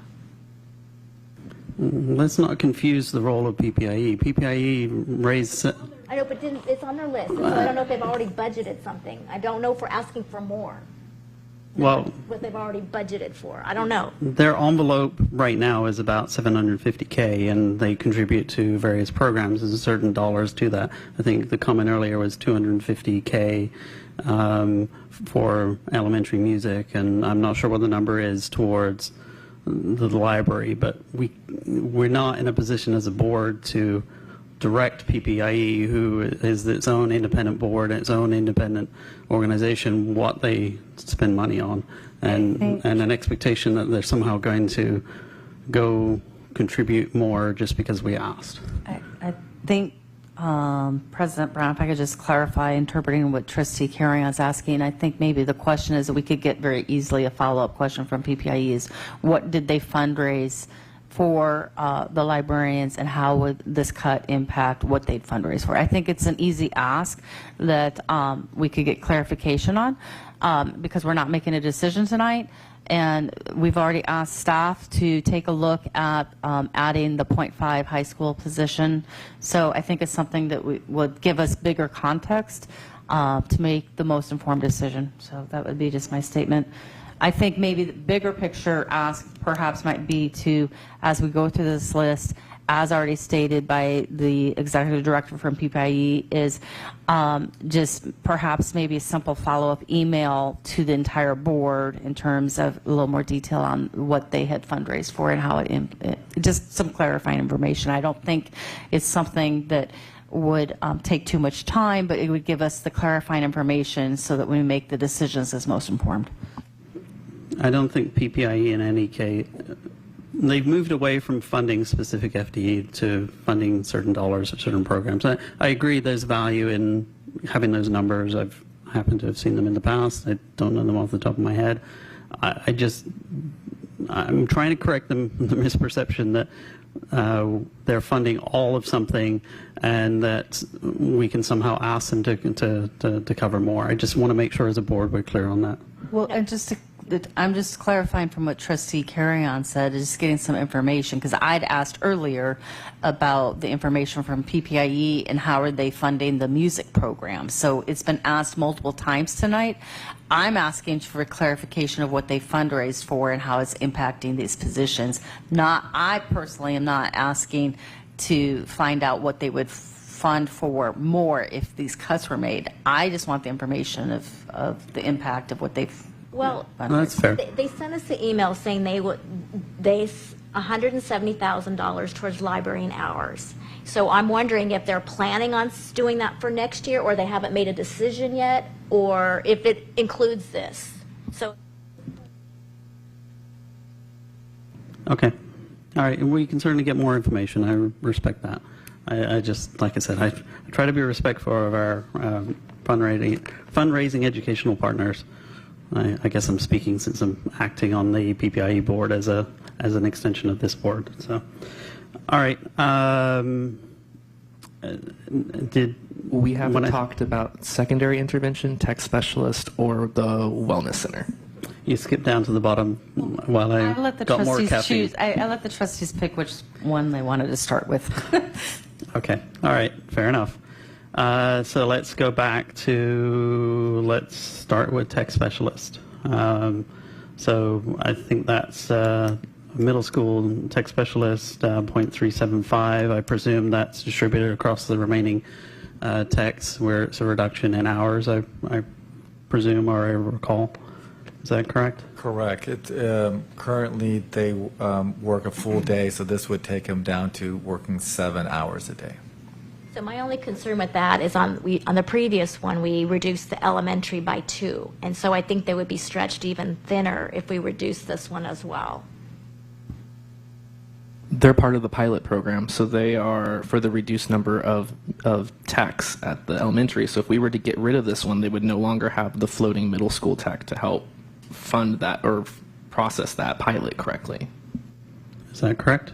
So what they it was part of the old model and part of the current model, and Robert, you can correct me if I'm wrong, is they do support the elementary schools when there is a need there. And so it could be additional, emergency. It could be, something that needs an additional support. So they do provide that currently in the current model and in the former model as well.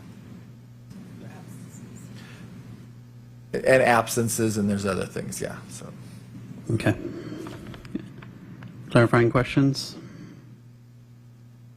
I see we've got 2 at 3, 2 at 1, 1 at 2. I can't think of a bigger spread there.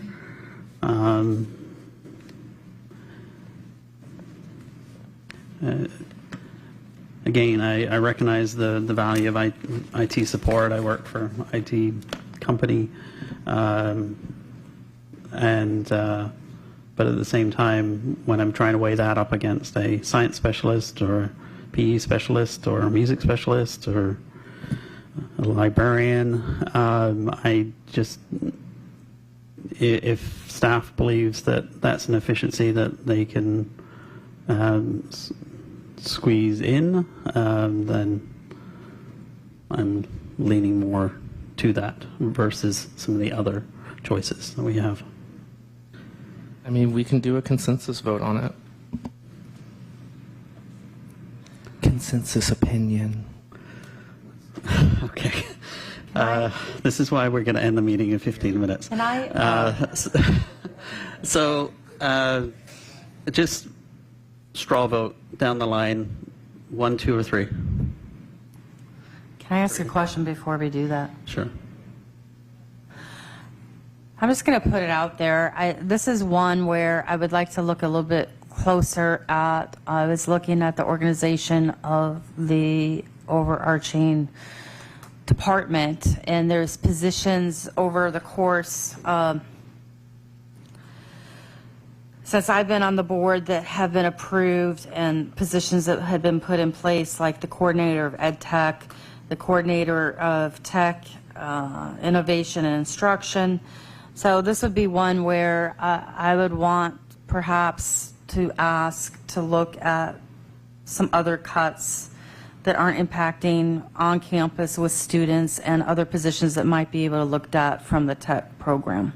Would be just a broad statement.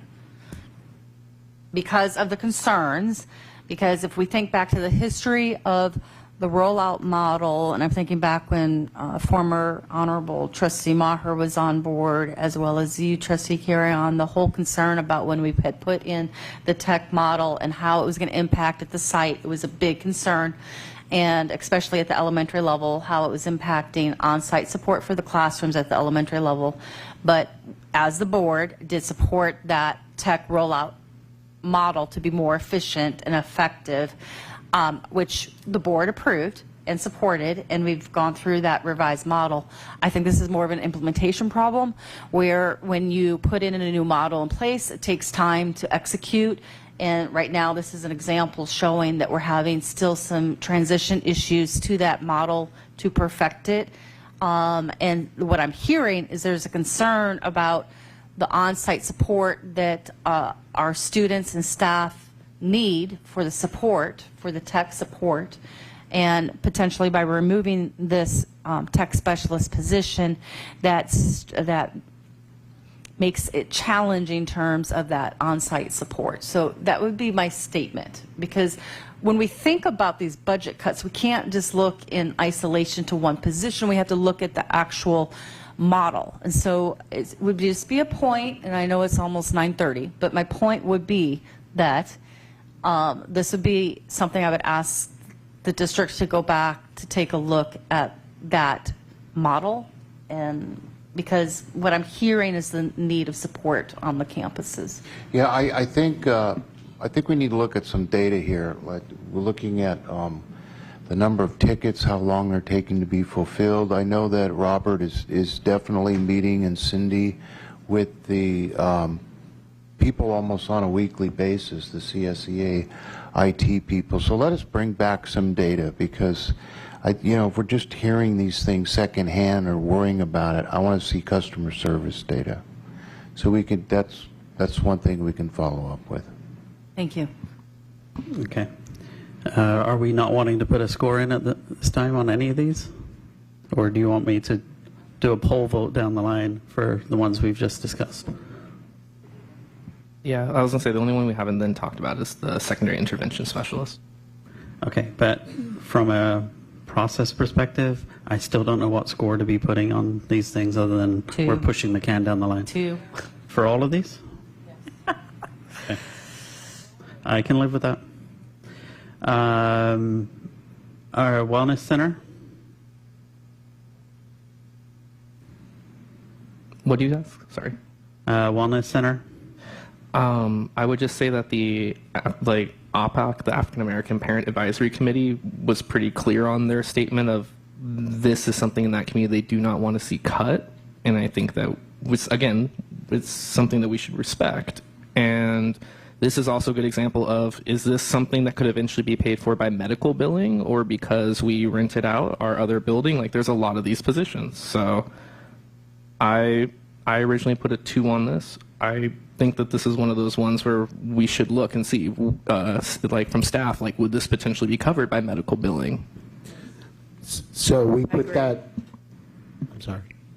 We put that in the Q&A. So we mentioned that it's duplicative with the current position of the wellness coach. That position is the one that is eligible for medical billing reimbursement. I'm going to ask Ms. Gates, is this position, the wellness center support specialist, is that position also eligible for billing at this time? It depends on the credentialing of the person in the position. But can you go to the mic so people can hear? But based on the current job description, I think I know the answer, which is no, but you confirm, please. Yeah. So the current job description, does not require that this position has the wellness coach certification from the state. So the way that the job description exists does not require that. So it is not currently something that, a position that can bill. The wellness coaches that are certified by the state can bill. All right. Just to follow up then, could we rewrite the position to be able to be billable? And could any of those people get that credential added on and then be billable? I actually don't know about their education background just off the top of my head. It does there are requirements to be eligible to apply for the wellness coach certification, and if they meet those requirements, certainly they could apply for that. Good. Okay. All right. Thank you, Jenna. For the so for the Wellness Center Support Specialist, again, like my benchmark for tonight anyway is like, is this more, I don't want to even compare positions because it's disrespectful to the people in the roles, but from an impact to the student perspective, well, I can't even phrase it to compare. So I'm going to stop there. I'm just saying, like, given that there are other people in a position to help our vulnerable students, I think this is one I'm still willing to consider. So as a board, are we putting a 2 and moving on at this point, or? Can I ask a question to staff? This position, I believe it might have been in the notes, is there, to what President Brown just said, is there some overlap of this type of position with other existing positions? Just perhaps just refresh our memory on that. Yeah, this position, the Wellness Center Support Specialist, came about in 2022 as part of COVID relief funding funds. And so we created this position to support the Wellness Center at the 2 high schools. That's the .80 at Foothill, .0 at Amador. Those monies are gone. We have the opportunity to hire wellness coaches that have a higher level of requirements based on certifications and so forth.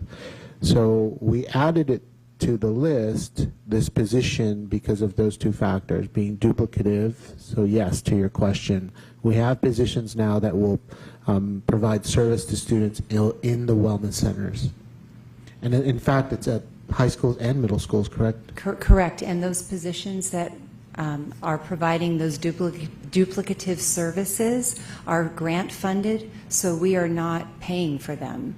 We have gotten those grant funded, and then the goal this year is that they're billing and that they will be able to be paid for through the billing for future years, so it wouldn't be anything coming from our current funds. So we're already taking that medical billing into account? We had, I call it seed money that we got to start the program this year. What Ms. Gates is saying is that with that seed money and starting the program, and we are billing currently because these are the It was supposed to start today for the wellness coaches. The county had one more item that they need to do to turn the billing on for our wellness coaches, but yes, it will be starting very soon. I wanted to add, because Ms. Trustee Jones, you asked earlier about the MOU, so this is not part of that because this position was created, and in the job description it actually says this is part of their job, is to log their billable hours. So would we then potentially be able to use that as data towards what we're looking for the MOU? Potentially, correct. I mean, there's other positions. So this is a classified position. The MOUs, other certificated options, but we could use the data. So in terms of actions, can we get with the county and come back with some more detail for the board in terms of what the roadmap is around medical billing and whether any relief can be provided to the general fund in the 26-27 school year?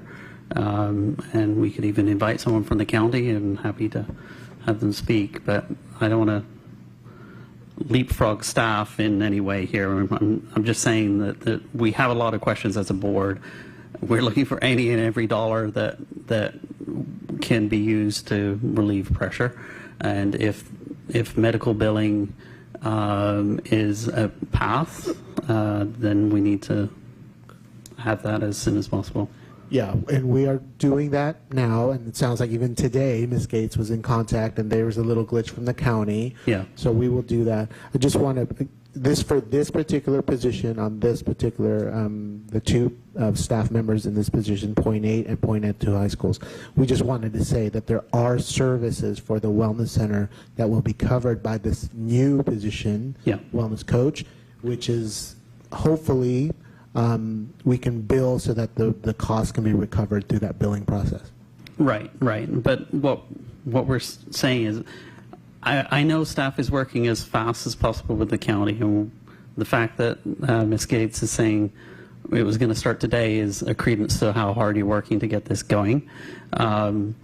We're just as a board saying, what more can we do? I'm happy to call the Alameda County Superintendent and say, help us, whatever, and I know Maurice has a good relationship with her as well, like anything that we could do to accelerate and have some committed dollars towards the gap for 26-27 would be very welcome. And I know you're working hard. It's very unclear from the discussion tonight how much that may have already been baked into the budget assumptions, if any, and what that potential opportunity is. And if you're going to tell me I'm chasing 50K here and this is all a moot point, you're welcome to say that. But we don't know how big it may be, and I'm not saying it's going to close millions of dollars here, but I'm just saying we want to know what the plan is. And if you can come back to the next meeting with that scoped, that would be appreciated. I just want to be clear. The grant money, we have part of the budget this year that's covering for the staff, right? The coaches.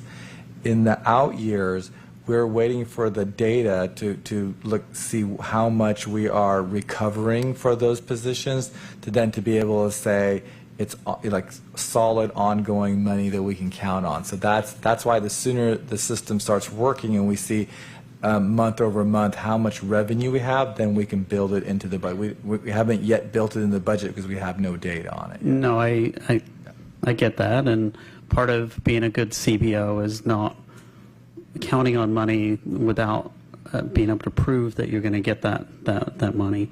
But like, is there anything that we could do in conjunction with the county? Because ultimately the county has to sign off on. We've made a commitment to reduce 8.1 million plus another 900K, so $9 million to the county. And so if the county can do anything to help us with that modeling, and with that, it's incumbent on us to at least ask the question. We'll pursue it aggressively. I just don't want to be so conservative that because it's going to be a difficult discussion with our labor partners to say, hey, these are things we want to negotiate in order to get to the $9 million commitment to the county. If there's any other avenues for generating chargebacks, essentially, for mental health and other things, we want to scope that. And like I said, if it's only 50K, then it's probably a moot point, and we're wasting a lot of the public's time discussing it. But I think enough of us have questions. So I hear and understand the directive, President Brown, so we'll pursue it aggressively. You could tell Ms. Gates is on it daily, and I know that for a fact. So thank you, Ms. Gates. Thank you, President Brown. All right. Based on the earlier discussion around the HSA, I put the 2.1 just to keep it out of the columns. I put the other ones in the column 2. We are at my magical 9:30 time, and like I said, I do want to be respectful of the public's time and staff's time. And after 4.5 hours, I'm worried we're getting diminishing returns on investment of our public's time. So with that, I'm going to suggest that we continue this exercise. Any other comments from staff? Otherwise, I'm going to close this meeting at 9. I have Go ahead. just a quick, can you show visually, because The total The where we're total's at the top. Right, but the whole time we've been talking, I haven't seen it. So just to kind of maybe for the benefit of the public, kind of recap where we're at, just from a wrap-up standpoint. All right. Just Fair to enough. conclude. This is why you're a good vice president. You're reminding me to summarize. So where we're at for members of the public is we've put 7.1 million in column 1. Those are things that we have a fair degree of trustee alignment. Again, this is not a vote. It's not binding. We may change. And there were some items where we didn't put it in column 1 or 2, where we did have a fair amount of alignment, and that was because we were debating the FTE amount, and so to put in a dollar amount into one of those 2 columns would be erroneous at this time because we haven't agreed on the FTE, and staff is going to come back with additional thing. Where we have got some degree of FTE alignment, but it's I don't want to say secondary, but that we put the weighting of 2 against, and so from a weighting perspective, we got all the way from 1.0 up to 2.0 in the discussion. That leaves probably, I would guess 12 or 14 items that we didn't discuss tonight. But the fact we didn't discuss them means that we didn't have a high degree of alignment. Those are things that necessarily would be ending up as priorities, right? Things like outdoor ed, as an example, that had like a 2.6 or a 2.8 score. So again, we'll come back and we'll go through this list, revisit anything, and then rediscuss and get additional data from staff around some of the other options around certain positions. Yeah, President Brown, I just wanted to make sure also just to look into the revenue suggestions that I made at the beginning. Okay. Yeah, we didn't get a chance to talk about those. I will make it part of the agenda at the beginning. Some of them are, like we talked about the health services charged back with the county. I think we discussed that in depth. I think you also suggested other things in terms of renting out all of the district office, and I think the last, and and moving moving to the administrative school into an elementary school. Yeah. Those are maybe a bit too extreme for me personally, but you are a trustee and you're You're in an extreme position, apparently. yeah. So you brought it up. We'll discuss it at the next meeting because, yes. Okay. Can I give a quick suggestion that some of the things, just to support what you're saying, staff may have to go back and get information on some of the suggestions that all the trustees put out tonight. So I know Trustee Carrion made some comments too, along with Trustee Jones. So we threw out some, not me personally, but you guys, some ideas have been presented and it might be of benefit, but whether it's the next meeting or at some point for the revenue points, that the staff have time to come back and give us more information to support the suggestions that were presented. I'm just adding to what you're saying, so maybe less pressure to have time-bound time on.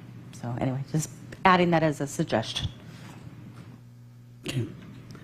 All right. I'm going to close this meeting at 9:34 p.m. Thank you for your time.